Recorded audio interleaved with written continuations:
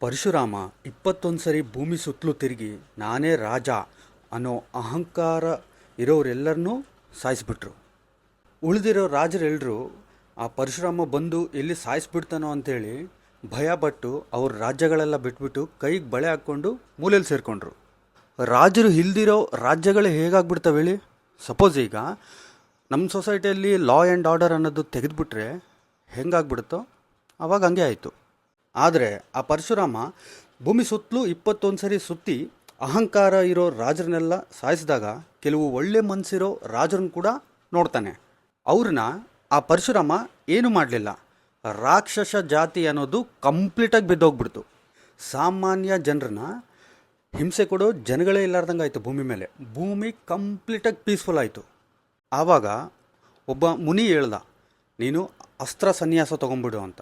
ಇಡೀ ಪ್ರಪಂಚ ಎಲ್ಲ ಬೆಳೆದಿರೋ ಅಹಂಕಾರನ ಮಟ್ಟಾಕಕ್ಕೆ ಬಂದಿರೋ ಉಗ್ರ ಅವತಾರನೇ ಆ ಪರಶುರಾಮ ಅವತಾರ. ಭೂಮಿ ಮೇಲೆ ಕೆಟ್ಟ ಅಭಿಪ್ರಾಯ ಇರೋ ರಾಜರೆಲ್ಲ ಸತ್ತೋದ್ರು. ಇನ್ನೂ ಉಳಿದಿರೋ ರಾಜರಿಗೆ ಮತ್ತು ಸಾಮಾನ್ಯ ಜನಗಳಿಗೆ ನಾವು ಹೆಂಗೆ ಇನ್ನೊಬ್ಬರಿಗೆ ಐಡಲ್ ಪರ್ಸನ್ ಆಗಿರಬೇಕು ಅನ್ನೋದು ತೋರಿಸೋಕೆ ಆ ವಿಷ್ಣು ಮೂರ್ತಿನೇ ಶ್ರೀರಾಮನ ಅವತಾರ ತಗೊಂಡು ಈ ಭೂಮಿ ಮೇಲೆ ಬರ್ತಾನೆ. ಆ ವೈಕುಂಠ ಲೋಕದಲ್ಲಿ ದ್ವಾರಪಾಲಕರು ಇರ್ತಾರೆ. ಅವ್ರ ಹೆಸರು ಜಯ ವಿಜಯ. ಅವರು ಮೊದಲನೇ ಜನ್ಮದಲ್ಲಿ ಹಿರಣ್ಯಾಕ್ಷ ಮತ್ತು ಹಿರಣ್ಯಕಶ್ಯಪ ಆಗಿ ಹುಡ್ತಾರೆ. ಅವರ ಎರಡನೇ ಜನ್ಮದಲ್ಲಿ ರಾವಣ ಮತ್ತು ಕುಂಭಕರ್ಣ ಆಗಿ ಹುಟ್ಟಬೇಕಾಗುತ್ತೆ. ಈ ಶಾಪ ಪೂರ್ತಿ ಆಗೋಕ್ಕೆ ಆ ರಾಮ ಅವತಾರ ಕೂಡ ಇವ್ರಿಗೆ ಹೆಲ್ಪ್ ಆಯಿತು. ವಿಷ್ಣುಗೆ ಸಂಬಂಧಪಟ್ಟಿರೋದೆಲ್ಲ ನಿಮಗೆ ರಾಮ ಅವತಾರದಲ್ಲಿ ಕಾಣಿಸುತ್ತೆ. ಆ ಮಹಾವಿಷ್ಣು ಶ್ರೀರಾಮನಾಗಿ, ಆ ಆದಿಶೇಷನು ಲಕ್ಷ್ಮಣ ಆಗಿ, ಸುದರ್ಶನ ಚಕ್ರ ಭರತನಾಗಿ, ಶಂಖ ಶತ್ರುಘ್ನ ಆಗಿ, ಆ ಲಕ್ಷ್ಮೀದೇವಿ ಸೀತೆಯಾಗಿ ಹುಡ್ತಾರೆ. ಆದರೆ ಆ ಶ್ರೀರಾಮಚಂದ್ರ ಮೂರ್ತಿ ಅಷ್ಟು ಸುಲಭವಾಗಿ ಭೂಮಿ ಮೇಲೆ ಬರಲಿಲ್ಲ. ಪ್ರೇತಾಯುಗ ಮುಗಿಯೋ ಹಂತದಲ್ಲಿ ಶ್ರಾವಣ ಕುಮಾರ ಅನ್ನೋ ವ್ಯಕ್ತಿ ಇರ್ತಾ ಇದ್ದ. ಆ ಶ್ರಾವಣ ಕುಮಾರ ಅಪ್ಪ ಅಮ್ಮ ಇಬ್ಬರು ವಯಸ್ಸಾದವರು, ಮುದುಕರು. ಅದರಲ್ಲಿ ಅವರಿಬ್ಬರಿಗೂ ಕಣ್ಣು ಕಾಣಿಸ್ತಿರ್ಲಿಲ್ಲ. ಅವ್ರ ಅಪ್ಪ ಅಮ್ಮನ್ನ ಯಾವಾಗಲೂ ಪಲ್ಲಕ್ಕಿ ಮೇಲೆ ಕೂಡಿಸ್ಕೊಂಡೇ ಹೊತ್ಕೊಂಡು ಹೋಗ್ತಾ ಇದ್ದ ಅವನ ಭುಜದ ಮೇಲೆ. ಅವರು ತೀರ್ಥಯಾತ್ರೆಗೆ ಹೋದಾಗ ಒಂದು ದಿನ ಶ್ರಾವಣ ಕುಮಾರ ಹೇಳ್ದ, ಅಪ್ಪ ಅಮ್ಮ ನಾನು ನದಿ ಹತ್ರ ಹೋಗಿ ನೀರು ತೊಗೊಂಬರ್ತೇನೆ, ನೀವು ಇಲ್ಲೇ ಇರ್ರಿ ಅಂತೇಳಿ. ಆವಾಗ ಅವನ ತಂದೆ ತಾಯಿ ತುಂಬ ಬೇಜಾರಾಗ್ತಾರೆ. ನಮ್ಮಿಂದ ಅವನಿಗೆ ಲೈಫೇ ಇಲ್ಲಾರ್ದಂಗಾಯಿತು, ನಾವಿಬ್ಬರು ಅವನ ಕಡೆಯಿಂದ ದೂರ ಆಗಿಬಿಡೋಣ, ಆವಾಗಲಾದರೂ ಅವನು ಹ್ಯಾಪಿಯಾಗಿರ್ಬೋದು ಅನ್ಕೊತಾರೆ.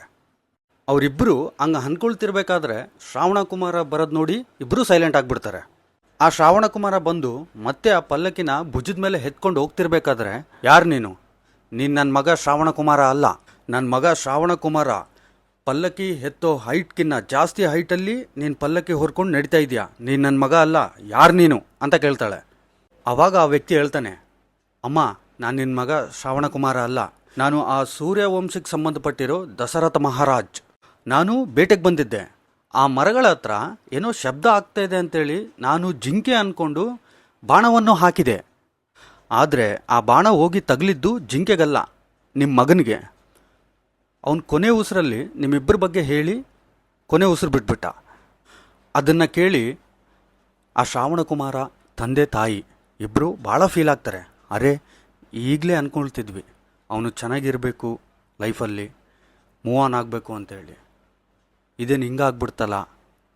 ಆ ಶ್ರಾವಣ ಕುಮಾರ ತಂದೆ ತಾಯಿ ಇಬ್ಬರು ಆ ದಶರಥ ಮಹಾರಾಜನಿಗೆ ಶಾಪ ಹಾಕ್ತಾರೆ. ನಮ್ಮ ಮಗನ ಕಳ್ಕೊಂಡು ನಾವು ಹೆಂಗೆ ಕೊರಗ್ತಾ ಇದ್ದೀವೋ ನೀನು ನಿಮ್ಮ ಪುತ್ರನ ಕಳ್ಕೊಂಡು ಹಂಗೆ ಕೊರಗ್ತೀಯ ಅಂಥೇಳಿ ಶಾಪ ಹಾಕ್ತಾರೆ.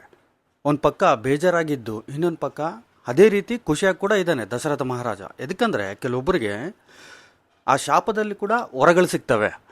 ಅದೇ ರೀತಿ ದಶರಥ ಮಹಾರಾಜ ಕೂಡ ಆಯಿತು. ಅದೇನೆಂದರೆ ದಶರಥ ಮಹಾರಾಜನಿಗೆ 3 ಹೆಂಡ್ತಿರಿರ್ತಾರೆ, ಕೌಸಲ್ಯ, ಸುಮಿತ್ರ, ಕೈಕೇಯಿ. ಆದರೆ ಯಾರಿಗೂ ಗಂಡ್ಮಗು ಸಂತಾನ ಇಲ್ಲ ಅವ್ರ 3ರಲ್ಲಿ. ನಿನ್ನ ಮಗ ದೂರ ಆಗಿ ನಮ್ಮಂಗೆ ನೀನು ಕೊರಗ್ತೀಯ ಅಂತೇಳಿ ಶಾಪ ಹಾಕಿದ್ರಲ್ಲ ಶ್ರಾವಣ ಕುಮಾರ ತಂದೆ ತಾಯಿ. ದಶರಥ ರಾಮರಾಜು ಅಂದ್ಕೊಳ್ತಾ ಇದ್ದ, ಪುತ್ರ ದೂರ ಆಗಬೇಕಂದ್ರೆ ಫಸ್ಟು ಪುತ್ರ ಇರಬೇಕು, ನನಗಿಲ್ಲ ಅಂದ್ಕೊಳ್ತಾನೆ. ಅಟ್ಲೀಸ್ಟ್ ಈ ಶಾಪ ಮುಖಾಂತರ ನನಗೆ ಗಂಡ್ಮಗು ಹುಡ್ತಾನೆ ಅಂತ ಅಂದ್ಕೊಂಡು ಅಲ್ಲಿಂದ ಹೋಗ್ಬಿಡ್ತಾನೆ. ಅಷ್ಟರಲ್ಲೇ ವಸಿಷ್ಠ ಮಹರ್ಷಿ ಬರ್ತಾನೆ. ಋಷ್ಯಶೃಂಗ ಅನ್ನೋ ವ್ಯಕ್ತಿ ಎಲ್ಲಿರ್ತಾನೋ ಅಲ್ಲಿ ಪ್ರಕೃತಿ ಭಾಳ ಪರ್ಫೆಕ್ಟಾಗಿರುತ್ತೆ, ಆ ರಾಜ್ಯ ಭಾಳ ಸಂತೋಷವಾಗಿರುತ್ತೆ, ಆತನಿಗೆ ಅಂಥ ಶಕ್ತಿಗಳಿರ್ತವೆ. ಆ ವ್ಯಕ್ತಿನ ಅಯೋಧ್ಯೆಗೆ ಕರೆಸಿ ಪುತ್ರಕಾಮಿಷ್ಠ ಯಾಗ ಮಾಡಿಸು ಅಂತೇಳಿ ದಶರಥ ಮಹಾರಾಜಗೆ ಹೇಳ್ತಾನೆ. ನಿನಗೆ ಖಂಡಿತ ಗಂಡ್ಮಗು ಆಗುತ್ತೆ ಅಂತೇಳಿ ವಸಿಷ್ಠ ಮಹರ್ಷಿ ಹೇಳ್ತಾರೆ. ಈ ಋಷ್ಟ್ರಸಿಂಗ ಯಾರು ಅಂದರೆ ಒಬ್ಬ ದೊಡ್ಡ ಮಹಾಋಷಿನ ಮಗ ಆಗಿರ್ತಾನೆ. ಒಂದಿನ ಆ ಮಹಾಋಷಿ ತಪಸ್ಸಿಗೆ ಕುಂತ್ಕೊಂಡಿರ್ತಾನೆ. ಅಲ್ಲಿಗೆ ಅಪ್ಸರಸೆ ಬರ್ತಾಳೆ. ಅವರಿಬ್ಬರು ಒಬ್ಬರನ್ನೊಬ್ಬರನ್ನ ನೋಡಿಕೊಂಡು ಪ್ರೀತಿ ಮಾಡ್ತಾರೆ. ಅವರಿಬ್ಬರಿಗೂ ಹುಟ್ಟಿರೋವನೇ ಈ ಋಷ್ಟ್ರಸಿಂಗ. ಆದರೆ ಋಷ್ಟ್ರಸಿಂಗ ಹುಟ್ಟಿದ ತಕ್ಷಣವೇ ಆ ಅಪ್ಸರಸೆ ಇವರಿಬ್ಬರನ್ನು ಬಿಟ್ಟು ಹೋಗ್ಬಿಡ್ತಾಳೆ. ನಾನು ಚಿಕ್ಕವನಿದ್ದಾಗೆ ನಮ್ಮಮ್ಮ ನನ್ನ ಬಿಟ್ಟು ಹೋದ್ಲಂತೇಳಿ ಆ ಋಷ್ಟ್ರಸಿಂಗ ಅನ್ನೋನು ಇಡೀ ಹೆಣ್ಣು ಜಾತಿ ಮೇಲೆ ಸಿಟ್ಟು ಮಾಡ್ಕೊಂಡ್ಬಿಡ್ತಾನೆ. ಈ ಋಷ್ಟ್ರಸಿಂಗ ಅನ್ನೋನಿಗೆ ಇಡೀ ಭೂಮಿ ಮೇಲೆ ಒಬ್ಬ ಹೆಣ್ಣು ಅನ್ನೋವಳು ಇರ್ತಾಳೆ ಅಂತಲೇ ಗೊತ್ತಿರಂಗಿಲ್ಲ ಅವನಿಗೆ. ಅವನು ಹೋಗಿ ಒಂದು ಡಾರ್ಕ್ ಫಾರೆಸ್ಟಲ್ಲಿ ತಪಸ್ ಮಾಡ್ತಾ ಅಲ್ಲೇ ಟೈಮ್ ಸ್ಪೆಂಡ್ ಮಾಡಿಬಿಡ್ತಾನೆ. ಈ ವಿಷಯ ತಿಳ್ಕೊಂಡಿರೋ ದಶರಥ ಮಹಾರಾಜು ಏನು ಮಾಡ್ತಾನಂದರೆ, ಈಗ ಋಷ್ಟ್ರಸಿಂಗ ಅನ್ನೋ ಒಂದು ಆಶ್ರಮ ಏನಿರುತ್ತಲ್ಲ ಆ ಆಶ್ರಮಕ್ಕೆ ಕಾಲ್ ಗರ್ಲ್ಸ್ನ ಕಳಿಸ್ಬಿಡ್ತಾನೆ. ಆ ಕಾಲ್ ಗರ್ಲ್ಸ್ ಏನು ಮಾಡ್ತಾರಂದರೆ ಅವನ ಮುಂದೆ ಅವ್ರು ಹಾಕ್ಕೊಂಡಿರೋ ಬಟ್ಟೆ ತೆಗೆದುಬಿಡ್ತಾರೆ. ಅವ್ರನ್ನ ನೋಡಿ ಅವನು ಅಲ್ಲಿಂದ ಹಂಚ್ಕೊಂಡು ಓಡೋಗ್ಬಿಡ್ತಾನೆ. ಆದರೆ ಅವನ ಬಾಡಿಯಲ್ಲಿ ಕೆಮಿಸ್ಟ್ರಿ ಆಯಿತು. ಆವಾಗ ಅವನ ತಂದೆ ಹತ್ರ ಹೋಗಿ ಕೇಳ್ತಾನೆ, ಅವರೆಲ್ಲ ಯಾರು, ಅವ್ರ ಮೈಕಟ್ಟು ಎದಕ್ಕೆ ನಮ್ಮ ಥರ ಇಲ್ಲ ಅಂತ ಕೇಳ್ತಾನೆ. ಕೊನೆಗೆ ಅವರಪ್ಪ ಅವ್ನಿಗೆ ಹೇಳ್ತಾನೆ, ಅವ್ರನ್ನ ಹೆಣ್ಮಕ್ಳು ಅಂತ ಹೇಳ್ತಾರೆ ಅಂತೇಳಿ. ಆ ಋಷ್ಯಸಿಂಗನ ಕರ್ಕೊಂಡು ಹೋಗಿ ಯಾಗ ಮಾಡಿಸ್ತಾನೆ ದಶರಥ ಮಹಾರಾಜು. ಯಾಗ ಮಾಡ್ತಿರ್ಬೇಕಾದ್ರೆ ಆ ಬೆಂಕಿಯಲ್ಲಿ 2 ಪಾತ್ರೆಗಳು ಇರ್ತವೆ. ಅದರಲ್ಲಿ ಪಾಯಸ ಇರುತ್ತೆ. ಆ ಮೊದಲನೇ ಇರೋ ಪಾತ್ರದಲ್ಲಿ ಪಾಯಸ ಕುಡಿದ್ರೆ ನೀತಿ ಧರ್ಮ ಇರೋ ಮಗ ಹುಡ್ತಾನೆ. ಆ 2ನೇ ಪಾತ್ರದಲ್ಲಿ ಇರೋ ಪಾಯಸ ಕುಡಿದ್ರೆ ಶೌರ್ಯ ಮತ್ತು ವೀರತ್ವ ಇರೋ ಮಗ ಹುಡ್ತಾನೆ. ಆದರೆ ಕೌಶಲ್ಯ ಏನು ಮಾಡ್ತಾಳಂದರೆ ಆ ಮೊದಲನೇ ಪಾತ್ರ ತಗೊಂಡು ಪಾಯಸ ಕುಡಿದ್ಬಿಡ್ತಾಳೆ. ಆವಾಗಲೇ ನೀತಿ ನ್ಯಾಯ ಧರ್ಮ ಇರೋ ಮಗ ಹುಡ್ತಾನೆ. ಅವನೇ ಶ್ರೀರಾಮಚಂದ್ರ ಮೂರ್ತಿ. ಕೈ 2ನೇ ಪಾತ್ರದಲ್ಲಿರೋ ಪಾಯಸ ಕುಡಿದ್ಬಿಡ್ತಾಳೆ. ಅವಾಗೇ ವೀರ ಶೂರ ಆದಂಥ ಭರತ ಹುಡ್ತಾನೆ. ಸುಮಿತ್ರ ಏನು ಮಾಡ್ತಾಳಂದರೆ ಆ 2 ಪಾತ್ರೆಯಲ್ಲಿ ಇರೋ ಪಾಯಸ ಸ್ವಲ್ಪ ಸ್ವಲ್ಪ ಕುಡಿತಾಳೆ. ಅವಾಗೇ ಲಕ್ಷ್ಮಣ ಶತ್ರುಘ್ನ ಹುಟ್ಟೋದು. ಆ ಶ್ರೀರಾಮಚಂದ್ರ ಮೂರ್ತಿ ಚಿಕ್ಕವನಿದ್ದಾಗಿಂದನೂ ಭಾಳ ಆ್ಯಕ್ಟಿವ್ ಆಗಿದ್ದ. ತುಂಬ ಗಲಾಟೆ ಮಾಡ್ತಾ ಇದ್ದ. ಅವನು ಮಾಡೋ ಗಲಾಟೆ ಯಾರೂ ತಡ್ಕೊಳಕ್ಕಾಗ್ತಿದ್ದಿಲ್ಲ. ಇವಕ್ಕೆಲ್ಲದಕ್ಕಿಂತ ಜಾಸ್ತಿ ಏನು ಅಂದರೆ ಶ್ರೀರಾಮಚಂದ್ರ ಮೂರ್ತಿ ಅಂದರೆ ಎಲ್ರಿಗೂ ತುಂಬ ಇಷ್ಟ.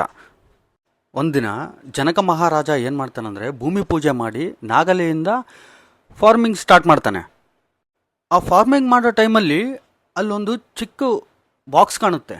ಆ ಬಾಕ್ಸ್ ತೆಗೆದು ನೋಡಿದ್ರೆ ಅದರಲ್ಲಿ ಒಂದು ಚಿಕ್ಕ ಮಗು ಇರುತ್ತೆ. ಆ ಮಗುನೇ ಸೀತಾಮಾತೆ. ಆದರೆ ಅದ್ಭುತ ಪುರಾಣದಲ್ಲಿ ಏನಿದೆ ಅಂದರೆ ಆ ಸೀತಾಮಾತೆ ರಾವಣನಿಗೆ ಹುಟ್ಟಿರೋವಂಥ ಮಗಳಾಗಿರ್ತಾಳೆ.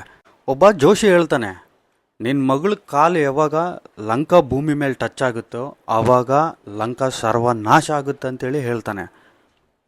ಆ ರಾವಣ ಏನು ಮಾಡ್ತಾನಂದರೆ ಆ ಮಗುನ ಒಂದು ಬಾಕ್ಸಲ್ಲಿ ಇಟ್ಬಿಟ್ಟು ಈ ಬಾಕ್ಸ್ ಎಲ್ಲಾದರೂ ದೂರ ಬಿಟ್ಟು ಬನ್ನಿ ಅಂತೇಳಿ ಅವನಿಗೆ ಸೈನಿಕರಿಗೆ ಕೊಟ್ಟು ಕಳಿಸ್ಬಿಡ್ತಾನೆ.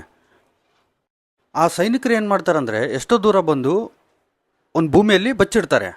ಆವಾಗ ಜನಕ ಮಹಾರಾಜ ಏನು ಮಾಡ್ತಾನಂದರೆ, ಗಾಯ್ಸ್ ಇಲ್ಲಿ ನೀವೇನು ತಿಳ್ಕೊಬೇಕಂದ್ರೆ ರಾಮಾಯಣದ್ದು ತುಂಬ ವರ್ಷನ್ಸ್ ಇದೆ. ಒಂದು ವರ್ಷನ್ಗೆ ಇನ್ನೊಂದು ವರ್ಷನ್ಗೆ ಸಂಬಂಧನೇ ಇಲ್ಲ. ನೀವು ಕ್ಲಿಯರಾಗಿ ಡಿಫ್ರೆನ್ಸ್ ನೋಡ್ಬೋದು. ಜನಕ ಮಹಾರಾಜಿಗೆ ಆ ಸೀತಾಮಾತೆ ಏನು ಸಿಗ್ತಾಳಲ್ಲ ಅವಳನ್ನ ತಗೊಂಡು ಜನಕ ಮಹಾರಾಜು ಅವನ ಪ್ಯಾಲೇಸ್ಗೆ ಹೋಗ್ಬಿಡ್ತಾನೆ. ಸೀತೆಗೆ 10 ವರ್ಷ ಇದ್ದಾಗ ಅವಳು ಪ್ಯಾಲೇಸಲ್ಲಿ ಆಟ ಆಡ್ಕೊತಿರ್ತಾಳೆ ಚಿಕ್ಕ ಮಕ್ಕಳ ಜೊತೆ ಎಲ್ಲ ಸೇರಿ.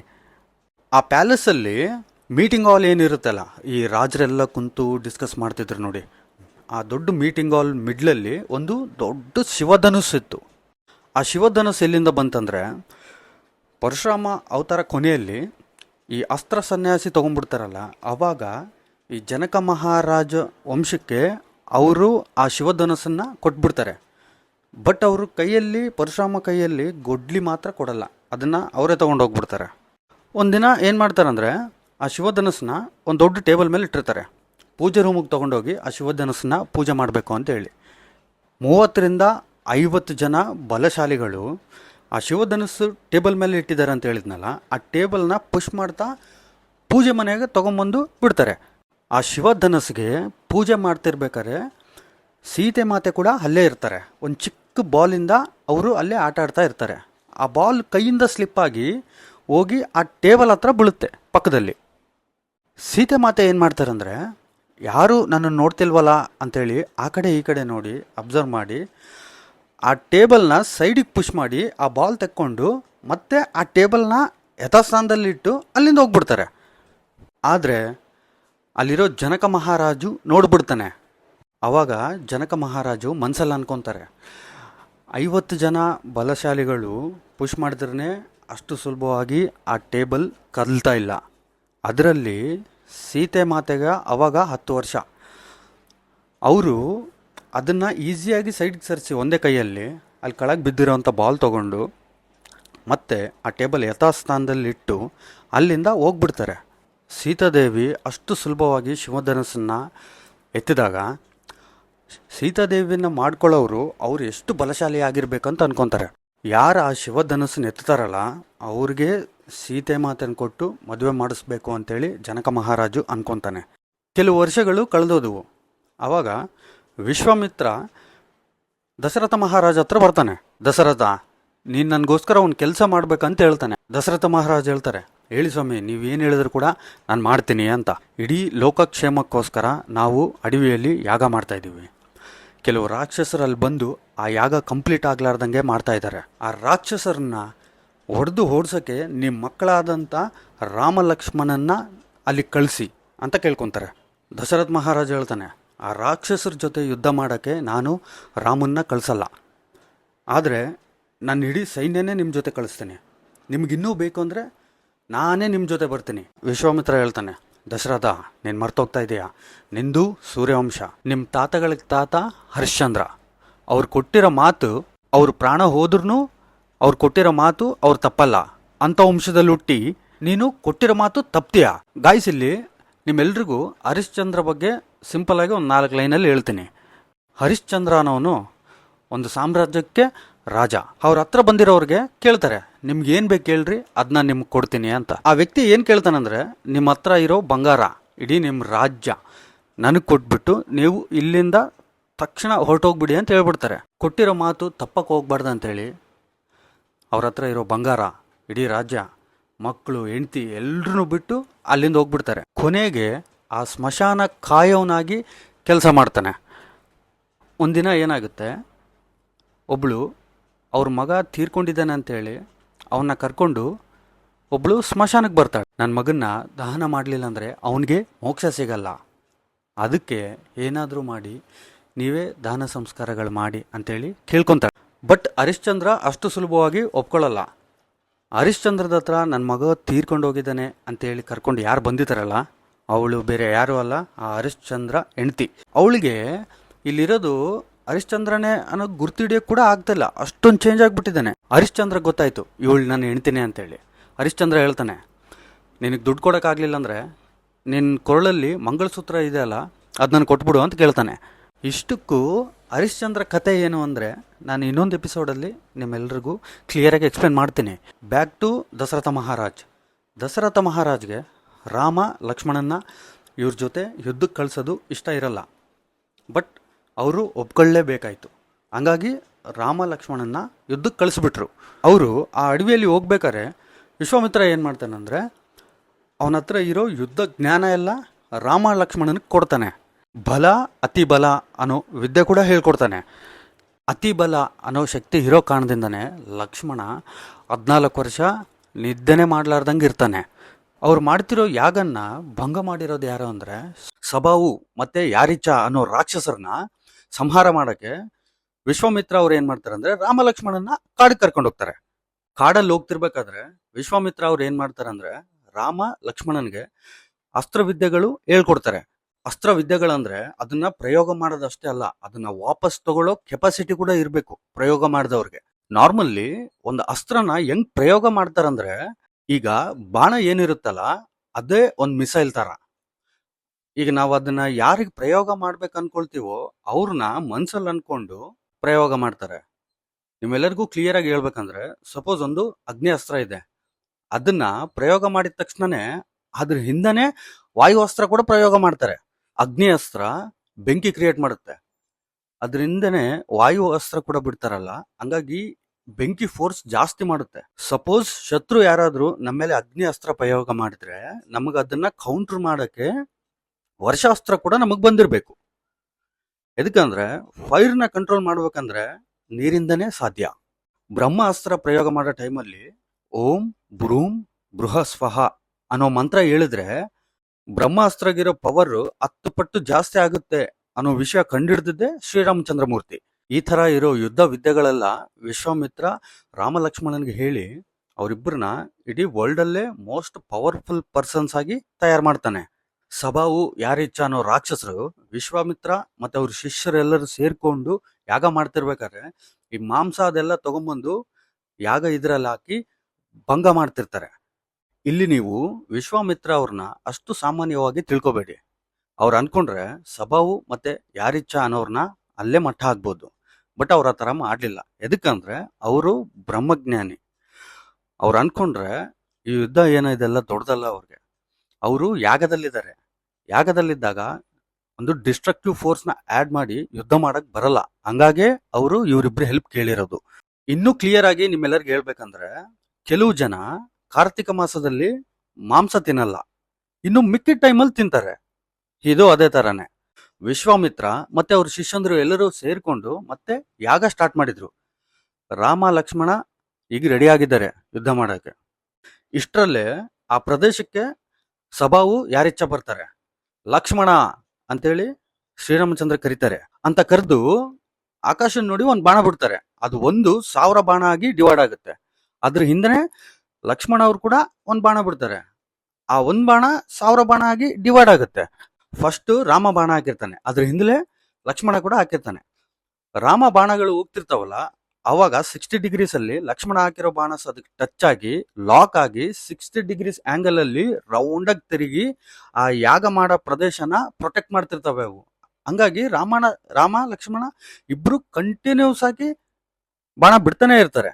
ರಾಮ ಲಕ್ಷ್ಮಣ ಇಬ್ರು ಆಗ್ತಿರೋ ಬಾಣಗಳು ರೌಂಡ್ ಆಗಿ ತಿರ್ಗ್ತಾ ಇದಾವಲ್ಲ, ಅದು ಇಮಿಡಿಯೇಟ್ ಸೆಕೆಂಡ್ ಅಲ್ಲೇ ಒಂದ್ ದೊಡ್ಡ ಚಕ್ರ ಆಗ್ಬಿಡುತ್ತೆ. ಈ ಸಂಭಾವು ಯಾರಿಚ್ಛ ಅನ್ನೋ ಇಬ್ಬರು ರಾಕ್ಷಸರು ಮಾಂಸ ಅದೆಲ್ಲ ತಗೊಂಡ್ಬಂದು ಯೋಗದಲ್ಲಿ ಹಾಕಕ್ಕೆ ಮೇಲಿಂದ ಟ್ರೈ ಮಾಡ್ತಾರೆ. ಅವಾಗ ಆ ದೊಡ್ಡ ಚಕ್ರ ಏನ್ ಫಾರ್ಮ್ ಆಗಿರುತ್ತಲ್ಲ ಅಲ್ಲಿ, ಅದಕ್ಕೆ ಟಚ್ ಆಗಿ ಈ ಮಾಂಸ ಈ ಪೀಸಸ್ ಎಲ್ಲ ಹೋಗಿ ದೂರ ದೂರ ಬಿದ್ದ್ಬಿಡ್ತವೆ. ಆ ಶ್ರೀರಾಮಚಂದ್ರ ಮೂರ್ತಿ ಏನ್ ಅನ್ಕೊಳ್ತಾರೆ ಅಂದ್ರೆ ಫಸ್ಟ್ ಯಾಗ ಪ್ರೊಟೆಕ್ಟ್ ಮಾಡ್ಬೇಕು. ಹಂಗಾಗಿ ಆ ಚಕ್ರ ಅನ್ನೋದನ್ನ ಅಲ್ಲಿ ಫಾರ್ಮ್ ಮಾಡ್ತಾರೆ. ಫಸ್ಟ್ ವಿಶ್ವಾಮಿತ್ರ ಅವ್ರ ಶಿಷ್ಯಂದ್ರು ಸೇರಿ ಯಾಗ ಮಾಡ್ತಿರ್ತಾರಲ್ಲ, ಅದನ್ನ ಪ್ರೊಟೆಕ್ಟ್ ಮಾಡ್ಬೇಕಂತೇಳಿ ಅಲ್ಲೊಂದು ದೊಡ್ಡ ಚಕ್ರ ಕ್ರಿಯೇಟ್ ಮಾಡ್ತಾರೆ. ಆ ಯಾಗ ಕಂಪ್ಲೀಟ್ ಆದ್ಮೇಲೆ ಸಂಭಾವು ಯಾರಿಚ್ಛ ನೋಡ್ಕೊಳ್ಬೇಕು ಅನ್ಕೊಂತಾರೆ. ಆ ಚಕ್ರ ಫಾರ್ಮ್ ಮಾಡಿದಾಗ ಶ್ರೀರಾಮಚಂದ್ರ ಮೂರ್ತಿ ಏನ್ ಮಾಡ್ತಾರೆ ಅಂದ್ರೆ ಶಂಭಾವು ಯಾರಿಚ್ಛ ಮೇಲೆ ಬಾಣಗಳನ್ನ ಹಾಕಕ್ ಸ್ಟಾರ್ಟ್ ಮಾಡ್ತಾರೆ. ಬಟ್ ಆ ಬಾಣಗಳಲ್ಲಿ ಒಂದು ಕೂಡ ಶಂಭಾವು ಯಾರಿಚ್ಛಗೆ ಟಚ್ ಆಗಲ್ಲ. ಅವರು ಸ್ಮಾರ್ಟ್ ಆಗಿ ತಪ್ಪಿಸ್ಕೋತಾ ಇದ್ದಾರೆ. ಅವಾಗ ವಿಶ್ವಾಮಿತ್ರ ರಾಮ ಅಂತ ಕರೆದು ಅವ್ರಿಗೆ ಹಿಂಟ್ ಕೊಡ್ತಾರೆ. ಹಿಂಟ್ ಕೊಟ್ಟು ನೆಕ್ಸ್ಟ್ ಬಾಣ ಏನು ರಾಮಚಂದ್ರ ಹಾಕ್ತಾರಲ್ಲ, ಅವಾಗ ಸಭಾವಾಗ ಅದು ಟಚ್ ಆಗಿ ಹಂಗೆ ಗಾಳಿಯಲ್ಲಿ ಹೋಗ್ಬಿಡ್ತಾನೆ ಕಾಣಿಸ್ಲಾರ್ದಂಗೆ. ಅವಾಗ ಯಾರಿಚ್ಛಾಗ ಅರ್ಥ ಆಗುತ್ತೆ, ಇಲ್ಲಿವರೆಗೂ ಆ ಶ್ರೀರಾಮಚಂದ್ರ ಮೂರ್ತಿ ಬೇಕು ಅಂತಾನೆ ನಮಗ್ ಟಚ್ ಆಗ್ಲಾರ್ದಂಗ್ ಬಾಣ ಆಗ್ತಾ ಇದ್ದಾನೆ ಅಂತ. ಯಾರಿಚ್ಛ ಈ ತರ ಮನ್ಸಲ್ಲಿ ಅನ್ಕೊಳ್ತಿರ್ಬೇಕಾದ್ರೆ ಇನ್ನೊಂದ್ ಬಾಣ ಬಂದ ಅವನಿಗೆ ಬೀಳುತ್ತೆ. ಯಾರಿಚ್ಛ ಹೋಗಿ ಎಲ್ಲಿ ಬೀಳ್ತಾನೋ ಅನ್ನೋದು ನಿಮಗ್ ಸದ್ಯದಲ್ಲೇ ತಿಳಿಸ್ತೀನಿ. ಯಾಗ ಸಕ್ಸಸ್ಫುಲ್ ಆಗಿ ಕಂಪ್ಲೀಟ್ ಆಗುತ್ತೆ. ಅವಾಗ ವಿಶ್ವಾಮಿತ್ರಗೆ ಒಂದು ಇನ್ವಿಟೇಷನ್ ಬರುತ್ತೆ. ಆ ಇನ್ವಿಟೇಷನ್ ಅಲ್ಲಿ ಏನಿರುತ್ತೆ ಅಂದ್ರೆ ಸೀತಾದು ಸ್ವಯಂವರ ಇದೆ, ನೀವು ಬಂದು ಆಶೀರ್ವಾದ ಮಾಡಿ ಅಂತ ಇರುತ್ತೆ ಅದರಲ್ಲಿ. ಅವಾಗ ವಿಶ್ವಾಮಿತ್ರ ಏನ್ ಮಾಡ್ತಾರಂದ್ರೆ ಅವ್ರ ಜೊತೆಯಲ್ಲಿ ರಾಮ ಲಕ್ಷ್ಮಣನ್ ಕೂಡ ಕರ್ಕೊಂಡು ಹೋಗ್ತಾರೆ. ಈ ಮಿಥಿಲ ರಾಜ್ಯ ಅನ್ನೋದು ಹೆಂಗಿರುತ್ತಂದ್ರೆ ಬಾಹುಬಲಿ ಸಿನಿಮಾ ಅಲ್ಲಿ ಅನುಷ್ಕಾ ಶೆಟ್ಟಿದು ಕಿಂಗ್ಡಮ್ ಇರುತ್ತೆ ನೋಡಿ, ತುಂಬಾ ಗ್ರೀನರಿ ಆಗಿ ದೊಡ್ಡ ಮೌಂಟೇನ್ ಮೇಲೆ ಇರುತ್ತೆ. ಆ ತರ ಇರುತ್ತೆ ನೋಡಕ್ಕೆ. ಅಯೋಧ್ಯ ನೋಡಕ್ಕೆ ಏ ತರ ಕಾಣಿಸುತ್ತೆ ಅಂದ್ರೆ ಸ್ವಲ್ಪ ಗ್ರೀನರಿ ಕಮ್ಮಿ ಇರುತ್ತೆ. ಬಾಹುಬಲಿ ಕತೆ ರಿಫರೆನ್ಸೇ ರಾಮಾಯಣ ಮಹಾಭಾರತ್. ಆದ್ರೆ ಆ ಶ್ರೀರಾಮಚಂದ್ರ ಮೂರ್ತಿಗೆ ಅವ್ರು ಹೋಗ್ತಾ ಇರೋದು ಸೀತಾದೇವಿ ಸ್ವಯಂವರಕ್ ಅಂತ ಹೇಳಿ ಗೊತ್ತಿರಲ್ಲ. ಇವರು ಮಿಥಿಲ ರಾಜ್ಯಕ್ಕೆ ಎಂಟ್ರಿ ಆದಾಗ ಒಂದ್ 5 ಜನ ಹೆಣ್ಮಕ್ಳು ಪಕ್ಕದಲ್ಲೇ ನಿಂತು ಮಾತಾಡ್ತಾ ಇರ್ತಾರೆ. ಅವ್ರ ಪಕ್ಕದಲ್ಲೇ ಸೀತಾದೇವಿ ಕೂಡ ಇರ್ತಾಳೆ. ಆ ಸೀತಾದೇವಿ ರಾಮನ್ ನೋಡಿ ನಾಚ್ಕೊಳ್ತಾಳೆ.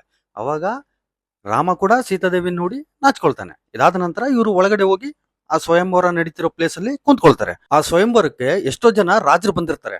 ಅವಾಗ ವಿಶ್ವಾಮಿತ್ರ ಅವ್ರು ಹೇಳ್ತಾರೆ, ರಾಮ, ಮಿಥಿಲ ರಾಜ್ಯ ದ್ವಾರದಲ್ಲಿ ನೀನೊಬ್ಬರನ್ನ ನೋಡಿ ನಾಚ್ಕೊಂಡ್ಯಲ್ಲ, ಅವ್ರ ಹೆಸರು ಸೀತಾ, ನಾವು ಬಂದಿರೋದು ಅವ್ರ ಸ್ವಯಂವರಕ್ಕೆ ಅಂತ ಹೇಳ್ತಾರೆ. ಒಂದ್ ದೊಡ್ಡ ಟೇಬಲ್ ಮೇಲೆ ಶಿವಧನುಸ್ಸನ್ನ ಇಟ್ಕೊಂಡು ಆ ಕಡೆ ಈ ಕಡೆ ಒಂದೊಂದು ರೋಪ್ ಇರುತ್ತೆ. ಆ ರೋಪ್ನ 50 ಜನ ಎಳ್ಕೊಂಡ್ ಬಂದು ಆ ಸಭಾ ನಡೀತಿರೋ ಮಧ್ಯದಲ್ಲಿ ಇಡ್ತಾರೆ. ಆ ಶಿವಧನುಸ್ಸನ್ನ ನೋಡಿ ಕೆಲವು ಜನ ರಾಜರು ಅನ್ಕೊಳ್ತಾರೆ, ಇನ್ನು ನಮಗ್ ಮದ್ವೆ ಆದಂಗೆ, ನಮ್ ಕೈಯಲ್ಲಿ ಇದನ್ನ ಎತ್ತಕ್ಕಾಗಲ್ಲ ಅನ್ಕೊಳ್ತಾರೆ. ಒಬ್ರೊಬ್ರಾಗ್ ಬಂದು ಆ ಶಿವಧನಸ್ಸನ್ನ ಎತ್ತಕ್ ಟ್ರೈ ಮಾಡ್ತಾರೆ. ಬಟ್ ಯಾರ ಕೈಯಲ್ಲಿ ಅದನ್ನ ಇಂಚಿ ಕೂಡ ಅಲ್ಲಾಡ್ಸಕ್ ಆಗಲ್ಲ. ಶಿವಧನಸ್ ಹೆಂಗಿರುತ್ತಂದ್ರೆ ಥೋರ್ ಮೂವಿಯಲ್ಲಿ ಅವ್ರ ಕೈಯಲ್ಲಿ ಒಂದು ಹ್ಯಾಮರ್ ಇರುತ್ತೆ ನೋಡಿ. ಆ ಹ್ಯಾಮರ್ ಅದನ್ನ ಯಾರ್ ಕರೆಕ್ಟೋ ಅವ್ರಿಗೆ ಸಿಲಿಂಡರ್ ಆಗುತ್ತೆ, ಇಲ್ಲಾಂದ್ರೆ ಯಾರಿಗೂ ಇಂಚು ಕೂಡ ಅಲ್ಲಾಡ್ಸಕ್ ಆಗಲ್ಲ. ಆ ಸ್ವಯಂವರಕ್ಕೆ ಎಷ್ಟೋ ಜನ ರಾಜರು ಬಂದಿರ್ತಾರೆ ಅಂತ ನಾನು ಹೇಳಿದ್ನಲ್ಲ, ಅದರಲ್ಲಿ ಒಬ್ಬ ಎದ್ದೇಳ್ತಾನೆ, ಎದ್ದು ನನಗಿದು ಮೋಸ ಅನಿಸ್ತಾ ಇದೆ, ಆ ಶಿವಧನಸ್ಸು ನೀವು ರಥಕ್ಕೆ ಕಟ್ಟಿದಿರಾ, ಅದನ್ನ ಎತ್ತಕ್ ಹೋದ್ರೆ ಆ ರಥ ವೇಟ್ ಕೂಡ ಅದಕ್ಕೆ ಬಿದ್ದಿದೆ, ಹಂಗಾಗಿ ಇದ್ ಮಾಡಕ್ ಆಗ್ತಾ ಇಲ್ಲ, ಬನ್ನಿ ಅಂತ ಹೇಳಿ ಒಂದ್ 50 ಜನ ರಾಜರನ್ನ ಕರ್ಕೊಂಡು ಹೋಗಿ ಅದನ್ನ ಎತ್ತಕ್ ಟ್ರೈ ಮಾಡ್ತಾನೆ. ಬಟ್ ಇಂಚು ಕೂಡ ಕದಲಲ್ಲ ಅದು. ಅಷ್ಟರಲ್ಲೇ ಅಲ್ಲಿ ಭೂಮಿ ಶೇಕ್ ಆಗುತ್ತೆ. ಯಾ ಅಂತೇಳಿ ಬ್ಯಾಕ್ ಗ್ರೌಂಡ್ ಅಲ್ಲಿ ಸೌಂಡ್ ಬರುತ್ತೆ. ಯಾರು ಅಂತ ಹಿಂದ ತಿರುಗಿ ನೋಡಿದ್ರೆ ಆತನೇ ಶಿವಭಕ್ತ, ಅಸುರಗಳ ಅಧಿಪತಿ ದಶಕಂಠ ರಾವಣಾಸುರ. ಆ ಮಹಾಶಿವನ್ ಬಗ್ಗೆ ತಪಸ್ಸು ಮಾಡಿ ಅವ್ರನ್ನ ನನ್ನ ಕಣ್ಮುಂದನೆ ಪ್ರತ್ಯಕ್ಷ ಮಾಡಿಸ್ಕೊಂಡು ಎಷ್ಟೋ ವರಗಳನ್ನ ತಗೊಂಡು, ನಾನಲ್ದೆ ಆ ಶಿವಧನಸ್ಸನ್ ಯಾರು ಎತ್ತೋದು ಅಂತೇಳಿ ನನ್ನ ಕರ್ದಿಲ್ಲ ಅಂದ್ರೆ ಕೂಡ ನಾನು ಈ ಸ್ವಯಂವರಕ್ಕೆ ಎದಕ್ ಬಂದಿದ್ದೀನಿ ಅಂದ್ರೆ, ಇಡೀ ಈ ಭೂ ಪ್ರಪಂಚದಲ್ಲಿ ಆ ಶಿವಧನಸ್ಸನ್ನ ಎತ್ತೋ ಶಕ್ತಿ ಮತ್ತೆ ಬುದ್ಧಿವಂತಿಕೆ ನನ್ನಲ್ಲಿ ಅಷ್ಟೇ ಇದೆ, ಅದಕ್ಕೆ ನಾನೇ ಕರೆಕ್ಟು, ಇನ್ಯಾರೂ ಕರೆಕ್ಟ್ ಅಲ್ಲ ಅಂತ ಹೇಳಿ ಆ ಸೀತಾದೇವಿ ನೋಡ್ತಾ ಆ ಶಿವಧನಸ್ಸನ ಹತ್ರ ಹೋಗಿ ನಿಂತ್ಕೊಂತಾನೆ.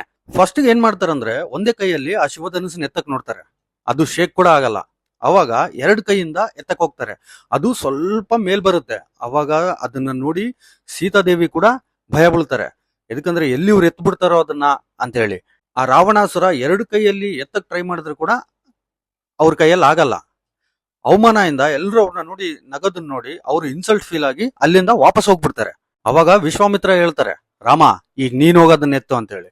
ಅಲ್ಲಿವರೆಗೂ ಆ ಶ್ರೀರಾಮಚಂದ್ರ ಮೂರ್ತಿ ಕೂಡ ಗೊತ್ತಿಲ್ಲ ಅವರು ಈ ಸ್ವಯಂವರದಲ್ಲಿ ಪಾರ್ಟಿಸಿಪೇಟ್ ಮಾಡ್ತಾ ಇದ್ದಾರೆ ಅಂತ ಹೇಳಿ.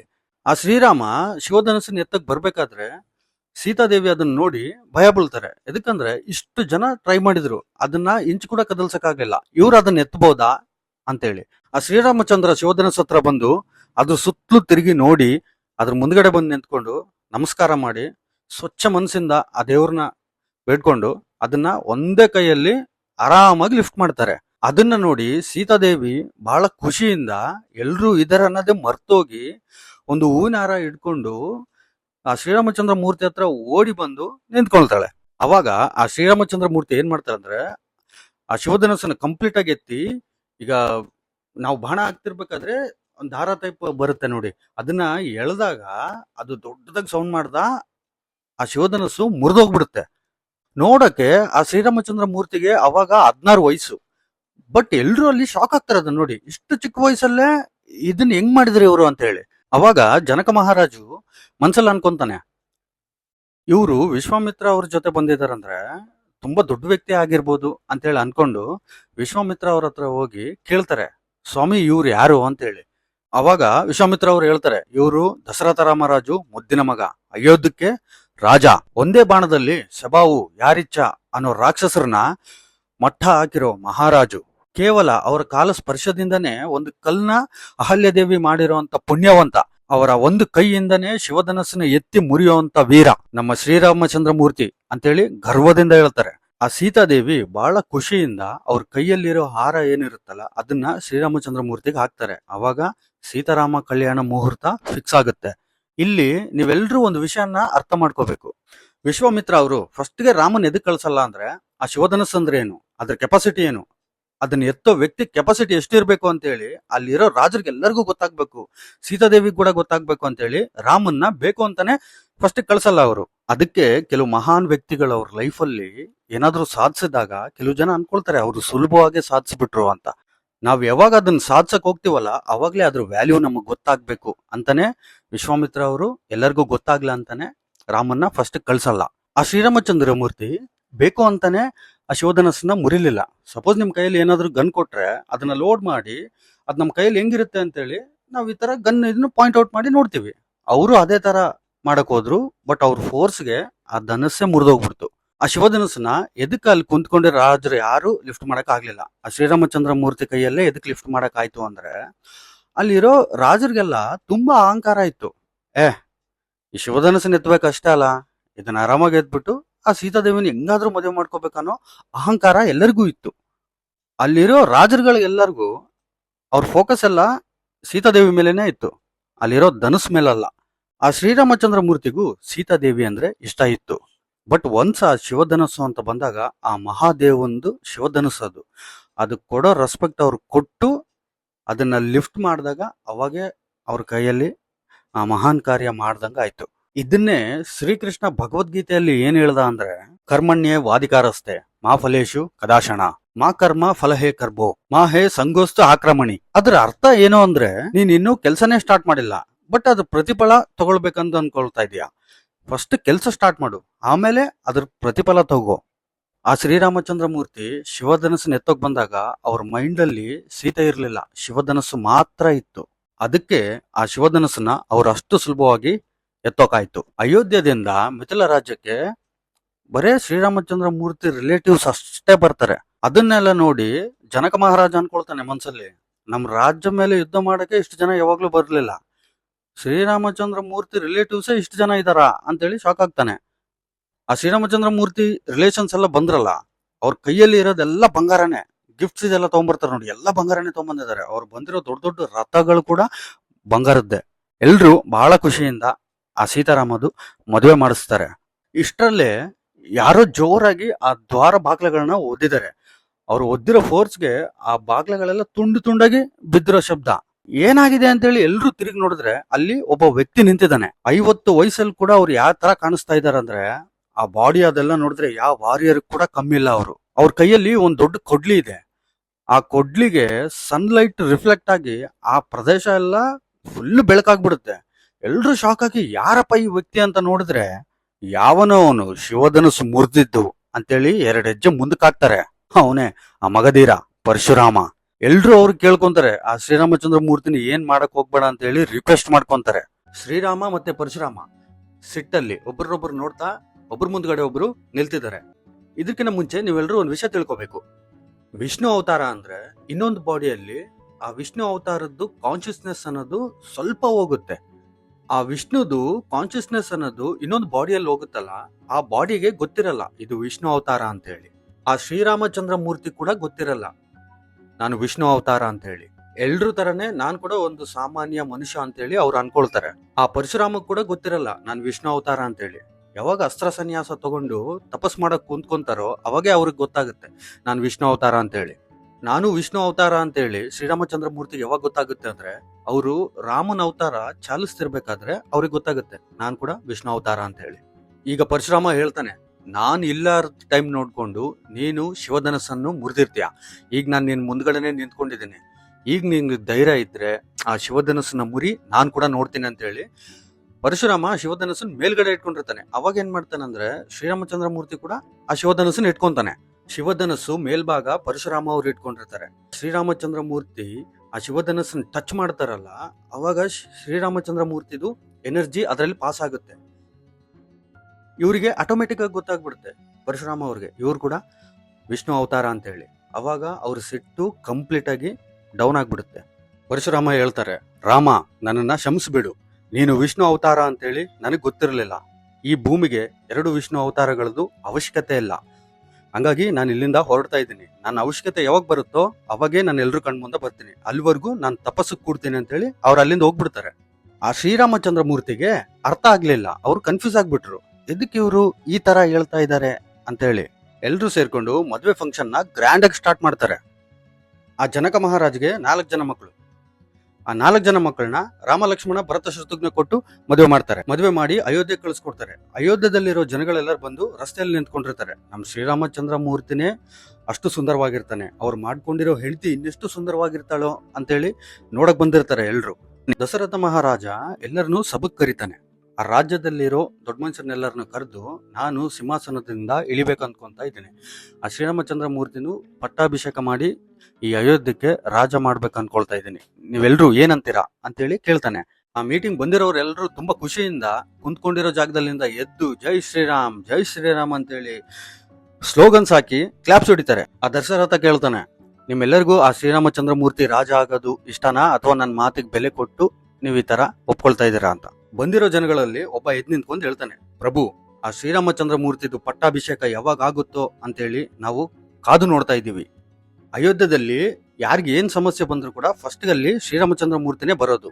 ಆ ದಶರಥ ಮಹಾರಾಜನ ಎಲ್ಲರೂ ಡೈರೆಕ್ಟ್ ಆಗಿ ನೋಡಿರ್ಲಾರ್ಬೋದು, ಬಟ್ ಶ್ರೀರಾಮಚಂದ್ರ ಮೂರ್ತಿನ ನೋಡಿಲ್ಲಾರದ್ದು ಜೀವನೇ ಇಲ್ಲ ಈ ಅಯೋಧ್ಯದಲ್ಲಿ.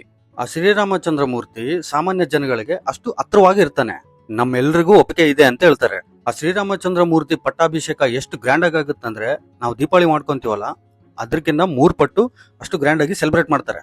ಆ ಕಾಲದಲ್ಲಿ ಮದ್ವೆ ಹೆಂಗಾಗ್ತಿತ್ತಂದ್ರೆ, ಒಂದು ಹುಡುಗಿನ ಮದ್ವೆ ಆದ್ಮೇಲೆ ತವ್ರ ಮನೆ ಬಿಟ್ಟು ಗಂಡನ ಮನೆಗೆ ಹೋಗ್ತಿರ್ತಾರಲ್ಲ, ಒಡವೆಗಳ ಜೊತೆ ಅವ್ರ ಪರ್ಸನಲ್ ಕೆಲಸದವ್ರನ್ನ ಕೂಡ ಕರ್ಕೊಂಡು ಗಂಡನ ಮನೆಗೆ ಹೋಗ್ತಾ ಇದ್ರು. ಅದೇ ರೀತಿ ರಾಣಿ ಕೈಕೇಯಿ ಜೊತೆ ಬಂದಿರುವಂತ ಹುಡುಗಿನೇ ಮಂದಾರ ಆಗಿರ್ತಾಳೆ. ಪರ್ಸನಲ್ ಕೆಲಸದವಳು ಮಂದಾರ ಏನ್ ಮಾಡ್ತಾಳೆ ಅಂದ್ರೆ, ಅಯೋಧ್ಯೆ ಮೇಲೆಗಡೆಯಿಂದ ನಿಂತ್ಕೊಂಡು ಹೊರಗಡೆ ನೋಡ್ತಾಳೆ. ಹೊರಗಡೆ ಆಗ್ತಿರೋ ಸೆಲೆಬ್ರೇಷನ್ಸ್ ನೋಡಿ ಅವಳ ಕೈಯಲ್ಲಿ ತಟ್ಕೊಳಕ್ಕಾಗಲ್ಲ, ತುಂಬಾ ಹೊಟ್ಟೆ ಕಿಚ್ಚು ಫೀಲ್ ಆಗ್ತಾಳೆ. ಅವಳು ಅನ್ಕೊಂತಾಳೆ, ಕೈಕೈ ಮಗ ರಾಜ ಆದ್ರೇನೆ ನನ್ನ ದರ್ಬಾರ್ನ ತೋರ್ಸಕ್ ಬರುತ್ತೆ, ಇಲ್ಲಾದ್ರೆ ನನ್ನ ಲೈಫ್ ಲಾಂಗ್ ಕೆಲಸದೊಳಗೆ ಉಳಿಬೇಕಾಗುತ್ತೆ ಅಂತ ಅನ್ಕೊಂತಾಳೆ. ಮಂದಾರ ಏನ್ ಮಾಡ್ತಾಳೆ ಅಂದ್ರೆ, ಸ್ಟ್ರೇಟ್ ಆಗಿ ಕೈಕೈ ಇರೋ ರೂಮ್ಗೆ ಹೋಗ್ತಾಳೆ. ಹೋಗಿ ಹೇಳ್ತಾರೆ, ಅಮ್ಮ ನಾಳೆ ಆ ಶ್ರೀರಾಮಚಂದ್ರ ಮೂರ್ತಿದು ಪಟ್ಟಾಭಿಷೇಕ ಅಂತೆ. ಅದನ್ನ ಕೈಕೈ ಕೇಳಿದ ತಕ್ಷಣ ತುಂಬಾ ಖುಷಿ ಆಗ್ಬಿಡ್ತಾಳೆ. ಅವ್ರ ಖುಷಿಗೆ ಬಾರ್ಡರ್ಸೇ ಇರಲ್ಲ. ಎದಕ್ಕಂದ್ರೆ ಆ ಶ್ರೀರಾಮಚಂದ್ರ ಮೂರ್ತಿ ಅಂದ್ರೆ ಎಲ್ಲರಿಗಿನ್ನ ಜಾಸ್ತಿ ಕೈಕೈಗೆ ತುಂಬಾ ಇಷ್ಟ. ಅದನ್ನ ಕೇಳಿದ ತಕ್ಷಣ ಅವ್ರ ಕೊಳ್ಳಲ್ಲಿರೋ ಒಂದು ಬಂಗಾರದ ಸರ ತಗೊಂಡು ಆ ಮಂದಾರಾಗ ಹಾಕ್ಬಿಡ್ತಾರೆ. ಮಂದಾರ ಹೇಳ್ತಾಳೆ, ಅಮ್ಮ ನಿಮ್ ತಲೆ ಏನಾದ್ರೂ ಕೆಟ್ಟಿದೆಯಾ? ಆ ಶ್ರೀರಾಮ ರಾಜ ಆಗಿದ ತಕ್ಷಣನೇ ಭರತನ್ ಸಾಯಿಸ್ಬಿಡ್ತಾನೆ. ರಾಜ್ಯಕ್ಕೋಸ್ಕರ ಎಷ್ಟು ಈ ತರ ನಾವು ನೋಡ್ಲಿಲ್ಲ ಅಂತೇಳಿ ಅವ್ರನ್ನ ಬ್ರೇನ್ ವಾಶ್ ಮಾಡಕ್ ನೋಡ್ತಾಳೆ. ಹಂಗಾಗ್ಬಾರ್ದಂದ್ರೆ ಆ ಶ್ರೀರಾಮನ್ನ ವನವಾಸಕ್ಕೆ ಕಳ್ಸು, ಮತ್ತೆ ಭರತನ ರಾಜ ಮಾಡು ಅಂತೇಳಿ ದಶರಥನ್ ಕೇಳು. ಅವರು ನಿನ್ಗೆ 2 ವರಗಳು ಕೊಡ್ತೀನಿ ಅಂತೇಳಿ ಪ್ರಾಮಿಸ್ ಮಾಡಿರ್ತಾರಲ್ಲ ಅಂತೇಳಿ ಅದನ್ನ ನೆನ್ಸಿ ಬ್ರೇನ್ ವಾಶ್ ಮಾಡ್ತಾಳೆ. ಅವಾಗಿಂದನೇ ಕೈಕೈ ಕೆಟ್ಟವಳಾಗಿ ಬದಲಾಗ್ತಾಳೆ. ಅದಕ್ಕೆ ದೊಡ್ಡವ್ರು ಹೇಳ್ತಾ ಇರ್ತಾರೆ, ನಾವ್ ಯಾವಾಗ್ಲೂ ಇನ್ನೊಬ್ರು ಹೇಳಿದನ್ನ ಕೇಳಿ ಮಾಡಬಾರ್ದು. ಎಲ್ರಿಗೂ ರಾಮಾಯಣ ಅಂದ ತಕ್ಷಣ ಆ ರಾವಣ ಸ್ಟ್ರೈಕ್ ಆಗ್ತಾನೆ. ರಾವಣ ಸೀತೆನ ಕರ್ಕೊಂಡು ಹೋಗಿದ್ದಕ್ಕೆ ಇದೆಲ್ಲ ಆಯ್ತು ಅಂತ ಹೇಳ್ತಾರೆ. ಬಟ್ ನಾನ್ ರಿಸರ್ಚ್ ಮಾಡೋ ಟೈಮಲ್ಲಿ ನನಗೆ ಅರ್ಥ ಆಗಿದ್ದೇನು ಅಂದ್ರೆ, ಕೆಲ್ಸದವಳು ಮಂದಾರ ಮಾತು ಕೇಳಿ ಕೈಕೈ ಈ ತರ ಮಾಡಿದಕ್ಕೆ ರಾಮಾಯಣ ಕತೆ ಆಯ್ತು ಅಂತ. ನನಗೆ ಅವಾಗೇ ಅನ್ಸಿತ್ತು, ನೆಗೆಟಿವ್ ಮೈಂಡೆಡ್ ಪೀಪಲ್ಗೆ ಎಷ್ಟು ದೂರ ಇರಬೇಕು ಅಷ್ಟೇ ದೂರ ಇರಬೇಕು ಅಂತ. ಕೆಲವು ವರ್ಷಗಳ ಹಿಂದೆ ಸಂಬರಾಸುರ ಅನ್ನೋ ರಾಕ್ಷಸ ಅವ್ರ ಸೈನ್ಯದ ಜೊತೆ ರಾತ್ರಿ ಟೈಮಲ್ಲಿ ಆ ದಶರಥನ್ ಕೊಲ್ಲಕ್ ಬರ್ತಾನೆ. ಕ್ಷತ್ರಿಯ ರೂಲ್ಸ್ ಪ್ರಕಾರ ರಾತ್ರಿ ಹೊತ್ತು ಯುದ್ಧ ಮಾಡಂಗಿಲ್ಲ, ಬಟ್ ಈ ರೂಲ್ಸ್ ಎಲ್ಲ ರಾಕ್ಷಸರು ಫಾಲೋ ಆಗಲ್ಲ. ಹಂಗಾಗಿ ದಶರಥನ್ ಕೊಲ್ಲಕ್ ಬರ್ತಾರೆ. ದಶರಥ ಎದ್ದು ಯುದ್ಧ ಮಾಡೋ ಟೈಮಲ್ಲಿ ಅವರು ರಥಸಾರಥಿ ಇರಲಿಲ್ಲ. ರಥಸಾರಥಿ ಅಂದ್ರೆ ಮುಂದೆ ಒಬ್ರು ಕುದುರೆ ಓಡಿಸ್ತಿರ್ತಾರೆ ನೋಡಿ, ಹಿಂದೆ ಇವ್ರು ನಿಂತ್ಕೊಂಡು ಬಾಣ ಹಾಕ್ತಿರ್ತಾರೆ. ಅವ್ರು ಇರ್ಲಿಲ್ಲ ಟೈಮಲ್ಲಿ ಆ ಕೈಕೈಯನ್ನೇ ಬಂದು ರಥ ಓಡಿಸ್ತಾರೆ. ದಶರಥ ಹಿಂದೆ ನಿಂತ್ಕೊಂಡು ಕೌಂಟರ್ ಮಾಡ್ತಿರ್ತಾನೆ. ದಶರಥ ಮಹಾರಾಜ ಯುದ್ಧ ಗೆಲ್ತಾನೆ. ಆ ಯುದ್ಧ ಗೆದ್ದಿರೋ ಖುಷಿಗೆ ಕೈಕೈಗೆ ಹೇಳ್ತಾನೆ, ನಾನ್ ನಿನ್ಗೆ 2 ವರಗಳನ್ನು ಕೊಡ್ತೀನಿ, ನೀನ್ ಆ ವರಗಳು ಯಾವಾಗಾದ್ರೂ ಕೇಳು, ನಾನು ಖಂಡಿತ ಕೊಡ್ತೀನಿ ಅಂತೇಳಿ ಪ್ರಾಮಿಸ್ ಮಾಡ್ತಾನೆ. ಆ 2 ವರಗಳನ್ನ ಈಗ ಕೇಳೋಣ ಅಂತೇಳಿ ಕೈಕೈ ಅನ್ಕೊಳ್ತಾಳೆ. ಆ ದಶರಥ ಕೈಕೈ ನೋಡ್ಕೊಂಡ್ ಬರ್ತಾರೆ. ಅವಾಗ ಕೆಲಸದವಳು ಮಂದಾರ ಹೇಳ್ತಾಳೆ, ಅಮ್ಮ ಇಲ್ಲಿಲ್ಲ, ಕೋಪ ಮಂದಿರದಲ್ಲಿದ್ದಾರೆ ಅಂತ. ಕೋಪ ಮಂದಿರ ಏನು ಅಂದ್ರೆ, ಅವಾಗಿನ ರಾಣಿಗಳಿಗೆ ಒಂದು ರೂಮ್ ಸಪರೇಟ್ ಆಗಿರ್ತಿತ್ತು. ಅವ್ರು ಸಿಟ್ಟು ಬಂದಂಗೆಲ್ಲ ಆ ರೂಮಲ್ಲಿ ಹೋಗ್ತಾ ಇದ್ರು. ಅದನ್ನೇ ಕೋಪ ಮಂದಿರ ಅಂತ ಹೇಳ್ತಾ ಇದ್ರು. ದಶರಥ ಮಹಾರಾಜ ಕೋಪ ಮಂದಿರಕ್ಕೆ ಬಂದು ಕೇಳ್ತಾನೆ, ರಾಮನ್ನ ನಾನು ಪಟ್ಟಾಭಿಷೇಕ ಮಾಡ್ತಾ ಇದ್ದೀನಿ ಅಂತೇಳಿ ಫಸ್ಟ್ ನಿನ್ನ ಹತ್ರ ಬಂದು ಹೇಳಿಲ್ಲ ಅಂತೇಳಿ ನೀನ್ ಕೋಪಿಸ್ಕೊಂಡ್ಯಾ ಅಂತ. ಕೈಕೈ ಹೇಳ್ತಾಳೆ, ನೀವು ಸೂರ್ಯವಂಶದವರು ಕೊಟ್ಟಿರೋ ಮಾತನ್ನ ತಪ್ಪಂಗಿಲ್ಲ ಅಂತ ಹೇಳ್ತಾರೆ. ಅದಕ್ಕೆ ನೀವು ಕೊಟ್ಟಿರೋ 2 ವರಗಳನ್ನ ನಾನು ಈಗ ನಿಮ್ಗೆ ಕೇಳ್ತಾ ಇದ್ದೀನಿ. ಮೊದಲನೇದು, ಶ್ರೀರಾಮಚಂದ್ರ ಮೂರ್ತಿ ವನವಾಸಕ್ಕೆ ಹೋಗ್ಬೇಕು. 2ನೇದು, ನನ್ನ ಮಗ ಭರತ ರಾಜ ಆಗ್ಬೇಕು ಅಂತ ಕೇಳ್ತಾಳೆ. ಆ ಮಾತು ಕೇಳಿದ ತಕ್ಷಣ ದಶರಥ ಅಲ್ಲಿ ಅನ್ಕಾನ್ಶಿಯಸ್ ಆಗಿ ಬಿದ್ದೋಗ್ಬಿಡ್ತಾನೆ. ತಕ್ಷಣನೇ ಕೈಕೈ ಏನ್ ಮಾಡ್ತಾಳೆ ಅಂದ್ರೆ, ಆ ಶ್ರೀರಾಮಚಂದ್ರ ಮೂರ್ತಿಗೆ ಅಲ್ಲಿ ಕರೀತಾಳೆ. ಅಲ್ಲಿ ಕರೆದು ಆ ಶ್ರೀರಾಮಚಂದ್ರ ಮೂರ್ತಿ ದಶರಥನ್ ನೋಡಿ, ಅಯ್ಯೋ ಅಪ್ಪಗೆ ಏನಾಯ್ತು ಅಂತೇಳಿ ಅವ್ರ ತಲೆ ಎತ್ಕೊಂಡು ಅವ್ರ ತೊಡೆ ಮೇಲೆ ಇಟ್ಕೊಂಡು ಅಳ್ತಾ ಇರ್ತಾರೆ. ಕೈಕೈ ಕೇಳಿರೋ 2 ವರಗಳ ಬಗ್ಗೆ ಶ್ರೀರಾಮಚಂದ್ರಗೆ ಹೇಳ್ತಾಳೆ. ಅದನ್ನ ಕೇಳಿರೋ ಶ್ರೀರಾಮ, ಅಯ್ಯೋ ಅಮ್ಮ, ಕೆಲ್ಸದವ್ರ ಜೊತೆ ಹೇಳಿದ್ರೇನೆ ನಾನು ಅಲ್ಲಿಂದಾನೆ ವಾಪಸ್ ಹೋಗ್ಬಿಡ್ತಾ ಇದ್ದೆ ಅಂತ ಹೇಳ್ತಾರೆ. ಅಪ್ಪನ್ನ ಹುಷಾರಾಗಿ ನೋಡ್ಕೊಳ್ರಿ ಅಂತೇಳಿ ಅವ್ರ ಮೈ ಮೇಲಿರೋ ಒಡವೆಗಳನ್ನೆಲ್ಲ ಅಲ್ಲಿಟ್ಟು ಅಲ್ಲಿಂದ ವನವಾಸಕ್ಕೆ ಹೋಗೋಕೆ ತಯಾರಾಗ್ತಾರೆ. ಆ ಸೀತಾದೇವಿ ಕೂಡ ಒಡವೆಗಳನ್ನೆಲ್ಲ ಒಂದ್ ಕಡೆ ಇಟ್ಟು ಶ್ರೀರಾಮಚಂದ್ರ ಮೂರ್ತಿ ಜೊತೆಗೆ ವನವಾಸಕ್ಕೆ ಹೋಗೋಕೆ ತಯಾರಾಗ್ತಾರೆ. ದೇವಿ, ನೀವು ತುಂಬಾ ಗಾರಭವಾಗಿ ಬೆಳೆದಿದ್ದೀರಾ, ಕಾಡಲ್ಲಿ ನಿಮಗೆ ತುಂಬಾ ಕಷ್ಟ ಆಗುತ್ತೆ, ಹುಲಿ, ಸಿಂಹ ಇಂಥ ಕ್ರೂರ ಜಂತುಗಳು ಇರ್ತವೆ ಅಲ್ಲಿ. ಆ ಸೀತೆ ನಗ್ತಾ ಹೇಳ್ತಾರೆ, ನಮ್ಮಪ್ಪನ ನೆನ್ಸ್ಕೊಂಡ್ರೆ ನನಗೆ ನಗು ಬರ್ತಾ ಇದೆ. ನೀವು ಶಿವಧನಸ್ಸನ್ನ ಎತ್ತಿ ಮುರಿದಿರೋ ವೀರ ಅಂತಾನೆ ನಿಮಗೆ ಕೊಟ್ಟು ಮದುವೆ ಮಾಡಿರೋದು. ಬಟ್ ಶಿವಧನಸ್ಸು ನನಗೆ ತುಂಬಾ ಈಸಿ. ನಾನು ಚಿಕ್ಕವಳು ಇರ್ಬೇಕಾದ್ರೆ ಆ ಶಿವಧನಸ್ಸನ್ನ ಸಾಮಾನ್ಯವಾಗಿ ಸರಿಸಿ ಮತ್ತೆ ಅದನ್ನ ಯಥಾಸ್ಥಾನದಲ್ಲಿ ಇಟ್ಟವಳು. ಆ ಕಾಡಲ್ಲಿ ಅವಿರ್ತವೆ ಇವಿರ್ತವೆ ಅಂತ ಹೇಳ್ತಾ ಇದ್ದೀರಾ, ಬಟ್ ನಿನ್ ಪಕ್ಕದಲ್ಲಿ ನಾನು ಇದ್ದು ಪ್ರೊಟೆಕ್ಟ್ ಮಾಡ್ತೇನೆ ಅಂತ ನೀವು ಹೇಳ್ತಿಲ್ಲ. ನಾನು ಅನ್ಕೊಂಡಿರೋ ಅಂತ ವೀರ ಶೂರ ನೀವಲ್ಲ ಅಂತ ಹೇಳ್ತಾಳೆ. ಅವಾಗ ರಾಮನ್ಗೆ ಅರ್ಥ ಆಗುತ್ತೆ, ಇನ್ನೂ ಸೀತಾದೇವಿ ನನ್ನ ಬಿಡಲ್ಲ, ನಾನು ಕಂಪಲ್ಸರಿ ಇವ್ರನ್ನ ಕರ್ಕೊಂಡೇ ಹೋಗ್ಬೇಕಾಗುತ್ತೆ ಅಂತೇಳಿ, ಸರಿ ನೀವು ಕೂಡ ಬರ್ಬೋದು ಅಂತೇಳಿ ಅವರಿಬ್ರು ಅಲ್ಲಿಂದ ಹೋಗ್ತಿರ್ಬೇಕಾದ್ರೆ ಲಕ್ಷ್ಮಣ ಕೂಡ ಅಲ್ಲಿಗೆ ಬರ್ತಾನೆ. ಬಟ್ ಅದನ್ನ ಆ ಶ್ರೀರಾಮಚಂದ್ರ ಮೂರ್ತಿ ಒಪ್ಕೊಳ್ಳಲ್ಲ. ನೀವು ಹೊರಗಡೆ ಹೋದಾಗ ಅತ್ತಿಗೆನ ಯಾರು ಕಾಪಾಡೋದು ಅಂತ ಹೇಳಿ ಕನ್ವಿನ್ಸ್ ಮಾಡಿ ಒಪ್ಪಿಸ್ತಾನೆ. ಉರ್ಮಿಳ ಅಲ್ಲಿಗೆ ಬಂದು ನಾನು ಕೂಡ ನಿಮ್ ಜೊತೆಗೆ ಬರ್ತೀನಿ ಅಂತ ಹೇಳ್ತಾಳೆ. ಅವಾಗ ಲಕ್ಷ್ಮಣ ಅವಳನ್ನ ಕನ್ವಿನ್ಸ್ ಮಾಡಿ ಅಲ್ಲೇ ಇರುವಂಗ್ ಮಾಡ್ತಾನೆ. ಆ ಶತ್ರುಘ್ನ ಏನ್ ಮಾಡ್ತಾನಂದ್ರೆ ಅಪ್ಪ ಅಮ್ಮನ್ ನೋಡ್ಕೊಳಕ್ಕೆ ಅಲ್ಲೇ ಉಳ್ಕೊಂಡ್ಬಿಡ್ತಾನೆ. ಸೀತೆ, ರಾಮ, ಲಕ್ಷ್ಮಣ ಅಯೋಧ್ಯದಿಂದ ವನವಾಸಕ್ಕೆ ಹೋಗ್ತಿರ್ಬೇಕಾದ್ರೆ ಭರತ ಅಲ್ಲಿರಲ್ಲ. ಭರತ ಅವ್ರ ಅಜ್ಜಿ ಮನೆಯಲ್ಲಿ ಇರ್ತಾನೆ. ಇಲ್ಲಿ ನಡೀತಿರೋ ವಿಷಯಗಳು ಭರತನಿಗೆ ಏನು ಗೊತ್ತಿರಲ್ಲ. ನೀವು ನಮ್ಮನೆ ಸೊಸೆ, ನೀವು ಈ ತರದ ಸ್ಯಾರಿಗಳೆಲ್ಲ ಉಟ್ಕೋಬಾರ್ದು ಅಂತ ಹೇಳಿ 14 ವರ್ಷಕ್ಕೆ ಬೇಕಾಗಿರೋ ಸ್ಯಾರೀಸು ಮತ್ತೆ ಒಡವೆಗಳನ್ನ ಕೌಸಲ್ಯ, ಸುಮಿತ್ರ, ಸೀತೆ ಕೊಟ್ಟು ಕಳಿಸ್ತಾರೆ ಅಲ್ಲಿಂದ. ಅಷ್ಟರಲ್ಲೇ ದಶರಥ ಮಹಾರಾಜು ಅನ್ಕಾನ್ಶಿಯಸ್ ಆಗಿ ಬಿದ್ದಿರ್ತಾರಲ್ಲ, ಅವರು ನಾರ್ಮಲ್ ಆಗಿ ಎದ್ದೇಳ್ತಾರೆ. ದಶರಥ ಹೇಳ್ತಾನೆ, ಕೈ ರಾಮನ್ ಕೇಳಿದ್ರೆ ಅವನೇ ಆ ಸಿಂಹಾಸನನ ಭರತನ ಕೊಟ್ಟು ಬಿಡ್ತಾನೆ. ನಿನ್ನ 2 ವರಗಳನ್ನ ವಾಪಸ್ ತಗೊಂಡ್ಬಿಡು, ಅವನ್ನ ಮಾತ್ರ ವನವಾಸ ಕಳಿಸ್ಬೇಡ ಅಂತ ಕೇಳ್ಕೊಂತಾನೆ. ಸೀತೆ, ರಾಮ, ಲಕ್ಷ್ಮಣ ಆಲ್ರೆಡಿ ಅವರ ಅಯೋಧ್ಯೆನ ಬಿಟ್ಟು ವನವಾಸಕ್ಕೆ ಹೋಗ್ತಾ ಇದ್ದಾರೆ ಅಂತ ಹೇಳಿ ಕೈ ಹೇಳ್ತಾಳೆ. ದಶರಥ ಅಲ್ಲಿಂದ ಓಡೋಗಿ ಕೋಟೆ ಮೇಲೆ ಇರೋ ಕಿಟಕಿಯಿಂದ ಹೊರಗಡೆ ನೋಡ್ತಾರೆ. ಸೀತೆ, ರಾಮ, ಲಕ್ಷ್ಮಣ ವನವಾಸಕ್ಕೆ ಹೋಗ್ತಿರ್ತಾರೆ. ಸ್ವಲ್ಪ ದೂರ ಹೋಗಿ ರಾಮ ಹಿಂದೆ ತಿರುಗಿ ನೋಡ್ತಾರೆ. ಅಲ್ಲಿ ಕಿಟಕಿಯಲ್ಲಿ ದಶರಥ ಕಾಣಿಸ್ಕೊಂತಾರೆ. ರಾಮ ಕೊನೆಯದಾಗಿ ದಶರಥನ್ ನೋಡಿರೋ ಟೈಮ್ ಅದೇ. ರಾಮ ಕಾಡಿಗೆ ಹೋಗ್ಬಿಡ್ತಾರೆ. ಅವಾಗ್ಲೇ ದಶರಥ ಮಹಾರಾಜ್ಗೆ ಸ್ಟ್ರೈಕ್ ಆಗುತ್ತೆ, ಶ್ರಾವಣ ಕುಮಾರ ಇಂದ ತಗಲಿರೋ ಶಾಪ. ಅಷ್ಟರಲ್ಲೇ ಭರತ ಬರ್ತಾನೆ. ಇಲ್ಲಿ ನಡೆದಿರೋಂಥ ವಿಷಯಗಳು ಭರತನಿಗೆ ಗೊತ್ತಿರಲ್ಲ. ಇಡೀ ರಾಜ್ಯ ತುಂಬಾ ಸೈಲೆಂಟ್ ಆಗಿದೆ. ಆ ಶ್ರೀರಾಮಂದು ಪಟ್ಟಾಭಿಷೇಕ ಅನ್ನೋ ವಿಷಯ ಕೇಳಿ ಭರತ ರಾಜ್ಯದಲ್ಲಿರೋ ಜನಗಳೆಲ್ಲ ಭರತನ ತುಂಬಾ ಸಿಟ್ಟಾಗಿ ನೋಡ್ತಾ ಇದ್ದಾರೆ. ಮುಖದ ಮೇಲೆನೆ ಅವ್ರ ಮನೆ ಬಾಗ್ಲನ್ನ ಹಾಕ್ಬಿಡ್ತಾ ಇದ್ದಾರೆ. ಭರತನ್ ನೋಡಿ ಅವರೆಲ್ಲ ತುಂಬಾ ಬೈಕೊಳ್ತಾ ಇದ್ದಾರೆ. ಈ ಭರತನಿಗೆ ಇವೆಲ್ಲ ಏನು ಗೊತ್ತಾಗಲ್ಲ. ಮನೆಗ್ ಬಂದು ಕೈನ ಕೇಳ್ತಾನೆ, ಅಮ್ಮ ಏನಾಯ್ತು? ಕೈ ಹೇಳ್ತಾಳೆ, ನಾನು ನಿನ್ನನ್ನ ಇಡೀ ಅಯೋಧ್ಯಕ್ಕೆ ರಾಜನಾಗಿ ಮಾಡಿದ್ದೀನಿ, ನಿಮ್ಮಣ್ಣ ರಾಮನ್ನ ವನವಾಸ ಕಳಿಸಿದ್ದೀನಿ. ಅದನ್ನ ಕೇಳಿ ಭರತ ತುಂಬಾ ಫೀಲ್ ಆಗ್ಬಿಡ್ತಾನೆ.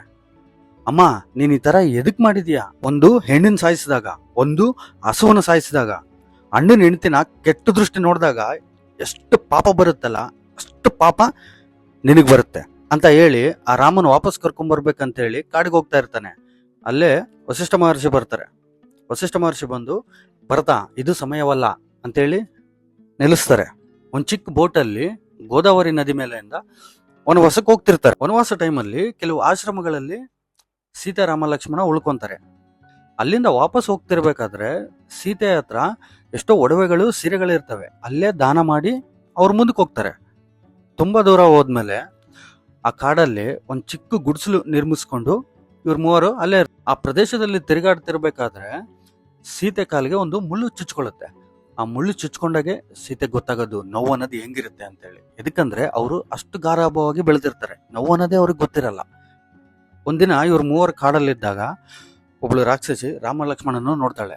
ನೋಡಿ, ಆಹಾ ಇವರಿಬ್ರು ಎಷ್ಟು ಚೆನ್ನಾಗಿದ್ದಾರಲ್ಲ, ಹೇಗಾದ್ರೂ ಮಾಡಿ ಇವರಿಬ್ಬರನ್ನ ಹೊಸಪಡಿಸ್ಕೋಬೇಕ. ಒಂದು ಸುಂದರವಾದ ಹುಡುಗಿ ತರ ಅವಳ ರೂಪ ಚೇಂಜ್ ಮಾಡ್ಕೊಂಡು ಆ ರಾಮನ್ ಮುಂದ್ಗಡೆ ಹೋಗ್ತಾಳೆ. ನನ್ನ ಆಸೆ ನೀವೇ ಪೂರೈಸ್ಬೇಕು ಅಂತ ಹೇಳಿ ಆ ರಾಮನ ಹತ್ರ ಬಂದು ಕೇಳ್ಕೊಂತಾಳೆ.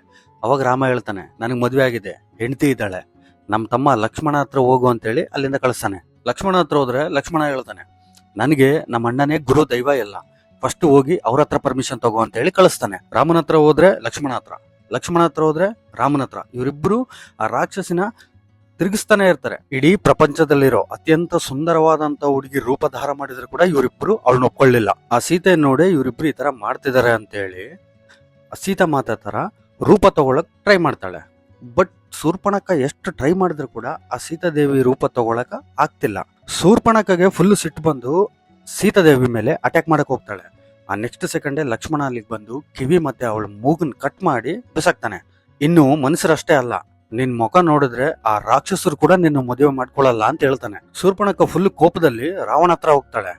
ತುಂಬಾ ಅಳ್ತಾ, ನಾನ್ ನಿಮ್ ತಂಗಿ ಅಂತ ಹೇಳಿದ್ರೆ ಕೂಡ ಅವ್ರಿಬ್ರು ಬೇಕು ಅಂತಾನೆ ಈ ತರ ಮಾಡಿದ್ದಾರೆ ಅಂತ ಹೇಳ್ತಾಳೆ. ಅವರಿಬ್ರು ಶಕ್ತಿನೇ ಸೀತಾ.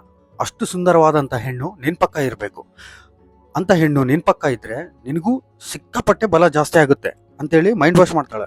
ಯಾರು ಅವ್ರು ಅಂತ ಕೇಳಿದ್ರೆ ರಾಮ ಲಕ್ಷ್ಮಣ ಸೀತೆ ಅಂತೇಳಿ ಶೂರ್ಪಣಖ ರಾವಣನ್ಗೆ ಹೇಳ್ತಾಳೆ. ಅಷ್ಟರಲ್ಲೇ ರಾವಣ ತಮ್ಮ ಆಗಿರುವಂತ ವಿಭೀಷಣ ಅಲ್ಲಿಗೆ ಬರ್ತಾನೆ. ಅವಾಗ ಹೇಳ್ತಾನೆ, ನಿನಗೆ ಎತ್ತೋಕಾಗ್ಲಾರ್ದಂಗ ಆ ಶಿವಧನಸ್ಸು ಬಿಟ್ಟಿದ್ಯಲ್ಲ, ಅದನ್ನ ಎತ್ತಿದ್ದು ಅತನೇ. ಸ್ವಭಾವು ಯಾರಿಚ್ಚ ರಾಧಿಕಾ ಅನ್ನೋ ರಾಕ್ಷಸರನ್ನ ಸಾಯಿಸಿದವನು, ಆತನ್ನ ನಾವ್ ಏನು ಮಾಡಕ್ಕಾಗಲ್ಲ ಅಂತ ಹೇಳ್ತಾನೆ. ರಾವಣ ಹೇಳ್ತಾನೆ, ಅಷ್ಟು ದೊಡ್ಡ ವೀರನ, ಸರಿ ಹಂಗಾದ್ರೆ ನಾನು ನೋಡ್ತೀನಿ ಅಂತ ಹೇಳಿ ರಾವಣ ಸೈನ್ಯದಲ್ಲಿರೋ ಅರ್ಧ ಜನನ ಕಳಿಸ್ಕೊಡ್ತಾನೆ. ಅರ್ಧ ಜನ ಅಂದ್ರೆ 80,000 ರಾಕ್ಷಸರನ್ನ ರಾಮನ ಹತ್ರ ಕಳಿಸಿ ರಾಮನ್ ಸಾಯಿಸಿ ಸೀತೆ ನನ್ನ ಹತ್ರ ಕರ್ಕೊಂಬರ್ರಿ ಅಂತ ಹೇಳಿ ಅವ್ರನ್ನ ಅಲ್ಲಿಂದ ಕಳಿಸ್ತಾನೆ.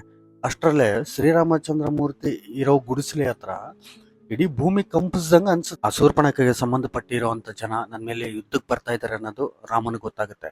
ಅಷ್ಟರಲ್ಲೇ ಲಕ್ಷ್ಮಣ ಹೇಳ್ತಾನೆ, ಲಕ್ಷ್ಮಣ ಆ ಸೀತೆ ದೇವಿನ ಕರ್ಕೊಂಡು ನೀನು ಒಳಗಡೆ ಹೋಗು ಅಂತ ಹೇಳಿ ಅವರಿಬ್ಬರನ್ನ ಒಳಗೆ ಕಳಿಸಿ ಆ ಡೋರ್ನ ಲಾಕ್ ಮಾಡ್ತಾನೆ. ಬಂದಿರೋ ರಾಕ್ಷಸರ ಕಿರ್ಚಾಟ ಮತ್ತೆ ಹೆಜ್ಜೆ ಶಬ್ದಗಳು ಕೇಳಿ ಸೀತಾ ತುಂಬಾ ಭಯ. ಲಕ್ಷ್ಮಣ ನೋಡಿದ್ರೆ ಆರಾಮಾಗಿ ರಿಲ್ಯಾಕ್ಸ್ ಆಗಿ ಕುಂತಿದ್ದಾನೆ. ಲಕ್ಷ್ಮಣ ಏನ್ ಇಷ್ಟ ಆರಾಮಾಗಿ ಕುಂತಿದ್ಯಾ? ಹೊರಗಡೆ ನಿಮ್ಮ ಅಣ್ಣ ಒಬ್ನೇ ಇದ್ದಾನೆ, ನೀನು ಹೋಗಿ ಅವ್ರಿಗೆ ಸಹಾಯ ಮಾಡು ಅಂತ ಹೇಳ್ತಾಳೆ. ಲಕ್ಷ್ಮಣ ಹೇಳ್ತಾನೆ, ಅತ್ಗೆ ಅಣ್ಣನ ಬಗ್ಗೆ ನಿಮಗ್ ಗೊತ್ತಿಲ್ಲ, ನನಗ್ ಗೊತ್ತಿದೆ, ನೀವು ಆರಾಮಾಗಿ ರಿಲ್ಯಾಕ್ಸ್ ಆಗಿರಿ ಅಂತ ಹೇಳ್ತಾನೆ. ಆ ಸೀತಾದೇವಿಗೆ ಏನ್ ಅರ್ಥ ಆಗಲ್ಲ. ಹೊರಗಡೆ ಆ ಶ್ರೀರಾಮ ಒಬ್ನೇ ಇದ್ದಾನೆ, ಒಳಗಡೆ ನೋಡಿದ್ರೆ ಲಕ್ಷ್ಮಣ ಆರಾಮಾಗಿ ರಿಲ್ಯಾಕ್ಸ್ ಆಗಿ ಕೂತಿದೆ. 80,000 ರಾಕ್ಷಸರು ಯುದ್ಧಕ್ಕೆ ಬರ್ತಾ ಇದ್ದಾರೆ. ಇಷ್ಟಕ್ಕೂ ಹೊರಗಡೆ ಏನಾಗ್ತಿದೆ ಅಂತ ಹೇಳಿ ಕಿಟಕಿ ಹತ್ರ ಬಂದು ಕಿಟಕಿಯಿಂದ ನೋಡ್ತಾಳೆ. ರೈಟ್ ಸೈಡ್ ಅಲ್ಲಿ ನೋಡಿದ್ರೆ 80,000 ರಾಕ್ಷಸರು ಒಂದ್ ಕಡೆ ಇದ್ದಾರೆ. ಲೆಫ್ಟ್ ಸೈಡ್ ಅಲ್ಲಿ ನೋಡಿದ್ರೆ ಆ ಶ್ರೀರಾಮಚಂದ್ರ ಮೂರ್ತಿ ಒಬ್ಬನೇ ಸ್ಟ್ರಾಂಗ್ ಆಗಿ ನಿಂತ್ಕೊಂಡಿದ್ದಾನೆ. ಶ್ರೀರಾಮ ವನವಾಸಕ್ಕೆ ಹೋಗೋಕಿನ್ನ ಮುಂಚೆ ಕೆಲವು ವರ್ಷಗಳು ಹಿಂದಕ್ಕೆ ಹೋದ್ರೆ ರಾವಣನವನು ರಾಕ್ಷಸ ಅಲ್ಲ. ರಾಕ್ಷಸರು ನೋಡೋಕೆ ಹೆಂಗಿರ್ತಾರೆ ಅಂದ್ರೆ ತುಂಬಾ ಕ್ರೀಪಿ ಆ್ಯಂಡ್ ಸ್ಕೇರಿಂಗ್ ಆಗಿರ್ತಾರೆ. ಮೈ ತುಂಬಾ ಕೂದಲು, ದೊಡ್ಡ ದೊಡ್ಡ ಹಲ್ಗಳು, ನೋಡೋಕೆ ತುಂಬಾ ಡೇಂಜರ್ ಆಗಿರ್ತಾರೆ. ರಾವಣ ಅಸುರ ಜಾತಿಗೆ ಸೇರಿದವನಾಗಿರ್ತಾನೆ. ರಾವಣಾಸುರ ಅರ್ಧ ಬ್ರಾಹ್ಮಣ ಅರ್ಧ ಅಸುರ ಆಗಿರ್ತಾನೆ. ಅಸುರರು ಯಾರು ಅಂದ್ರೆ ದೇವತೆಗಳಿಗೆ ಅಪೋಸಿಟ್ ಆಗಿರ್ತಾರೆ. ಯಾವುದೇ ಅಸುರನಾಗ್ಲಿ ರಾಕ್ಷಸನಾಗ್ಲಿ ಅವ್ರ ಫಸ್ಟ್ ಟಾರ್ಗೆಟ್ ಇಂದ್ರಲೋಕ ಆಗಿರುತ್ತೆ. ಎದಕ್ಕಂದ್ರೆ ಇಂದ್ರಲೋಕ ಅನ್ನೋ ಗೆದ್ರೆ ಉಳಿದಿರೋ ದೇವತೆಗಳೆಲ್ಲರೂ ಇವ್ರ ಕಂಟ್ರೋಲ್ ಅಲ್ಲಿ ಬರ್ತಾರೆ. ಅದ್ ಹೆಂಗಂದ್ರೆ ಬೆಂಕಿ, ನೀರು, ಗಾಳಿ, ಆಕಾಶ, ಭೂಮಿ ಈ ಪಂಚಭೂತಗಳನ್ನೆಲ್ಲ ಕಂಟ್ರೋಲ್ ಮಾಡ್ಬೋದು. ಪಂಚಭೂತಗಳನ್ನ ಕಂಟ್ರೋಲ್ ಮಾಡಿದವರು ಇಡೀ ಈ ಭೂಮಂಡಲನೇ ಕಂಟ್ರೋಲ್ ಆಗಿ ಇಟ್ಕೋಬಹುದು. ರಾವಣ ಇಂದ್ರಲೋಕದ ಮೇಲೆ ಯುದ್ಧ ಮಾಡ್ತಾನೆ. ಯುದ್ಧ ಮಾಡಿ ಗೆಲ್ತಾನೆ. ಗೆದ್ಮೇಲೆ ಕುಬೇರನ ಹತ್ರ ಪುಷ್ಪಕ ವಿಮಾನ ಕೂಡ ತಗೊಂಡ್ಬಿಡ್ತಾನೆ. ಪುಷ್ಪಕ ವಿಮಾನ ಅಂದ್ರೆ ಗಾಳಿಯಲ್ಲಿ ಹಾರಾಡೋ ಒಂದು ವೆಹಿಕಲ್ ಆಗಿರುತ್ತೆ. ಆ ಪುಷ್ಪಕ ವಿಮಾನಕ್ಕೆ ಎಷ್ಟು ಶಕ್ತಿ ಇರುತ್ತೆ ಅಂದ್ರೆ ನೀವು ಅದ್ರ ಮೇಲೆ ಕುತ್ಕೊಂಡು ನೀವು ಯಾವ ಪ್ಲೇಸ್ಗೆ ಹೋಗ್ಬೇಕು ಆ ಪ್ಲೇಸ್ನ ಜಸ್ಟ್ ಮೈಂಡಲ್ಲಿ ಅನ್ಕೊಂಡ್ರೆ ಸಾಕು, ಇಮಿಡಿಯೇಟ್ ಆಗಿ ನೀವು ಟೆಲಿಪೋರ್ಟ್ ಆಗಿಬಿಡ್ತೀರಾ. ಅಷ್ಟು ಶಕ್ತಿ ಇರುತ್ತೆ ಆ ವೆಹಿಕಲ್ ಅಲ್ಲಿ. ಪುಷ್ಪಕ ವಿಮಾನದಲ್ಲಿ ಎಷ್ಟು ಬೇಕೋ ಅಷ್ಟು ಜನ ಪ್ರಯಾಣ ಮಾಡ್ಬೋದು. ಹೆಂಗಂದ್ರೆ ಸಪೋಸ್ 100 ಮೆಂಬರ್ಸ್ ಅದ್ರ ಮೇಲೆ ಕುಂತ್ರೆ 100 ಮೆಂಬರ್ಸ್ಗೆ ಆಗೋಷ್ಟು ಜಾಗ ಅದು ಎಕ್ಸ್ಪೆಂಡ್ ಆಗುತ್ತೆ. ಮತ್ತೆ 1000 ಮೆಂಬರ್ಸ್ ಕುಂತ್ರೆ ಕೂಡ ಅಷ್ಟು ಎಕ್ಸ್ಪೆಂಡ್ ಆಗುತ್ತೆ. ರಾವಣ ಪುಷ್ಪಕ ವಿಮಾನನ ಸ್ವಾಧೀನಪಡಿಸ್ಕೊಳ್ತಾನೆ. ಕುಬೇರನ್ ಮಗ ನಲಕುಬೇರ ಆಗಿರ್ತಾನೆ. ನಲಕುಬೇರನ ಹೆಂಡತಿ ರಂಭ ಆಗಿರ್ತಾಳೆ. ರಂಭನ್ ನೋಡಿ ಇಷ್ಟಪಟ್ಟು ಅವಳ ಮೇಲೆ ದೌರ್ಜನ್ಯ ಮಾಡಿ ರಾವಣಾಸುರ ಅವಳನ್ನ ರೇಪ್ ಮಾಡ್ತಾನೆ. ಅವಾಗ ಅವ್ರು ಹೇಳ್ತಾರೆ, ನೀನ್ ಎಲ್ರಿಗಿನ್ನ ಶಕ್ತಿಶಾಲಿ, ಅದಕ್ಕೆ ನೀನ್ ರಂಭನ್ ರೇಪ್ ಮಾಡಿದ್ಯಾ. ಇದೇ ತರ ಬೇರೆ ಹೆಣ್ಣಿನ ಮೇಲೆ ನೀನ್ ಕೈ ಹಾಕಿದ್ರೆ ನಿನಗೆ ಖಂಡಿತ ಸಾವು ಬರುತ್ತೆ ಅಂತೇಳಿ ಅವರಿಬ್ರು ಶಾಪ ಹಾಕ್ತಾರೆ. ಅದನ್ನ ಕೇಳಿ ಆ ರಾವಣ ಇಮಿಡಿಯೇಟ್ ಆಗಿ ತಪಸ್ಸು ಕೊಡ್ತಾನೆ. ತಪಸ್ಸು ಕುಂತು ಆ ಬ್ರಹ್ಮದೇವ್ರನ್ನ ಪ್ರತ್ಯಕ್ಷ ಮಾಡ್ಕೊಂತಾನೆ. ಪ್ರತ್ಯಕ್ಷ ಮಾಡಿ ಕೇಳ್ಕೊಂತಾನೆ, ದೇವತೆಗಳು ಮತ್ತೆ ರಾಕ್ಷಸರು, ಗಂಧರ್ವರಾಗಿರ್ಬೋದು, ಕಿಂಪುರುಷರಾಗಿರ್ಬೋದು, ಇವ್ರು ಯಾರ ಕಡೆಯಿಂದ ನನಗೆ ಸಾವನ್ನದೇ ಇರಬಾರ್ದು ಅನ್ನೋ ವರ ಪಡ್ಕೊಳ್ತಾನೆ. ಸಾಮಾನ್ಯ ಮನುಷ್ಯನಿಂದ ನನಗೆ ಸಾವಿರಬಾರ್ದು ಅನ್ನೋ ವಿಷಯ ಕೇಳಲ್ಲ. ಎದಕ್ಕಂದ್ರೆ ಅಹಂಕಾರ. ಇಷ್ಟು ಬಲಶಾಲಿ ಆದಂತ ನನ್ನ ಒಬ್ಬ ಸಾಮಾನ್ಯ ಮನುಷ್ಯ ಹೆಂಗ್ ಸಾಯಿಸ್ತಾನ ಅಂತ ಹೇಳಿ ಅನ್ನೋ ಅಹಂಕಾರಕ್ಕೆ ವರ ಕೇಳಲ್ಲ. ಆ ರಾವಣನಿಗೆ 2 ವೀಕ್ನೆಸ್ ಪಾಯಿಂಟ್ಸ್ ಇರ್ತವೆ. ಫಸ್ಟ್ ಏನಂದ್ರೆ ಅಹಂಕಾರ, ಸೆಕೆಂಡ್ ಏನಂದ್ರೆ ಹೆಣ್ಣು. ಅಹಂಕಾರದಿಂದ ರಾವಣ ಏನೆಲ್ಲ ಮಾಡ್ತಾನೆ ಅದರಲ್ಲೆಲ್ಲ ಸೋತೋಗ್ತಾನೆ. ಅದು ಈ ವಿಡಿಯೋದಲ್ಲಿ ನಾನು ನಿಮ್ಮೆಲ್ಲರಿಗೆ ತಿಳಿಸ್ಕೊಡ್ತೇನೆ. ಲೇಡೀಸ್ ವೀಕ್ನೆಸ್ ಇಂದ ಅವನ್ ಕೊನೆಗೆ ಸತ್ತೇ ಹೋಗ್ತಾನೆ. ಅದೆಂಗೋ ನಿಮ್ಗೆ ಗೊತ್ತಾಗುತ್ತೆ. ಇಡೀ ಈ ಭೂಲೋಕ ಮತ್ತೆ ಆ ದೇವಲೋಕದಲ್ಲಿ ಕೂಡ ನನ್ನಷ್ಟು ಬಲಶಾಲಿ ಯಾರೂ ಇಲ್ಲ ಅಂತೇಳಿ ತುಂಬಾ ಗರ್ವದಲ್ಲಿರ್ತಾನೆ. ಅವಾಗ ವಾಲಿ ಅನ್ನೋ ಒಬ್ಬ ವ್ಯಕ್ತಿ ಇದ್ದಾನೆ. ಅವನು ಮನುಷ್ಯನೇ ಅಲ್ಲ, ಅವನೊಬ್ಬ ವಾನರ. ಕಿಷ್ಕಿಂಧ ಮಹಾರಾಜ್ಯಕ್ಕೆ ಮಹಾರಾಜ ಅಂತ ವಿಭೀಷಣ ಹೇಳ್ತಾನೆ. ನನ್ಕಿಂತಲೂ ಬಲಶಾಲಿನ, ಈಗ್ಲೇ ಹೋಗಿ ಅವನ್ನ ಹೊಡೆದಾಕಿ ಇಡೀ ಲೋಕಕ್ಕೆ ಮತ್ತೆ ತಿಳಿಸ್ತೀನಿ ನನ್ಕಿಂತಲೂ ಬಲಶಾಲಿ ಯಾರು ಇಲ್ಲ ಅಂತ. ವಾಲಿ ಸಂಧ್ಯಾ ವಂದನ ಮಾಡ್ತಿರ್ಬೇಕಾದ್ರೆ ಅವನ ಹಿಂದಿನಿಂದ ಅವನ ಸಾಯ್ಸಕ್ಕೆ ಸ್ಲೋ ಆಗಿ ಬರ್ತಾನೆ. ವಾಲಿ ಅಲರ್ಟ್ ಆಗ್ಬಿಡ್ತಾನೆ, ಶತ್ರು ನನ್ನ ಸಾಯ್ಸಕ್ ಬರ್ತಾ ಇದ್ದಾನೆ ಅಂತ ಹೇಳಿ ರಾವಣನ ತಲೆಯನ್ನ ಗಟ್ಟಿಯಾಗಿ ಹಿಡ್ಕೊಂಡ್ಬಿಡ್ತಾನೆ. ಹಿಡ್ಕೊಂಡು ಗಾಳಿಯಲ್ಲಿ ಹಾರ್ತಾನೆ. ವಾಲಿ ಹಿಡಿದಿರೋ ಹಿಡಿತಕ್ಕೆ ರಾವಣಾಸುರ ಬಿಡಿಸ್ಕೊಳಕ್ ಆಗ್ಲಾರ್ದಂಗೆ ಅಲ್ಲೇ ಅನ್ಕಾನ್ಶಿಯಸ್ ಆಗಿ ಬಿದ್ದೋಗ್ತಾನೆ. ವಾಲಿ ರಾವಣನ ಸಾಯಿಸಲ್ಲ, ಮತ್ತೆ ಭೂಮಿ ಮೇಲೆ ಕರ್ಕೊಂಡ್ಬರ್ತಾನೆ. ರಾವಣಾಸುರ ಹೇಳ್ತಾನೆ, ನಿನ್ನಷ್ಟು ಬಲಶಾಲಿ ನನಗೆ ಶತ್ರು ಆಗಿರ್ಬಾರ್ದು, ಮಿತ್ರನಾಗಿರ್ಬೇಕು. ನಿನ್ನಂತ ಪರಾಕ್ರಮವಂತ ಕೈಯಲ್ಲಿ ಸೋತಿದ್ದಕ್ಕೆ ನನಗೆ ತುಂಬಾ ಖುಷಿ ಆಗ್ತಾ ಇದೆ ಅಂತ ಹೇಳಿ ಅವನ ಜೊತೆ ಫ್ರೆಂಡ್ಶಿಪ್ ಮಾಡ್ಕೊಂತಾನೆ. ರಾವಣಾಸುರ ವಾಲಿ ಜೊತೆ ಇದ್ದಾಗ ಆ ಇಂದ್ರದೇವ ಲಂಕಾಗ್ ಬರ್ತಾನೆ. ಆ ರಾವಣನ ತಾಯಿ ಯಾವಾಗ್ಲೂ ಒಂದು ಶಿವಲಿಂಗಕ್ಕೆ ಪೂಜೆ ಮಾಡ್ತಿರ್ತಾಳೆ. ಇಂದ್ರದೇವ ಅನ್ಕೊಂತಾನೆ, ಈ ಲಿಂಗ ಕಾರಣದಿಂದಾನೇ ಅವ್ನಿಗೆ ಎನರ್ಜಿ ಬರ್ತಾ ಇದೆ ಅಂತ ಹೇಳಿ ಆ ಲಿಂಗ ತಗೊಂಡೋಗಿ ಸಮುದ್ರ ಮಧ್ಯದಲ್ಲಿ ಬಿಸಾಕ್ಬಿಡ್ತಾನೆ. ಅದು ಗೊತ್ತಾದಂತ ರಾವಣ, ಅಮ್ಮ ನೀನೇನ್ ಫೀಲ್ ಆಗ್ಬೇಡ, ನಿನಗೆ ಆ ಮಹಾದೇವಂದು ಆತ್ಮಲಿಂಗನೇ ತಂದು ಕೊಡ್ತೀನಿ ಅಂತ ಹೇಳ್ತಾನೆ. ಶಿವನ ಹತ್ರ ಕೈಲಾಸಕ್ಕೆ ಹೋಗ್ತಾನೆ. ಆ ಶಿವನ ಎನರ್ಜಿ ಲಿಂಗಗಳಲ್ಲಿ ಹೆಂಗಿರುತ್ತೋ ಅದ್ರ ಎಲ್ಲದಕ್ಕಿಂತ ಜಾಸ್ತಿ ಆತ್ಮಲಿಂಗದಲ್ಲಿ ಪವರ್ ಇರುತ್ತೆ. ಆತ್ಮಲಿಂಗನ್ ಕೇಳೋಕೆ ರಾವಣಾಸುರ ಕೈಲಾಸಕ್ಕೆ ಬಂದಾಗ ನಂದಿ ಒಳಗಡೆ ಹೋಗೋಕೆ ಪರ್ಮಿಷನ್ ಕೊಡಲ್ಲ.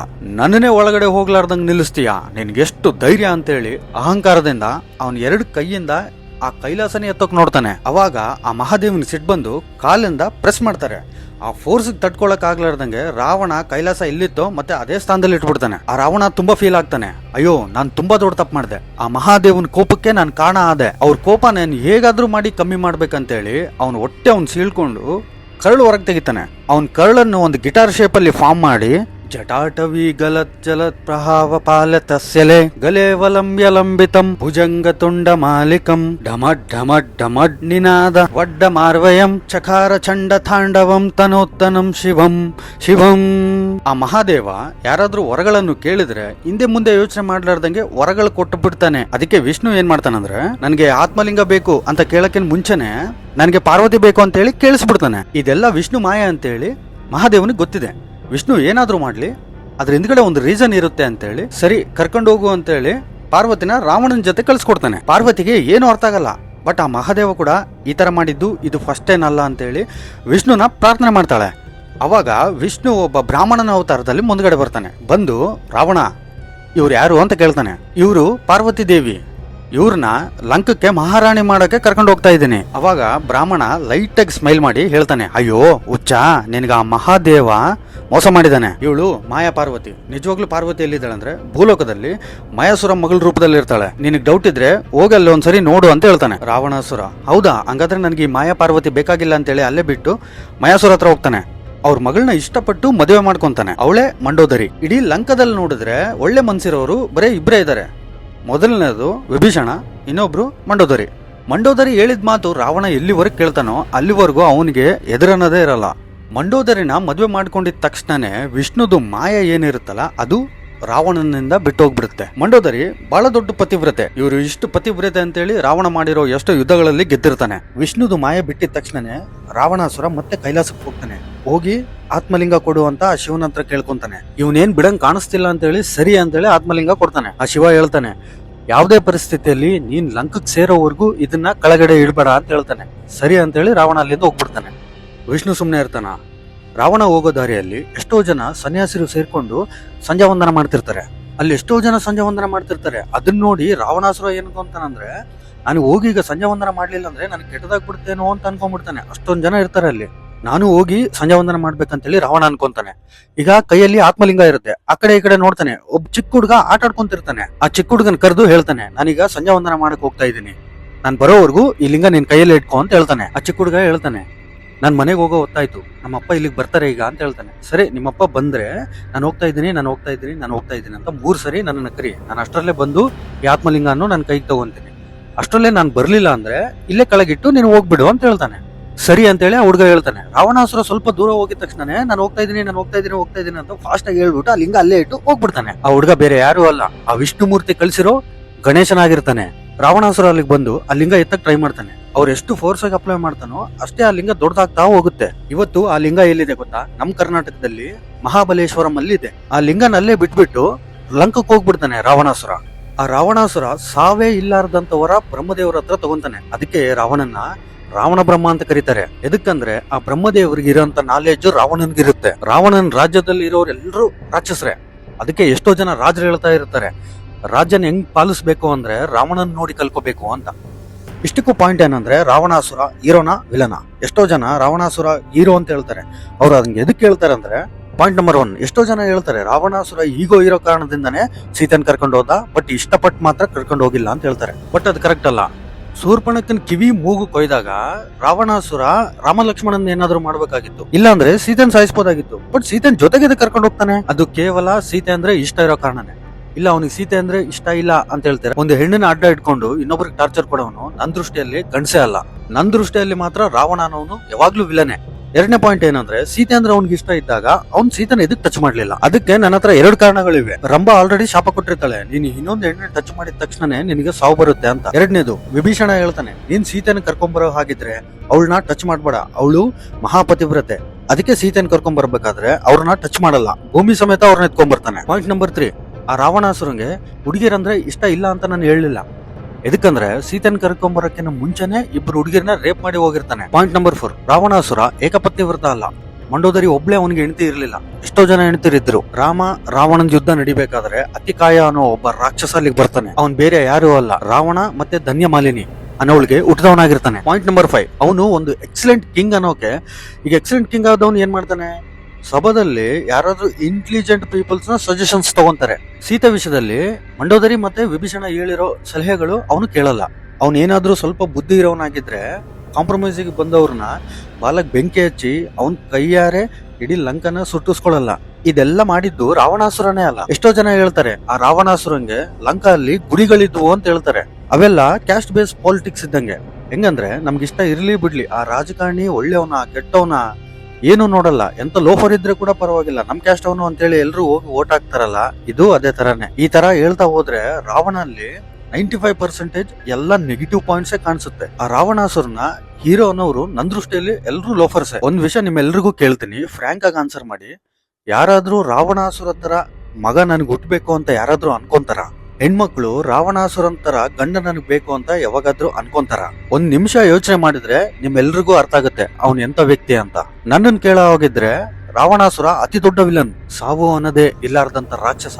ರಾಮ ಲಕ್ಷ್ಮಣ ಸೀತನ್ ಲೈಫಲ್ಲಿ ಬಂದ್ರೆ ಆ ಕತೆ ಹೆಂಗಿರುತ್ತೆ? ರಾಮಾಯಣ ನಿಮ್ಮಲ್ಲಿ ಎಷ್ಟೋ ಜನಗಳಿಗೆ ಗೊತ್ತು, ಅದಕ್ಕೆ ನಾನು ಸ್ವಲ್ಪ ಸಿನಿಮ್ಯಾಟಿಕ್ ಆಗಿ ಹೇಳ್ತಾ ಇದ್ದೀನಿ. ಆದ್ರೆ ವಾಲ್ಮೀಕಿ ರಾಮಾಯಣದಲ್ಲಿರೋ ಪ್ರತಿ ವಾಕ್ಯನು ಪ್ರೆಸೆಂಟ್ ಇರೋ ಲ್ಯಾಂಗ್ವೇಜ್ ಅಲ್ಲಿ ಏನಾದ್ರು ಹೇಳಿದ್ರೆ ಪ್ರತಿ ಒಂದು ಸನ್ನಿವೇಶ ಅನ್ನೋದು ನಿಮ್ಮಲ್ಲಿ ಒಂದು ಎಕ್ಸೈಟ್ಮೆಂಟ್ ಆದ್ರೂ ಕ್ರಿಯೇಟ್ ಮಾಡುತ್ತೆ, ಇಲ್ಲಾಂದ್ರೆ ಗೂಸ್ ಬಂಪ್ಸ್ ಆದ್ರೂ ತರಿಸುತ್ತೆ. ದಶರಥ ಸತ್ತೋಗ್ತಾನೆ, ಕೈ ಪಕ್ಕ ಕೂತು ಅಳ್ತಾ ಇರ್ತಾಳೆ. ಅಲ್ಲಿಗೆ ಭರತ ಬರ್ತಾನೆ, ಬಂದು ಕೈ ಹೇಳ್ತಾನೆ, ಅಣ್ಣನ ಜೀವನ ಈ ತರ ಆಗ ಕಾರಣ ನೀವೇ, ಅದಕ್ಕೆ ನಾನು ಅದೇ ತರ ಆಗ್ತೇನೆ, ನಾನು ಕಾಡ್ಗೆ ಹೋಗಿ ಅಣ್ಣನ ತರನೇ ಜೀವನ ಮಾಡ್ತೀನಿ ಅಂತ ಹೇಳಿ ಕಾಡ್ಗೆ ಹೋಗ್ತಾನೆ. ನಾವು ನಿಮ್ ಜೊತೆ ಬರ್ತೀವಿ ಅಂತ ಹೇಳಿ ಕೌಸಲ್ಯ ಸುಮಿತ್ರ ಕೈ ಆ ಶ್ರೀರಾಮಚಂದ್ರ ಮೂರ್ತಿಗೆ ಇಷ್ಟ ಆದಂತ ಅಡಿಗೆಗಳೆಲ್ಲ ಮಾಡಿ ಅದನ್ನ ತಗೊಂಡು ಕಾಡ್ಗೆ ಹೋಗ್ತಾರೆ. ಸೀತಾದೇವಿ ಅವ್ರ ಅತ್ತೆ ಕೈ ನೋಡಿ ತುಂಬಾ ಖುಷಿಯಿಂದ ಅವ್ರ ಹತ್ರ ಓಡಿ ಹೋಗ್ತಾರೆ.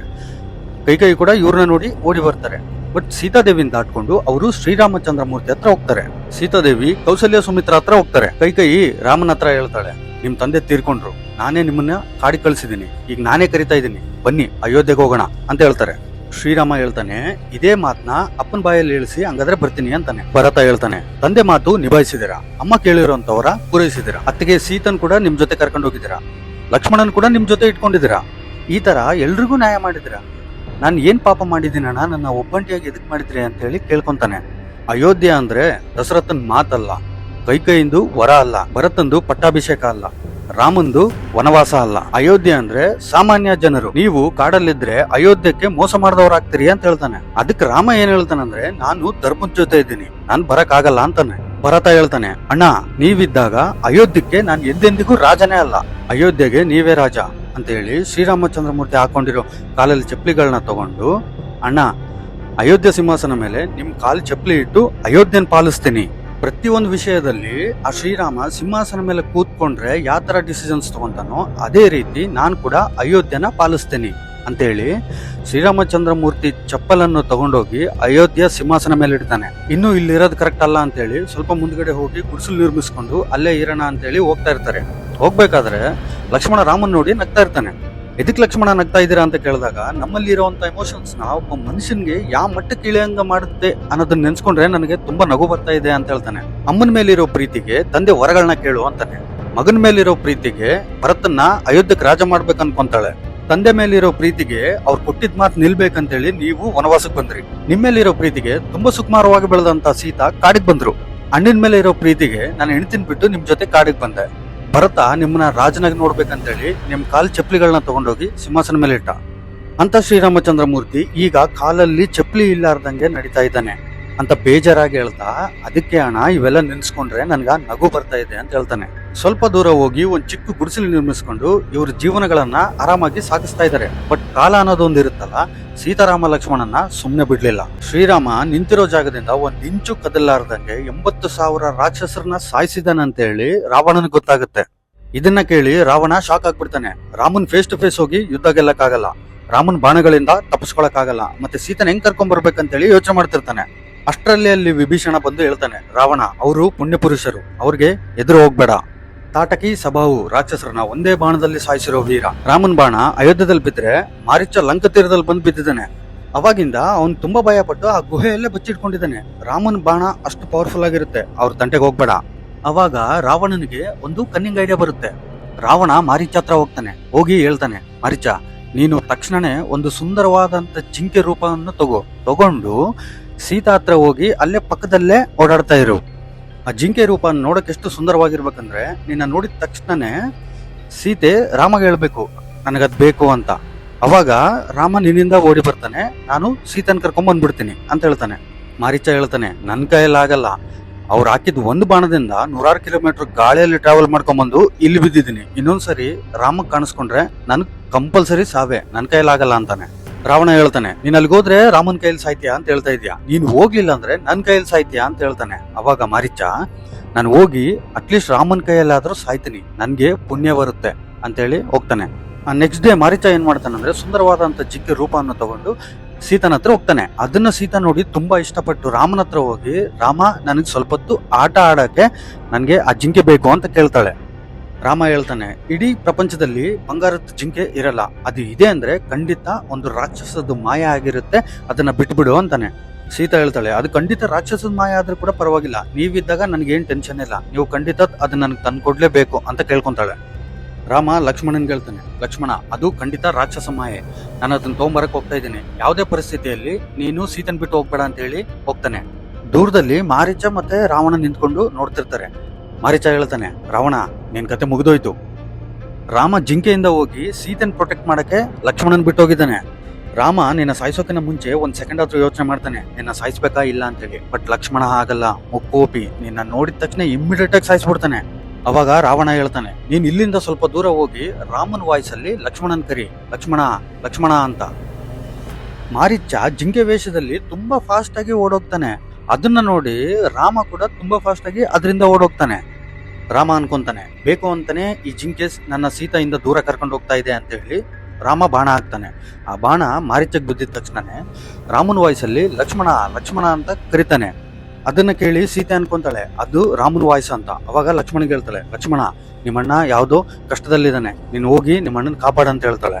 ಲಕ್ಷ್ಮಣ ಹೇಳ್ತಾನೆ, ಅತ್ಗೆ ಅದು ಅಣ್ಣ ಅಲ್ಲ, ಆ ಶ್ರೀರಾಮಚಂದ್ರ ಮೂರ್ತಿ ಯಾವತ್ತೂ ಇನ್ನೊಬ್ಬರದ್ದು ಸಹಾಯ ಕೇಳಲ್ಲ, ಅಣ್ಣನೇ ಗೆಲ್ದಿರೋ ಅಂತ ಯುದ್ಧ ನಾನು ಹೋಗಿ ಹೆಂಗ್ ಗೆಲ್ತೀನಿ, ನೀವೇನ್ ಟೆನ್ಷನ್ ತಗೋಬೇಡ್ರಿ, ಅಣ್ಣ ಬರ್ತಾನೆ, ನೀವು ರಿಲ್ಯಾಕ್ಸ್ ಆಗಿರ್ರಿ ಅಂತ ಹೇಳ್ತಾನೆ.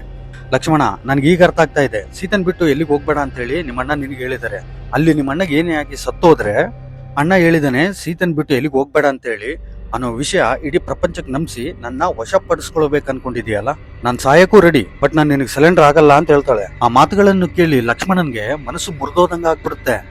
ಅತ್ಗೆ ನನ್ನ ಸ್ವಂತ ಮಗನ್ ನೋಡ್ಕೊಂಡಂಗ್ ನೋಡ್ಕೊಂಡಿದ್ದೀರಾ, ನಾನು ನಿಮ್ಮನ್ನ ಸ್ವಂತ ತಾಯಿ ತರ ನೋಡ್ಕೊಂಡಿದ್ದೀನಿ, ನಿಮ್ ಬಾಯಲ್ಲಿ ಈ ತರ ಮಾತುಗಳನ್ನು ಕೇಳಿ ನಾನು ಇನ್ನೂ ಎದಕ್ ಬದುಕಿದ್ದೀನಿ ಅಂತ ಅನಿಸ್ತಾ ಇದೆ, ಪ್ಲೀಸ್ ಅದ್ಗೆ ಆ ತರ ಮಾತಾಡ್ಬೇಡಿ ಅಂತ ಹೇಳ್ತಾನೆ. ನನಗ್ ಗೊತ್ತು ನಿನ್ ಮನ್ಸಲ್ಲಿರೋದು ಅದೇ ಅಂತೇಳಿ ಚುಚ್ಚಿ ಚುಚ್ಚಿ ಅದನ್ನೇ ಹೇಳ್ತಾಳೆ. ಅದನ್ನ ಕೇಳಿ ತಡ್ಕೊಳಕ್ ಆಗ್ಲಾರ್ದಂಗೆ ಸರಿ ನಾನು ಹೋಗ್ತೀನಿ ಅಂತ ಹೇಳಿ ಲಕ್ಷ್ಮಣ ರೆಡಿ ಆಗ್ತಾನೆ. ಬಟ್ ಅದ್ಗೆ ಒಂದು ಷರತ್ತು ಅಂತ ಹೇಳಿ ಕೈಯಲ್ಲಿರೋ ಬಾಣದಿಂದ ಒಂದು ಗೆರೆಯನ್ನು ಹಾಕ್ತಾನೆ. ಅದ್ಗೆ ಯಾವುದೇ ಪರಿಸ್ಥಿತಿಯಲ್ಲಿ ಈ ಗೆರೆ ದಾಟಿ ಬರ್ಬೇಡ ಅಂತ ಹೇಳಿ ಅವನ ಅಲ್ಲಿಂದ ಹೋಗ್ತಾನೆ. ಲಕ್ಷ್ಮಣ ಅಲ್ಲಿಂದ ಹೋಗಿದ ತಕ್ಷಣನೇ ರಾವಣ ಒಂದು ಭಿಕ್ಷಕನ ರೂಪದಲ್ಲಿ ಅಲ್ಲಿಗೆ ಬರ್ತಾನೆ. ಅಲ್ಲಿರೋ ಗೆರೆ ನೋಡಿ ಅಲ್ಲೇ ನಿಂತ್ಕೊಂಡು ಭೌತಿ ಭಿಕ್ಷಾಂದೇಹಿ ಅಂತ ಕರೀತಾನೆ.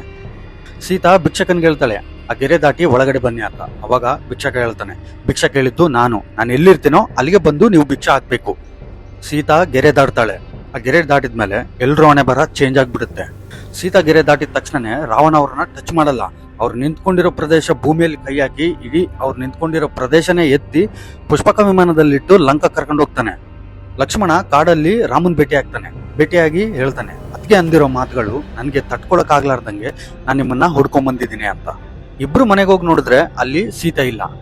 ಮನೆ ಮುಂದ್ಗಡೆ ಒಂದ್ ದೊಡ್ಡ ಹೋಲ್ ಬಿದ್ದಿದೆ. ಸೀತಾ ಸೀತಾ ಅಂತ ಕರೀತಾರೆ, ರೆಸ್ಪಾನ್ಸ್ ಇರಲ್ಲ. ಸೀತಾ ಎಲ್ಲಿಗೋದ್ಲು, ಏನಾದ್ಲು, ನನ್ನನ್ನ ಬಿಟ್ಟು ಒಂದು ನಿಮಿಷ ಕೂಡ ಇರಲ್ಲ. ಅದಕ್ಕೆ ನನ್ನ ಜೊತೆ ವನವಾಸಕ್ಕೆ ಕಾಡು ಕೂಡ ಬಂದಿದ್ದಾಳೆ.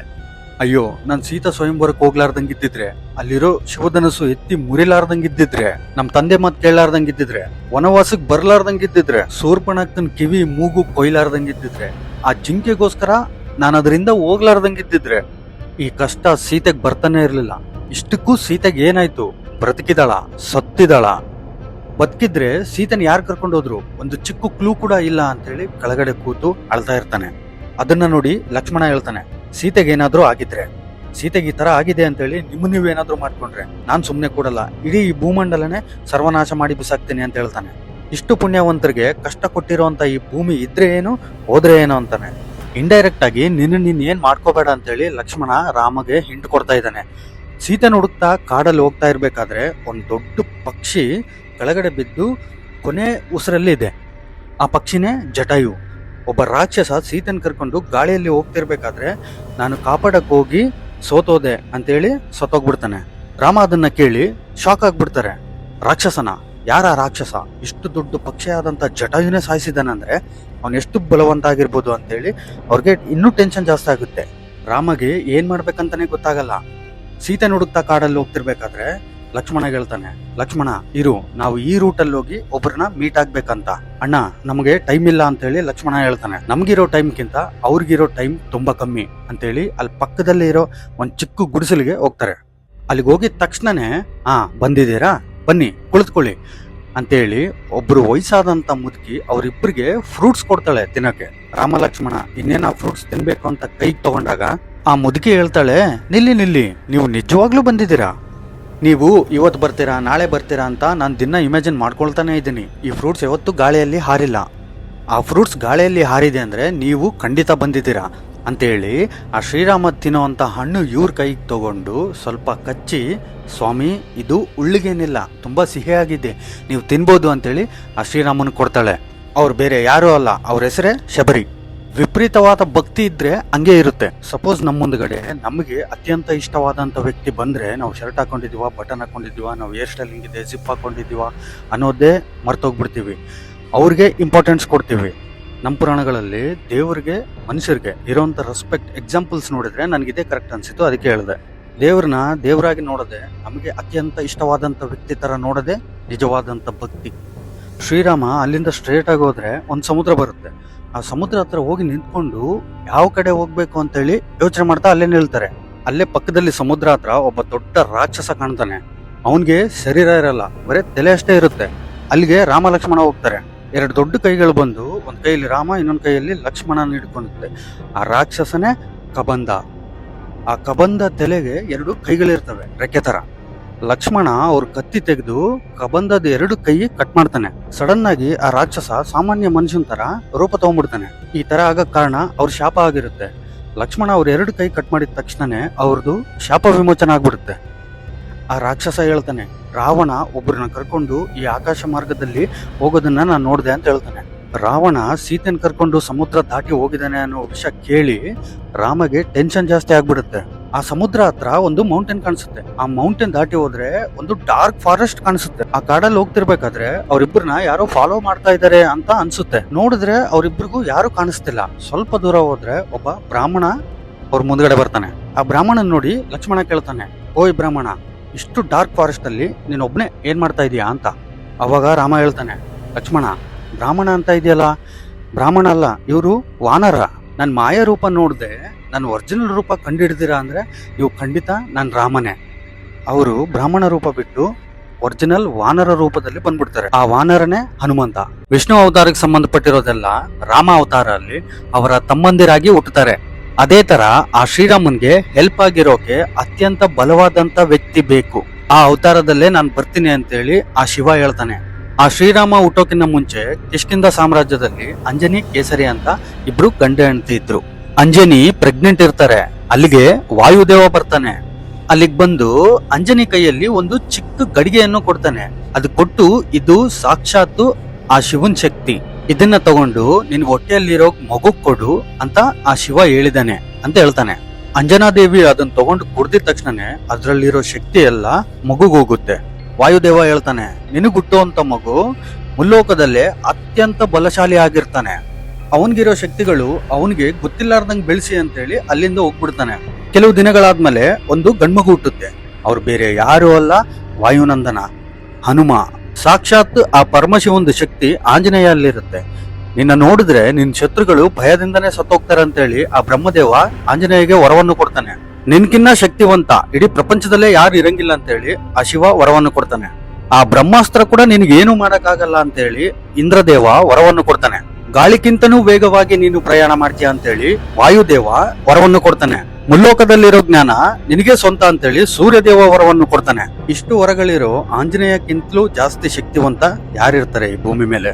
ಅವ್ರಿಗೆ ಅಷ್ಟಸಿದ್ಧಿಗಳು ಗೊತ್ತಿರ್ತವೆ. ಈ ಅಷ್ಟಸಿದ್ಧಿ ಅನ್ನೋ ಕಾನ್ಸೆಪ್ಟ್ ಇಂದಾನೆ ಹಾಲಿವುಡ್ ಅಲ್ಲಿ ಇರೋ ಸೂಪರ್ ಹೀರೋಸ್ ಎವಾಲ್ವ್ ಆಗ್ತಾರೆ. ಅಷ್ಟಸಿದ್ಧಿಗೆ ಹಾಲಿವುಡ್ ಸೂಪರ್ ಹೀರೋಸ್ಗೆ ಏನ್ ಸಂಬಂಧ? ಈ ತರ ವಿಷಯಗಳು ಈ ವಿಡಿಯೋದಲ್ಲಿ ತಿಳ್ಕೊಳ್ಳೋಣ. Hi friends, welcome to my YouTube channel Prem blogs. ಅನಿಮ, ಮಹಿಮ, ಗರಿಮ, ಲಗಿಮ, ಪ್ರಾಪ್ತಿ, ಪ್ರಾಕಾಮ್ಯ, ಇಸ್ತವ, ವಹಿಸ್ತವ ಇವನ್ನ ಅಷ್ಟಸಿದ್ಧಿಗಳಂತಾರೆ. ಅಷ್ಟಸಿದ್ಧಿಯಲ್ಲಿ ಮೊದಲನೇದು ನಮ್ಮ ಶರೀರವನ್ನ ಅತ್ಯಂತ ಚಿಕ್ಕದಾಗಿ, ಅಂದ್ರೆ ಒಂದು ಚಿಕ್ಕ ಹಿರಿಬೆ ತರ ಮಾಡ್ಕೊಳ್ಳೋದು. ಅದೇ ಅವೆಂಜರ್ ಮೂವಿಯಲ್ಲಿರೋ ಆಂಟ್ ಮ್ಯಾನ್ ಕಾನ್ಸೆಪ್ಟ್ ಆಗಿರುತ್ತೆ. ಆಂಜನೇಯ ಸೀತೆನ ಹುಡುಕ್ತಿರ್ಬೇಕಾದ್ರೆ ಒಂದು ಚಿಕ್ಕ ಕೋತಿ ತರ ಆಗ್ಬಿಡ್ತಾನೆ. ಎರಡನೇದು ಮಹಿಮ, ನಮ್ ಶರೀರವನ್ನ ಎಷ್ಟು ದೊಡ್ಡದಾಗಾದ್ರೂ ಮಾಡ್ಕೋಬಹುದು. ಅದೇ ಅವೆಂಜರ್ಸ್ ಮೂವಿಯಲ್ಲಿರೋ ದ ಹಲ್ಕ್ ಕಾನ್ಸೆಪ್ಟ್ ಆಗಿರುತ್ತೆ. ಲಂಕಾ ದಹನ ಮಾಡ್ತಿರ್ಬೇಕಾದ್ರೆ ಆಂಜನೇಯ ಅವನ ಶರೀರವನ್ನ ತುಂಬಾ ದೊಡ್ಡದಾಗಿ ಮಾಡ್ಕೊಂತಾನೆ. ಮೂರನೇದು ಗರಿಮ, ನಮ್ ಶರೀರವನ್ನ ಅತ್ಯಂತ ವೇಟ್ ಆಗಿರೋ ಒಂದ್ ಮೆಟಲ್ ತರ ಮಾಡ್ಕೊಳ್ಳೋದು. ಅದೇ ಅವೆಂಜರ್ಸ್ ಮೂವಿಯಲ್ಲಿರೋ ಥಾರ್ ಹ್ಯಾಮರ್ ಆಗಿರುತ್ತೆ. ಅದೇ ರೀತಿ ಆಂಜನೇಯ ಮಹಾಭಾರತದಲ್ಲಿ ಕೂಡ ಕಾಣಿಸ್ಕೊಂತಾನೆ.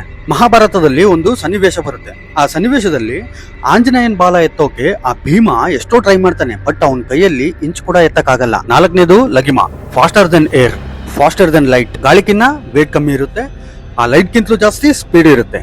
ಅದನ್ನೇ ನೀವೆಲ್ಲರೂ ಅವೆಂಜರ್ಸ್ ಮೂವಿಯಲ್ಲಿ ನೋಡಿರೋ ದಿ ಫ್ಲಾಶ್ ಆಗಿರುತ್ತೆ. ಆಂಜನೇಯ ಗಾಳಿಗಿಂತ ಸ್ಪೀಡ್ ಆಗಿ ರಾವಣ ಲಂಕಕ್ಕೆ ಹೋಗ್ತಾನೆ. ಐದನೇದು ಪ್ರಾಪ್ತಿ, ನಮ್ಮ ಮನ್ಸಲ್ಲಿ ನಾವ್ ಏನಾದ್ರೂ ಅನ್ಕೊಂಡ್ರೆ ತಕ್ಷಣ ಆಗ್ಬಿಡೋದು. ಆ ಕಾನ್ಸೆಪ್ಟ್ ನ ಗ್ರೀನ್ ಲ್ಯಾಂಥರ್ ಮೂವಿಯಲ್ಲಿ ಕೂಡ ಯೂಸ್ ಮಾಡಿದ್ದಾರೆ. ನಾವು ಮನ್ಸಲ್ಲಿ ಏನಾದ್ರೂ ಅನ್ಕೊಂಡ್ರೆ ಅದು ನಮ್ ಕಣ್ ಮುಂದೆ ಇಮಿಡಿಯೇಟ್ ಆಗಿ ಪ್ರತ್ಯಕ್ಷ ಆಗ್ಬಿಡುತ್ತೆ. ಅರ್ಜುನ ಕೈಯಲ್ಲಿರೋ ಗಾಂಡೀವ ಕೂಡ ಅದೇ ತರಾನೇ. ಅರ್ಜುನ ಕೈಯಲ್ಲಿರೋ ಗಾಂಡೀವಕ್ಕೆ ನಾವು ಬಾಣ ಇಡೋದು ಅವಶ್ಯಕತೆ ಇಲ್ಲ, ಜಸ್ಟ್ ಇಟ್ಟಿದೀವಿ ಅನ್ಕೊಂಡ್ರೆ ಸಾಕು, ಆಟೋಮೆಟಿಕ್ ಆಗಿ ಬಾಣಗಳು ಬರ್ತಾನೆ ಇರ್ತವೆ. ಪ್ರಾಕಾವ್ಯ, ನಾವೇನಾದ್ರೂ ಅನ್ಕೊಂಡಿದ ತಕ್ಷಣನೇ ಮಾಡ್ಬಿಡೋದು. ಆಂಜನೇಯ ಸಂಜೀವಿನಿ ಪರ್ವತವನ್ನ ನಾನು ಎತ್ತಬೇಕು ಅಂದ ತಕ್ಷಣ ಎತ್ತಿದ. ಅದೇ ಅವೆಂಜರ್ಸ್ ಮೂವಿಯಲ್ಲಿರೋ ಡಾಕ್ಟರ್ ಸ್ಟ್ರೇಂಜ್ ಕಾನ್ಸೆಪ್ಟ್ ಕೂಡ ಇರುತ್ತೆ.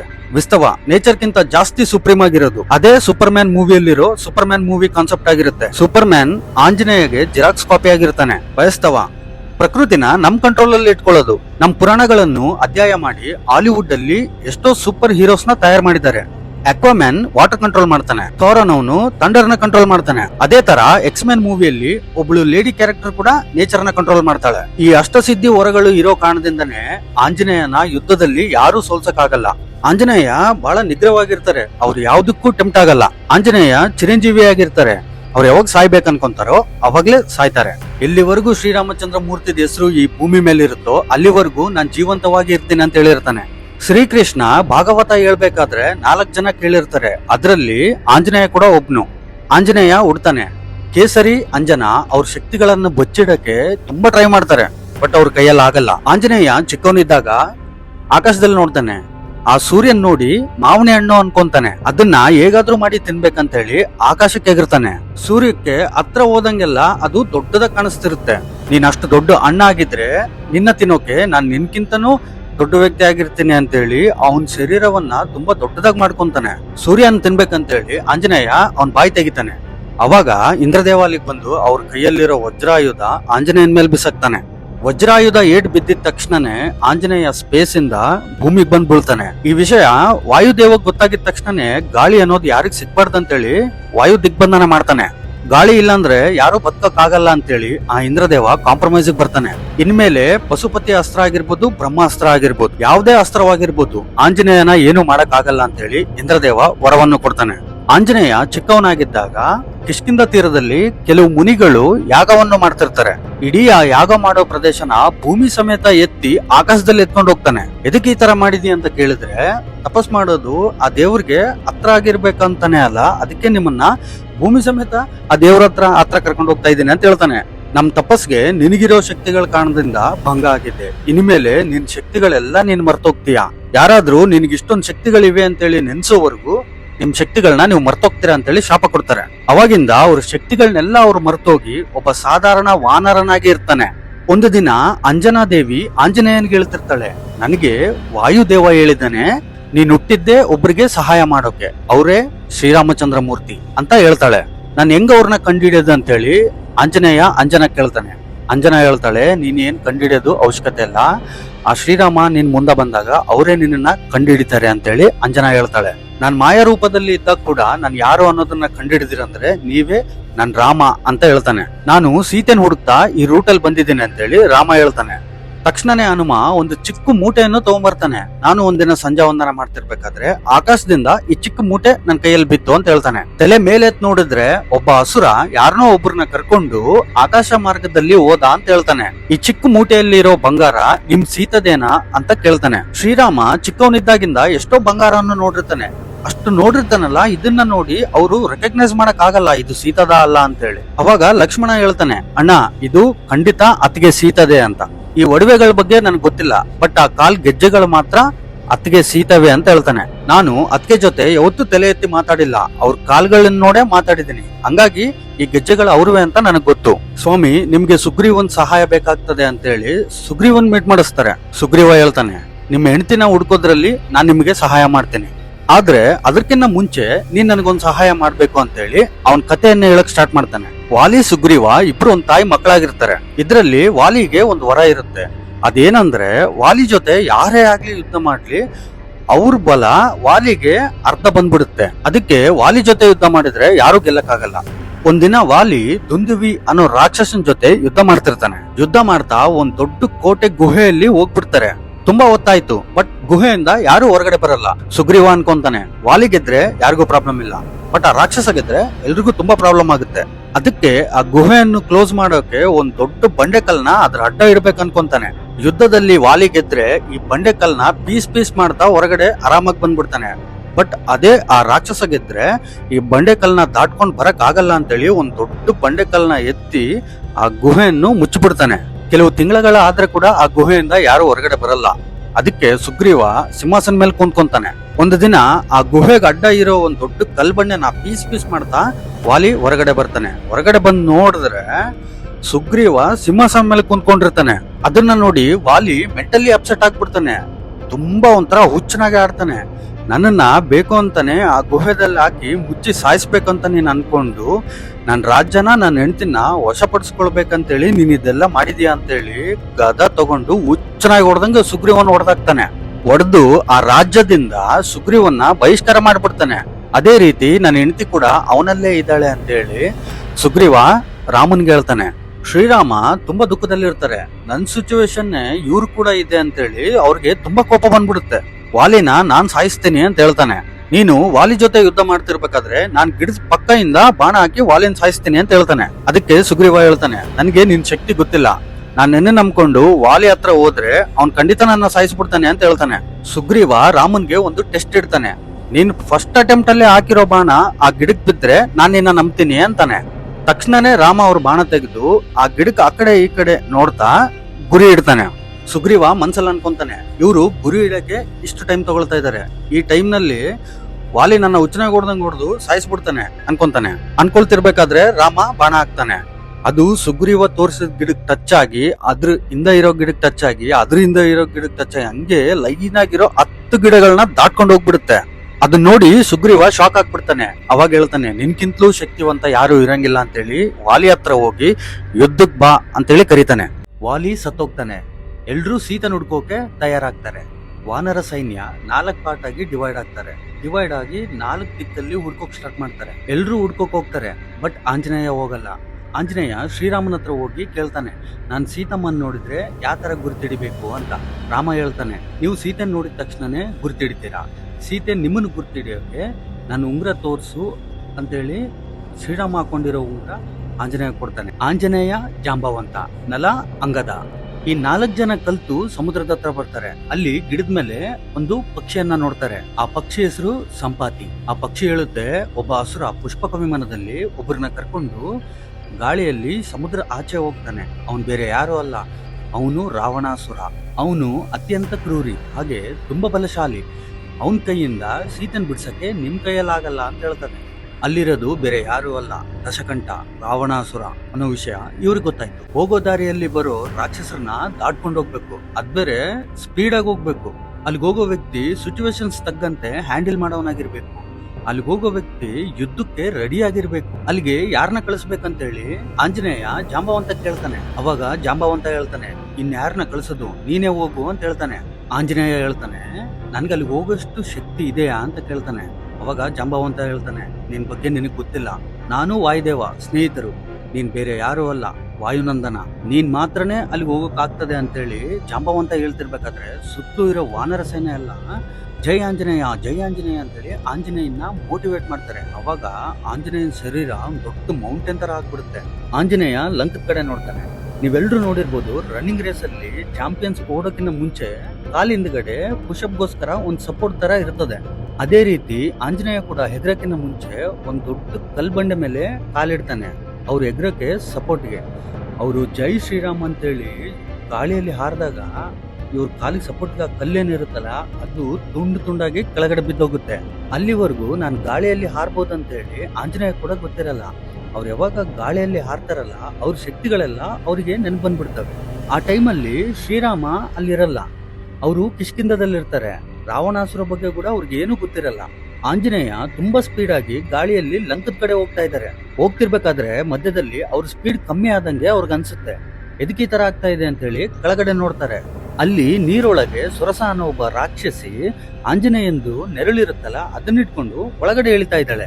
ಆಂಜನೇಯ ತಕ್ಷಣನೇ ಅಲ್ಲಿ ನಿಂತ್ಕೊಂಡು ಕೇಳ್ತಾರೆ, ನಿನ್ ಪ್ರಾಬ್ಲಮ್ ಏನು, ನನ್ನ ದಾರಿಯಲ್ಲಿ ಎದಕ್ಕೆ ಅಡ್ಡ ಬರ್ತಾ ಇದೀಯಾ ಅಂತ ಕೇಳ್ತಾನೆ. ರಾಕ್ಷಸಿ ಹೇಳ್ತಾಳೆ, ಲಂಕಗೆ ಯಾರು ಹೋಗ್ಲಾರ್ದಂಗೆ ನಾನು ಇಲ್ಲಿ ಕಾಯ್ತಾ ಇರ್ತೀನಿ.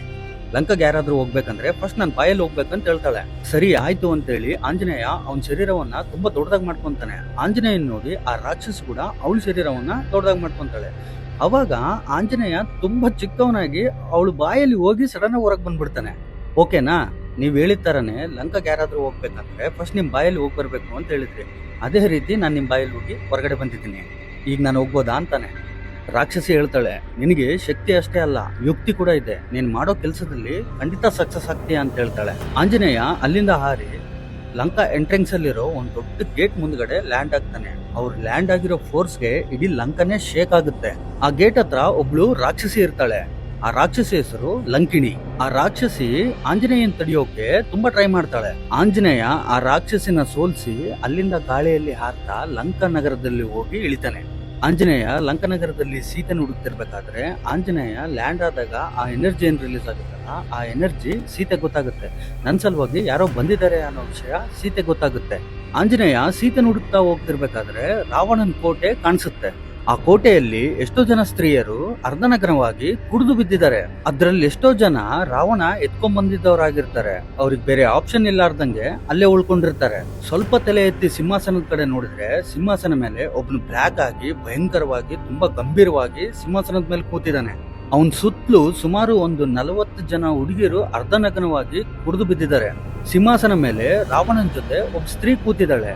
ಆ ಸ್ತ್ರೀನ್ ನೋಡಿ ಆಂಜನೇಯ ಅನ್ಕೊಂತಾನೆ, ಇವರೇ ಸೀತಾ, ಇವ್ರನ್ನ ಇಲ್ಲಿಂದ ಹೆಂಗ್ ಕರ್ಕೊಂಡು ಹೋಗ್ಬೇಕಂತೇಳಿ ಯೋಚನೆ ಮಾಡ್ತಿರ್ಬೇಕಾದ್ರೆ ಆಂಜನೇಯನ್ಗೆ ಒಂದು ವಿಷಯ ಸ್ಟ್ರೈಕ್ ಆಗುತ್ತೆ. ಸೀತಾ ಆದ್ರೆ ರಾವಣನ ಜೊತೆ ಸಿಂಹಾಸನ ಮೇಲೆ ಎದ್ದು ಕುಂತ್ಕೊಂತಾಳೆ. ಶ್ರೀರಾಮ ಹೇಳಿರುವಂಗೆ ಸೀತನ್ ಕ್ಯಾರೆಕ್ಟರ್ ಇದಲ್ಲ. ಅವರು ಶ್ರೀರಾಮನ್ ಬಿಟ್ಟು ಬೇರೆ ಯಾರನ್ನೂ ನೋಡಲ್ಲ. ಅವರು ಸಾಯಕ್ಕೂ ರೆಡಿ ಆಗ್ತಾರೆ, ಬಟ್ ಈ ಕೆಲಸ ಅವ್ರು ಮಾಡಲ್ಲ. ಮತ್ತೆ ಸಿಂಹಾಸನದ ಮೇಲೆ ರಾವಣನ ಜೊತೆ ಕೂತ್ಕೊಂಡಿರೋ ವ್ಯಕ್ತಿ ಯಾರು ಅಂತ ಯೋಚನೆ ಮಾಡಿದ್ರೆ ಸಿಂಹಾಸನ ಮೇಲೆ ರಾವಣನ ಜೊತೆ ಕೂತ್ಕೊಂಡಿರೋ ವ್ಯಕ್ತಿ ಬೇರೆ ಯಾರು ಅಲ್ಲ, ಮಂಡೋದರಿ. ಆಂಜನೇಯ ಅನ್ಕೊಂತಾನೆ, ನನ್ನಿಂದ ತುಂಬಾ ದೊಡ್ಡ ತಪ್ಪಾಯ್ತು. ಒಂದು ಕ್ಷಣ ನನ್ನ ಸೀತೆನ ಬಗ್ಗೆ ತಪ್ಪಾಗಿ ಯೋಚನೆ ಮಾಡಿದೆ, ನನ್ನ ಹತ್ರ ಮಾಡಬಾರ್ದಾಗಿತ್ತು. ಸೀತೆಗೋಸ್ಕರ ಇಡೀ ಲಂಕವನ್ನೇ ಹುಡುಕ್ತಾನೆ, ಬಟ್ ಸೀತೆ ಎಲ್ಲಿ ಕಾಣಿಸ್ಕೊಳ್ಳಲ್ಲ. ಆಂಜನೇಯ ಅನ್ಕೊಂತಾನೆ, ಸೀತೆ ರಾವಣನ್ಗೆ ಸರೆಂಡರ್ ಆಗಿಲ್ಲ ಅಂತೇಳಿ ಸೀತೆನ ಸಾಯಿಸಿರ್ಬೋದಾ? ನಾನೇನಾದ್ರೂ ಪಾಪ ಮಾಡಿದಿನ? ಈ ಲಂಕದಲ್ಲಿ ಎಷ್ಟೋ ಸ್ತ್ರೀಗಳನ್ನ ನೋಡಿದೀನಿ, ಅವರು ಅರ್ಧನಗ್ನವಾಗಿ ಇರೋದನ್ನು ನೋಡಿದೀನಿ. ನಾನ್ ಸೀತೆ ಹುಡುಕ್ತಿರ್ಬೇಕಾದ್ರೆ ಅವ್ರು ನನಗೆ ಕಣ್ಣಿಗೆ ಕಾಣಿಸ್ಕೊಂಡ್ರು. ನನ್ ಮನ್ಸಲ್ಲಿ ಯಾವುದೇ ತಪ್ಪುದ್ದೇಶ ಇಟ್ಕೊಂಡು ನಾನು ಅವ್ರನ್ನ ನೋಡ್ಲಿಲ್ಲ. ಈಗ ನಾನು ಇಲ್ಲಿಂದ ವಾಪಸ್ ಹೋಗಿ ಸೀತಾ ಸತ್ತಿದ್ದಾಳೆ ಅಂತ ರಾಮನ್ಗೆ ಹೇಳಿದ್ರೆ ರಾಮ ಬದುಕ್ತಾನ? ಆ ಶ್ರೀರಾಮಚಂದ್ರಗೆ ಏನಾದ್ರೂ ಆದ್ರೆ ಲಕ್ಷ್ಮಣ ಸುಮ್ಮನೆ ಇರ್ತಾನ? ಲಕ್ಷ್ಮಣ ಸಿಟ್ಟು ಬಂದು ಇಡೀ ವಾನರ ಸೈನ್ಯನ ಸಾಯಿಸ್ಬಿಡ್ತಾನೆ. ನಾನು ಇಲ್ಲಿಂದ ವಾಪಸ್ ಹೋಗಿ ಈ ವಿಷಯ ಹೇಳೋಕ್ಕಿಂತ ಮುಂಚೆ ನಾನು ಇಲ್ಲೇ ಸತ್ತೋದ್ರೆ ನಾನು ಮತ್ತೆ ತಿರುಗಿ ವಾಪಸ್ ಬರ್ತೀನಿ ಅಂತೇಳಿ ನನ್ನ ಸಲುವಾಗಿ ಅವರು ಕೆಲವು ದಿನಗಳು ವೇಟ್ ಆದ್ರೂ ಮಾಡ್ತಾರೆ. ನಾನು ಇದೇ ರೀತಿ ಮಾಡ್ತೀನಿ, ಯಾರಿಗೂ ಪ್ರಾಬ್ಲಮ್ ಇರಲ್ಲ ಅಂತೇಳಿ ಲಂಕದಲ್ಲಿರೋ ಒಂದು ದೊಡ್ಡ ಕೋಟೆ ಮೇಲೆ ಹತ್ತಿ ಅಲ್ಲಿಂದ ಹಾರಿ ಸಾಯ್ಬೇಕಂತ ಅನ್ಕೊಂತಾನೆ. ಮೇಲಿಂದ ಕೆಳಗಡೆ ನೋಡಿದ್ರೆ ಒಂದು ಬ್ಯೂಟಿಫುಲ್ ಆಗಿರೋ ಗಾರ್ಡನ್ ಕಾಣಿಸ್ಕೊಳ್ಳುತ್ತೆ. ನಾನ್ ಲಂಕಾ ಎಲ್ಲ ಹುಡುಕ್ದೆ, ಬಟ್ ನನ್ನ ಕಣ್ಣಿಗೆ ಈ ಗಾರ್ಡನ್ ಕಾಣಿಸ್ಕೊಳ್ಳಿಲ್ಲ. ಇದು ಕೂಡ ಒಂದ್ಸರಿ ನೋಡೋಣ ಅಂತ ಹೇಳಿ ಗಾರ್ಡನ್ಗೆ ಹೋಗ್ತಾನೆ. ಅದೇ ಅಶೋಕ ವಾಟಿಕ. ಸೀತೆ ನೋಡ್ಕೋಕೆ ಒಂದ್ ಚಿಕ್ಕ ಕೋತಿ ತರ ಆಗ್ಬಿಡ್ತಾನೆ. ಒಂದ್ ಮರದ ಮೇಲೆ ಹತ್ತಿ ಅಲ್ಲಿಂದ ಕೆಳಗಡೆ ನೋಡ್ತಾನೆ. ಅಲ್ಲಿ ಒಂದ್ ದೊಡ್ಡ ಮರದ ಕೆಳಗೆ ಒಬ್ಳು ಸ್ತ್ರೀ ಕೂತಿದ್ದಾಳೆ. ಆಂಜನೇಯ ಅನ್ಕೊಂತಾನೆ, ಇವ್ರು ಖಂಡಿತ ಸೀತೆ ಆಗಿರ್ತಾರೆ. ಇವ್ರನ್ನ ಹೇಗಾದ್ರೂ ಮಾಡಿ ಇಲ್ಲಿಂದ ತಪ್ಪಿಸಿ ಆ ಶ್ರೀರಾಮಚಂದ್ರ ಮೂರ್ತಿಗೆ ಒಪ್ಪಿಸ್ಬೇಕು ಅಂತ ಅನ್ಕೊಂತಾನೆ. ಅಷ್ಟರಲ್ಲೇ ಅಲ್ಲಿ ಜೋರಾಗಿ ಮೇಳತಾಳಗಳು ಕೇಳ್ಸೋಕೆ ಸ್ಟಾರ್ಟ್ ಆಗುತ್ತೆ. ರಾವಣ ಅಶೋಕವನದಲ್ಲಿ ಬರ್ತಾನೆ. ಸೀತಾ ರಾವಣನ್ ನೋಡಿ ಅವ್ರ ಕಾಲ್ ಬೆರಳು ಕೂಡ ಅವನಿಗೆ ಕಾಣಿಸ್ಲಾರ್ದಂಗೆ ಅವ್ರ ಸೀರೆಯಿಂದ ಕವರ್ ಮಾಡ್ಕೊಂತಾರೆ. ಆ ರಾವಣನ್ಗೆ ಅವ್ರ ಕಾಲ್ ಬೆರಳು ಕೂಡ ತೋರ್ಸೋಕೆ ಅವ್ರಿಗೆ ಇಷ್ಟ ಇರಲ್ಲ. ರಾವಣ ಸೀತಾ ಹತ್ರ ಬಂದು ಹೇಳ್ತಾನೆ, ಸೀತಾ, ನನ್ನ ಆದಷ್ಟು ಬೇಗ ಸ್ವೀಕರಿಸು. ಇವತ್ತಿಲ್ಲ ಅಂದ್ರೆ ನಾಳೆ ನೀನ್ ಖಂಡಿತ ನನ್ನ ಸ್ವೀಕರಿಸಲೇಬೇಕು. ನಿನ್ಗೆ ಬೇರೆ ಆಪ್ಷನ್ನೇ ಇಲ್ಲ. ನೀನ್ ಸರೆ ಅಂತ ಒಂದ್ ಮಾತು ಹೇಳು, ನನ್ ರಾಣಿಗಳನ್ನೆಲ್ಲ ಬಿಟ್ಟು ನಿನ್ನನ್ನ ಲಂಕಕ್ ರಾಣಿಯಾಗಿ ಮಾಡ್ತೇನೆ. ಇಡೀ ಸರ್ವಸ್ವನೇ ತಂದು ನಿನ್ ಕಾಲ್ ಮುಂದ್ಗಡೆ ಹಿಡ್ತೀನಿ. ಸೀತಾ ಸಿಂಪಲ್ ಆಗಿ ಏನ್ ಮಾಡ್ತಾರಂದ್ರೆ, ಅಲ್ಲಿ ಪಕ್ಕದಲ್ಲಿ ಹುಲ್ ಬೆಳೆದಿರುತ್ತೆ. ಅವ್ರ ಕೈಯಿಂದ ಆ ಹುಲ್ಲನ್ನು ಕಿತ್ತಿ ರಾವಣಾಸುರನ ಮುಂದ ಬಿಸಾಕ್ತಾಳೆ. ಸೀತಾ ಏನ್ ಹೇಳಕ್ ಟ್ರೈ ಮಾಡ್ತಿದಾರಂದ್ರೆ, ನನ್ ದೃಷ್ಟಿಯಲ್ಲಿ ನೀನು ಈ ಹುಲ್ಲನ್ ಸಮಾನ ಅಂತ. ಅದನ್ನ ಕೇಳಿ ರಾವಣನ್ಗೆ ಕೆಳಗಿಂದ ಮೇಲೆ ಉರಿದೋಗುತ್ತೆ. ಅಲ್ಲಿರೋ ರಾಕ್ಷಸರಿಗೆ ಹೇಳ್ತಾನೆ, ಇನ್ನೂ 2 ತಿಂಗಳಲ್ಲಿ ಇವಳು ಒಪ್ಕೊಂಡಿಲ್ಲ ಅಂದ್ರೆ ಇವಳನ್ನ ಪೀಸ್ ಆಗಿ ಕಟ್ ಮಾಡಿ ಅವಳ ಮಾಂಸದಿಂದ ಅಡಿಗೆ ಮಾಡಿ ಆ ಅಡಿಗೆನ್ ತಂದು ನನ್ಗೆ ಬಡಿಸಿ ಅಂತ ಹೇಳ್ತಾನೆ. ಅಂತ ಹೇಳಿ ಅಲ್ಲಿಂದ ಹೋಗ್ಬಿಡ್ತಾನೆ. ಲಂಕದಲ್ಲಿ ರಾಮ ಲಕ್ಷ್ಮಣನ್ ಬಗ್ಗೆ ಆಡಾಡೋದು ಯಾರು ಅಂತ ಹೇಳಿ ನೋಡಿದ್ರೆ ಒಂದ್ ಚಿಕ್ಕ ಕೋತಿ ಮರಿ ಸೀತೆ ಹತ್ರ ಬರೋದು ನೋಡ್ತಾಳೆ. ಅಮ್ಮ, ನೀನೇ ಸೀತಾ ಅಂತ ನನಗ್ ಗೊತ್ತು. ನಾನು ರಾಮದೂತ, ನನ್ನ ಹೆಸರು ಆಂಜನೇಯ ಅಂತ ಹೇಳ್ತಾ ಆ ಶ್ರೀರಾಮ ಕೊಟ್ಟಿರೋ ಉಂಗ್ರನ ಸೀತೆ ಕೊಡ್ತಾನೆ. ಅದನ್ನ ನೋಡಿ ತುಂಬಾ ಖುಷಿ ಆಗ್ತಾ ಆಂಜನೇಯನ್ ಕೇಳ್ತಾರೆ, ಆಂಜನೇಯ, ಆ ಶ್ರೀರಾಮ ಹೇಗಿದ್ದಾನೆ? ಆಂಜನೇಯ ಹೇಳ್ತಾನೆ, ತಾಯಿ, ನೀವು ಕಳೆದೋಗಿ ಇಷ್ಟು ತಿಂಗಳುಗಳು ಕಳೆದೋದ್ರೆ ಕೂಡ ಒಂದ್ ಚಿಕ್ಕ ಪಾಪು ತಪ್ಪೋದಾಗ ಒಂದ್ ತಂದೆ ಹೆಂಗ್ ಹುಡುಕ್ತಾನೋ ನಿಮ್ ಶ್ರೀರಾಮ ನಿಮ್ಮನ್ನ ಅದೇ ತರ ಹುಡುಕ್ತಾ ಇದ್ದಾನೆ ಅಂತ ಹೇಳ್ತಾನೆ. ಶ್ರೀರಾಮ ಯಾವಾಗ್ಲೂ ನಿಮ್ ಬಗ್ಗೆನೆ ಮಾತಾಡ್ತಾರೆ. ಅವರು ನಿಮ್ಮನ್ನ ತುಂಬಾ ಮಿಸ್ ಮಾಡ್ಕೊಳ್ತಾ ಇದ್ದಾರೆ. ಪ್ರತಿ ಕ್ಷಣನೂ ನಿಮ್ ಬಗ್ಗೆನೆ ಯೋಚನೆ ಮಾಡ್ತಾ ಇರ್ತಾರೆ. ಶ್ರೀರಾಮನ್ಗೆ ನೀವೆಷ್ಟು ಹುಡುಕಿದ್ರೆ ಕೂಡ ಕಾಣಿಸ್ತಿಲ್ಲ ಅನ್ನೋದು ತುಂಬಾ ನೋವಿದೆ.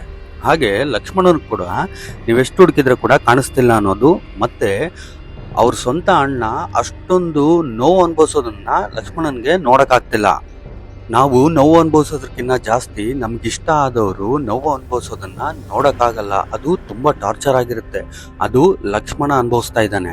ಸೀತಾ ಹೇಳ್ತಾರೆ, ಆಂಜನೇಯ, ನೀವು ಇಲ್ಲಿಂದ ಹೋದಾಗ ಫಸ್ಟ್ ಲಕ್ಷ್ಮಣ ಹತ್ರ ಹೋಗಿ ನನ್ನ ಕ್ಷಮಿಸ್ಬಿಡು ಅಂತ ಕೇಳು. ಅದೇನಮ್ಮ, ಫಸ್ಟ್ ರಾಮ ಹತ್ರ ಹೋಗು ಅನ್ನೋದ್ ಬಿಟ್ಟು ನೀವು ಲಕ್ಷ್ಮಣ ಹತ್ರ ಹೋಗು ಅಂತ ಹೇಳ್ತಾ ಇದ್ದೀರಾ? ನನಗೆ ಅರ್ಥ ಆಗ್ತಾ ಇಲ್ಲ. ಲಕ್ಷ್ಮಣ ಯಾವತ್ತೂ ನನ್ನ ಕಣ್ಣು ಎತ್ತಿ ಕೂಡ ನೋಡಿಲ್ಲ. ನನ್ನನ್ನ ಸ್ವಂತ ತಾಯಿ ತರ ನೋಡಿದಾನೆ. ನನ್ನ ಹತ್ರ ಒಂದ್ ಚಿಕ್ಕ ಮಗು ತರ ಇದ್ದ ಅಂತ ಲಕ್ಷ್ಮಣನ್ನ ನಾನು ಬಾಯಿಗೆ ಬಂದಂಗೆಲ್ಲ ಮಾತಾಡಿದ್ದೀನಿ. ಶ್ರೀರಾಮ ಚೆನ್ನಾಗಿರ್ಬೇಕಂತೇಳಿ ನಾನು ಹೇಳಿರೋ ಮಾತೆ ಆಗ್ಬೇಕು ಅಂತ ನಾನು ಲಕ್ಷ್ಮಣನ್ನ ಬಾಯಿಗೆ ಬಂದಂಗೆಲ್ಲ ಮಾತಾಡಿದ್ದೀನಿ. ಅದಕ್ಕೆ ನೀವು ಇಲ್ಲಿಂದ ಹೋದಾಗ ಫಸ್ಟ್ ಲಕ್ಷ್ಮಣ ಹತ್ರ ಹೋಗಿ ನಾನು ಸಾರಿ ಕೇಳಿದ್ದೀನಿ ಅಂತ ಹೇಳಿ, ನಾನು ಆಡಿರೋ ಮಾತುಗಳೆಲ್ಲ ನಾನು ವಾಪಸ್ ತಗೊಳ್ತಾ ಇದ್ದೀನಿ ಅಂತ ಹೇಳಿ ಅಂತ ಸೀತಾ ಹೇಳ್ತಾರೆ. ಅಮ್ಮ, ನಾನು ಹೇಳೋದಕ್ಕೆ ನಿಮ್ಮನ್ನ ತಕ್ಷಣನೇ ಈ ಲಂಕದಿಂದ ಹೊರ ಕರ್ಕೊಂಡು ಹೋಗ್ತೀನಿ ಅಂತ ಹೇಳ್ತಾನೆ.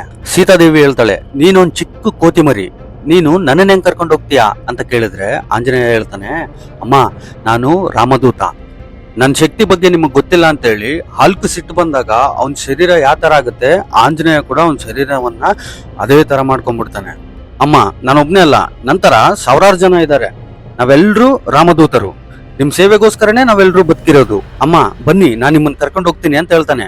ಸೀತಾ ತುಂಬಾ ಶಾಕ್ ಆಗಿ ಆಂಜನೇಯನ್ನೇ ನೋಡ್ತಾ ಇರ್ತಾಳೆ. ಶ್ರೀರಾಮನ್ ಸೈನ್ಯದಲ್ಲಿ ಇಷ್ಟೊಂದು ಶಕ್ತಿವಂತರಿದಾರ ಅಂತ ಸೀತಾ ಮನ್ಸಲ್ಲಿ ಅನ್ಕೊಳ್ತಾ ಇರ್ತಾರೆ. ಆಂಜನೇಯನ್ ಶಕ್ತಿ ನೋಡಿದ್ಮೇಲೆ ಸೀತಾಗ ನಂಬಿಕೆ ಬರುತ್ತೆ. ಆಂಜನೇಯನ್ ಹೇಳ್ತಾಳೆ, ಆಂಜನೇಯ, ನೀನ್ ಇಲ್ಲಿಂದ ಹೋಗಿ ಆ ಶ್ರೀರಾಮನ್ಗೆ ಹೇಳು ನಾನ್ ಚೆನ್ನಾಗೇ ಇದ್ದೀನಿ ಅಂತ. ಆ ರಾವಣನ್ ಜೊತೆ ಯುದ್ಧ ಮಾಡಿ ನಾನು ಇಲ್ಲಿಂದ ಕರ್ಕೊಂಡು ಹೋಗು ಅಂತ ಆ ಶ್ರೀರಾಮಚಂದ್ರ ಮೂರ್ತಿಗೆ ಹೇಳು ಅಂತ ಹೇಳಿ ಅವ್ರ ತಲೆಯಲ್ಲಿರೋ ಚೂಡಮಣಿನ ತೆಗೆದು ಆಂಜನೇಯನ್ ಕೊಡ್ತಾರೆ. ಅಮ್ಮ, ಯುದ್ಧ ಯಾಕೆ, ನಾನ್ ನಿಮ್ಮನ್ನ ಇಲ್ಲಿಂದ ಕರ್ಕೊಂಡು ಹೋಗ್ತೀನಿ ಅಂತ ಆಂಜನೇಯ ಹೇಳ್ತಾನೆ. ಅವಾಗ ಸೀತಾ ಹೇಳ್ತಾರೆ, ರಾವಣ ಯಾರಿಗೂ ಗೊತ್ತಿಲ್ಲಾರ್ದಂಗೆ ನನ್ನನ್ನ ಎತ್ಕೊಂಡ್ ಬಂದಿದ್ದಾನೆ. ಯಾರಿಗೂ ಗೊತ್ತಾಗ್ದೆ ನೀನ್ ನನ್ನ ಕರ್ಕೊಂಡು ಹೋದ್ರೆ ನಿನಗೆ ರಾವಣನ್ಗೆ ವ್ಯತ್ಯಾಸ ಇರಲ್ಲ. ನನ್ಗೆ ತುಂಬಾ ಬಲ ಇದೆ. ನಾನು ಅನ್ಕೊಂಡ್ರೆ ಏನಾದ್ರೂ ಮಾಡ್ಬೋದು. ಯಾವುದೇ ಸ್ತ್ರೀ ಇರಲಿ, ನನ್ನನ್ನ ಖಂಡಿತ ಒಪ್ಕೊಳ್ಳೇಬೇಕು ಅನ್ನೋ ಅಹಂಕಾರ ರಾವಣನ್ಗೆ ತುಂಬಾ ಇದೆ. ಅದನ್ನ ಮುರಿಬೇಕಂದ್ರೆ ಯುದ್ಧ ಆಗ್ಲೇಬೇಕು, ಅದೇ ಧರ್ಮ ಅಂತ ಸೀತಾ ಹೇಳ್ತಾರೆ. ಅವಾಗ ಆಂಜನೇಯ, ಸರಿ ತಾಯಿ, ನೀವ್ ಹೇಳ್ದಂಗೆ ಆಗ್ಲಿ, ನಾನು ಶ್ರೀರಾಮನ್ಗೆ ಹೇಳ್ತೀನಿ. ಬಟ್ ಅದಕ್ಕಿಂತ ಮುಂಚೆ ಈ ಲಂಕಾ ಬಲ ಏನು ಅಂತ ನಾನ್ ತಿಳ್ಕೋಬೇಕು. ನನ್ಗೆ ತುಂಬಾ ಹಸಿವಾಗ್ತಾ ಇದೆ ಅಮ್ಮ ಅಂತ ಹೇಳ್ತಾನೆ.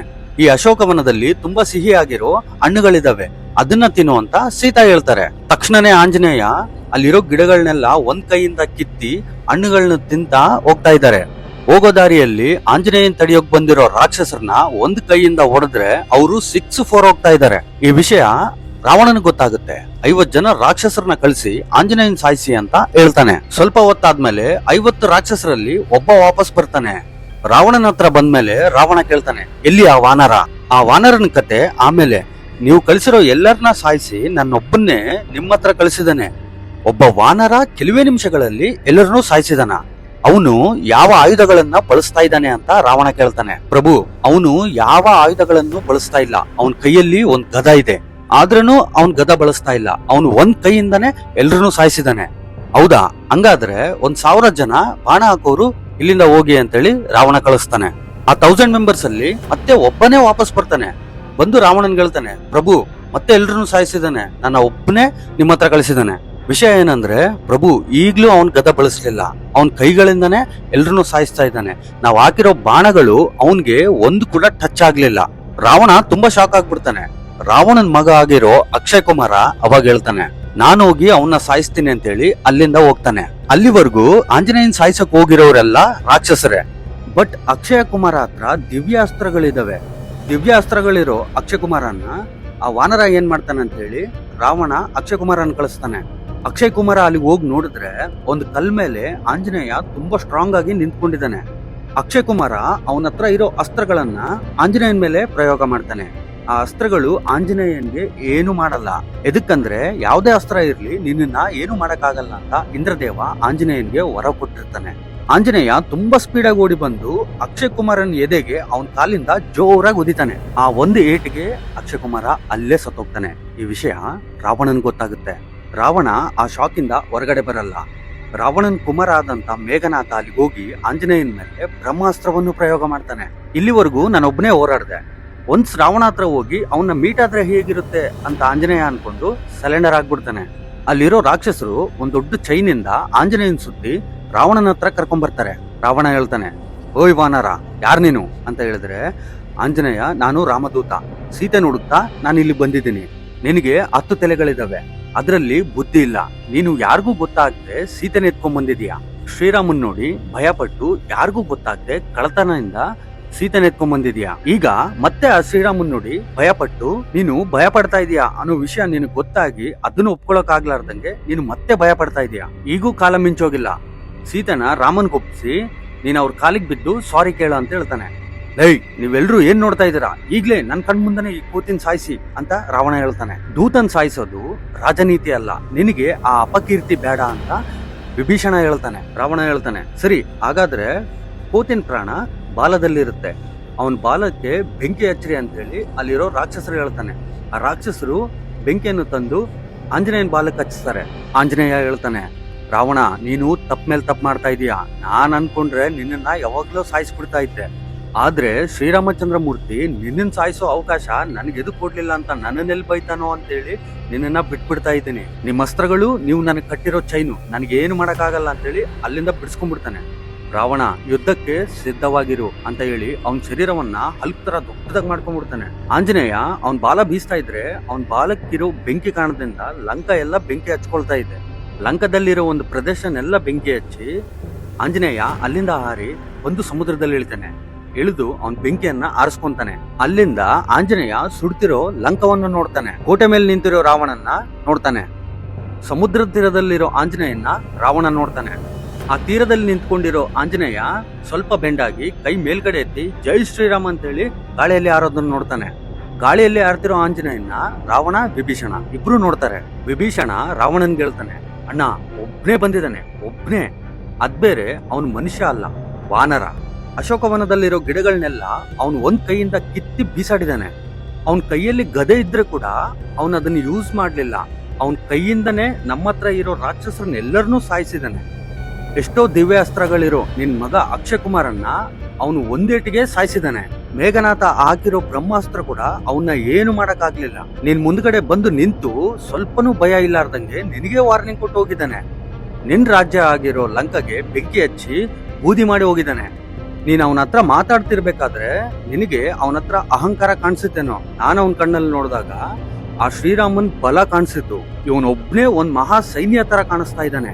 ಇಂಥ ವಾನರಗಳು ಆ ಶ್ರೀರಾಮನ ಹತ್ರ ಎಷ್ಟೋ ಸಾವಿರಾರು ಜನ ಇದ್ದಾರೆ. ನೀನ್ ಸ್ವಲ್ಪ ಯೋಚನೆ ಮಾಡು. ನಮ್ ಲಂಕಾ ಸರ್ವನಾಶ ಆಗ್ಲಾರ್ದಂಗ್ ಇರ್ಬೇಕಂದ್ರೆ ಸೀತನ್ ತಗೊಂಡೋಗಿ ಶ್ರೀರಾಮನ್ ಕೊಟ್ಬಿಡು, ಅವನ್ ಕಾಲಿಗೆ ಬಿದ್ದು ಕ್ಷಮೆ ಕೇಳು ಅಂತ ವಿಭೀಷಣ ರಾವಣನ್ಗೆ ಹೇಳ್ತಾನೆ. ನನ್ ಶತ್ರುನ ನನ್ ಮುಂದನೆ ಹೊಗಳ್ತಾ ಇದ್ದಾನೆ ಅಂತೇಳಿ ರಾವಣನ್ಗೆ ಸ್ವಲ್ಪನೂ ಇಷ್ಟ ಆಗಲ್ಲ. ಲೇ ನಿಲ್ಸು, ನೀನ್ ನನ್ ತಮ್ಮನ, ನೀನ್ ನನ್ ಸೈಡ್ ಇದೀಯಾ ಆ ರಾಮನ್ ಸೈಡ್ ಇದೀಯಾ? ನಾನ್ ಮಾಡಿರೋ ಯುದ್ಧಗಳು ನಾನು ಎಷ್ಟು ಸುಲಭವಾಗಿ ಮಾಡಿದ್ದೀನಿ ಅಂದ್ರೆ ಒಂದ್ ಚಿಕ್ಕ ಇರುಬೆ ಎತ್ತದು ಎಷ್ಟು ಸುಲಭನೋ ಅಷ್ಟು ಸುಲಭವಾಗಿ ನಾನು ಯುದ್ಧಗಳು ಮಾಡಿದ್ದೀನಿ. ಆದ್ರೆ ನನಗೆ ಧೀಟಾಗಿರೋ ಶತ್ರು ನನಗೆ ಸಿಕ್ಕಿರ್ಲಿಲ್ಲ. ಈಗ ಸಿಕ್ಕಿದಾನೆ. ಇವನೇ ನನಗ್ ಕರೆಕ್ಟ್ ಶತ್ರುವು. ನಾನು ರಾಮನ್ ಮೀಟ್ ಆಗ್ಬೇಕು, ನಾನು ಅವನ್ನ ನೋಡ್ಬೇಕು, ಆ ರಾಮನ್ ಜೊತೆ ನಾನು ಯುದ್ಧ ಮಾಡ್ಬೇಕು, ಆ ಯುದ್ಧದಲ್ಲಿ ನಾನ್ ಗೆಲ್ಬೇಕು, ಯುದ್ಧದಲ್ಲಿ ಆ ರಾಮನ್ ಕೈಯಲ್ಲಿ ಸಾಯ್ಬೇಕು, ಅಷ್ಟೇ, ಇನ್ನೇನು ಉಳಿದಿಲ್ಲ. ಇಲ್ಲ ಅಂದ್ರೆ ಈ ಜನ್ಮಕ್ಕೆ ಅರ್ಥ ಇರಲ್ಲ ಅಂತ ಹೇಳ್ತಾನೆ. ಇಲ್ಲಿವರೆಗೂ ಸೀತನ್ ಕರ್ಕೊಂಬಂದಿಲ್ಲಿ ಇಟ್ಟಿದ್ದೀನಿ ಅನ್ನೋ ಕಾರಣಕ್ಕೆ ಯುದ್ಧ ಅಲ್ಲ, ಇನ್ಮೇಲೆ ಸೀತನ್ ಇಲ್ಲೇ ಇಟ್ಕೊಂಡು ಯುದ್ಧ ಮಾಡ್ತೀನಿ. ಬರ್ಲಿ, ಅದ್ ಯಾರು ಬರ್ತಾರೋ ನಾನು ನೋಡ್ತೀನಿ. ಇನ್ನು ಯುದ್ಧ ಆಗ್ಲೇಬೇಕು. ಆಂಜನೇಯ ವಾಯುವೇಗದಿಂದ ಹಾರಿ ಬಂದು ಕಿಷ್ಕಿಂಧದಲ್ಲಿ ಇಳಿತಾನೆ. ಇಳಿದು ಓಡ್ತಾ ರಾಮನ ಹತ್ರ ಹೋಗ್ತಾನೆ. ರಾಮನ ಹತ್ರ ಹೋಗಿ, ಸ್ವಾಮಿ ನಾನು ಸೀತನ್ ನೋಡಿದ್ದೀನಿ, ಇದು ಸೀತಂದು ಚೂಡಮಣಿ ಅಂತೇಳಿ ಶ್ರೀರಾಮನ್ ಕೊಡ್ತಾನೆ. ಅದನ್ನ ಕೇಳಿ ಶ್ರೀರಾಮ ತುಂಬಾ ಖುಷಿ ಆಗ್ತಾನೆ. ಎದಕ್ಕಂದ್ರೆ ಸೀತನ್ ಹುಡ್ಕೋಕೆ ಯಾರೇ ಹೋಗ್ಲಿ ವಾಪಸ್ ಬಂದು ಸೀತಾ ನನಗೆ ಕಣ್ಣಿಗೆ ಕಾಣಿಸ್ಲಿಲ್ಲ ಅಂತಾನೆ ಹೇಳಿದಾರೆ.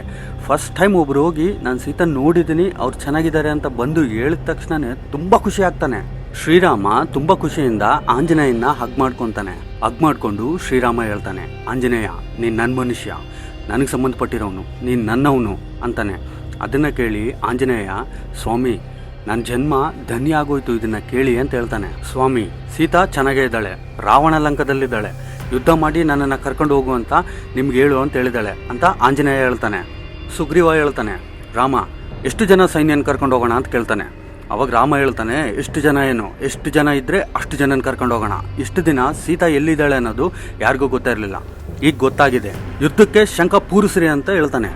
ಆಂಜನೇಯ ದಾರಿ ತೋರಿಸ್ತಾ ರಾಮ ಲಕ್ಷ್ಮಣನ್ನ ವಾನರ ಸೇನನ ಕರ್ಕೊಂಡು ಒಂದು ಸಮುದ್ರ ತೀರಕ್ಕೆ ಬರ್ತಾನೆ. ಆಂಜನೇಯ ಸಮುದ್ರ ತೀರಕ್ಕೆ ಕರ್ಕೊಂಡ್ಬಂದು ಹೇಳ್ತಾನೆ, ಈ ಸಮುದ್ರ ದಾಟಿ ನಾವು ಲಂಕಾಗ್ ಹೋಗ್ಬೇಕು ಅಂತ ಕೇಳ್ತಾನೆ. ಅದನ್ನ ಕೇಳಿ ರಾಮ ಶಾಕ್ ಆಗ್ತಾನೆ. ಶಾಕ್ ಆಗಿ, ಸಮುದ್ರ ದಾಟಿ ಹೋಗ್ಬೇಕಾ, ನೀನ್ ಯಾವ ತರ ಇಲ್ಲಿಂದ ಆ ಕಡೆ ಓದಿ ಅಂತ ಕೇಳ್ತಾನೆ. ಆಂಜನೇಯ ಹೇಳ್ತಾನೆ, ಸ್ವಾಮಿ ನಾನು ಇಲ್ಲಿಂದ ಆರ್ತಾ ಲಂಕಕ್ಕೆ ಹೋಗಿದ್ದೀನಿ ಅಂತ ಹೇಳ್ತಾನೆ. ನಿನಗೆ ಅಷ್ಟೊಂದು ಶಕ್ತಿ ಇದೆನಾ ಅಂತ ರಾಮ ಕೇಳ್ತಾನೆ.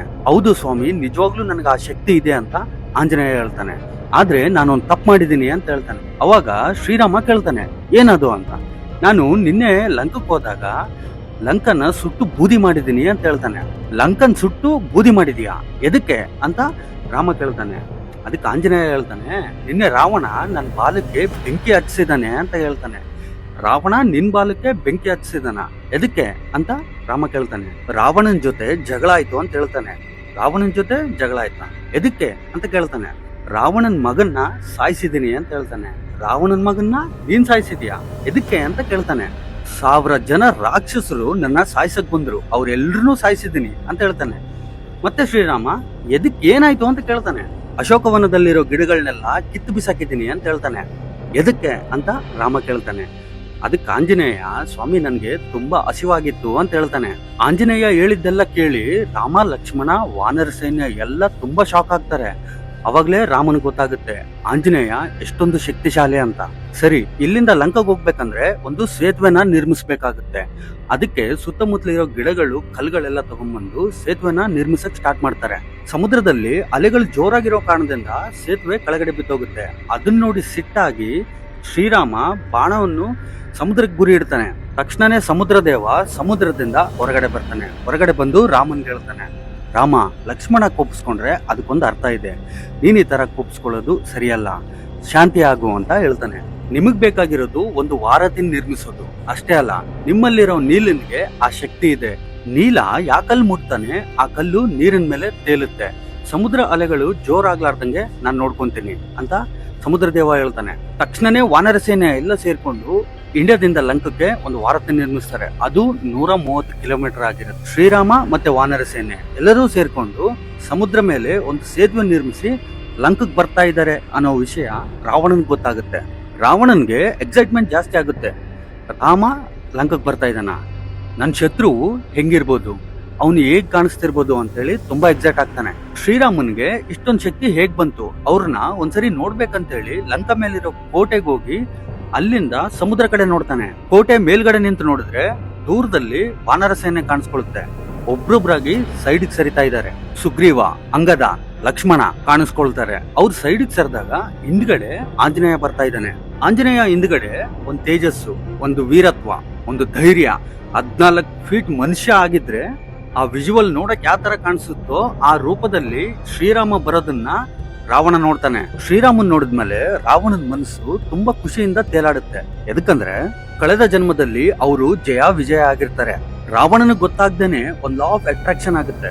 ರಾವಣ ಅನ್ಕೊಂತಾನೆ, ಆಹಾ ರಾಮ ಎಷ್ಟೊಂದು ಸುಂದರವಾಗಿದ್ದಾನೆ, ಅದಕ್ಕೆ ಸೀತಾ ನನ್ ಕಡೆ ತಿರುಗು ನೋಡ್ತಾ ಇಲ್ಲ.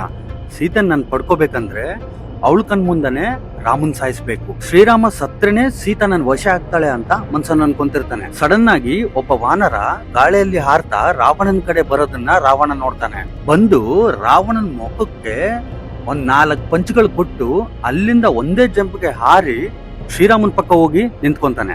ಆ ವಾನರನೇ ಸುಗ್ರೀವ. ಸುಗ್ರೀವ ಯಾಕೆ ಈ ತರ ಮಾಡ್ದಿ ಅಂತ ರಾಮ ಕೇಳ್ತಾನೆ.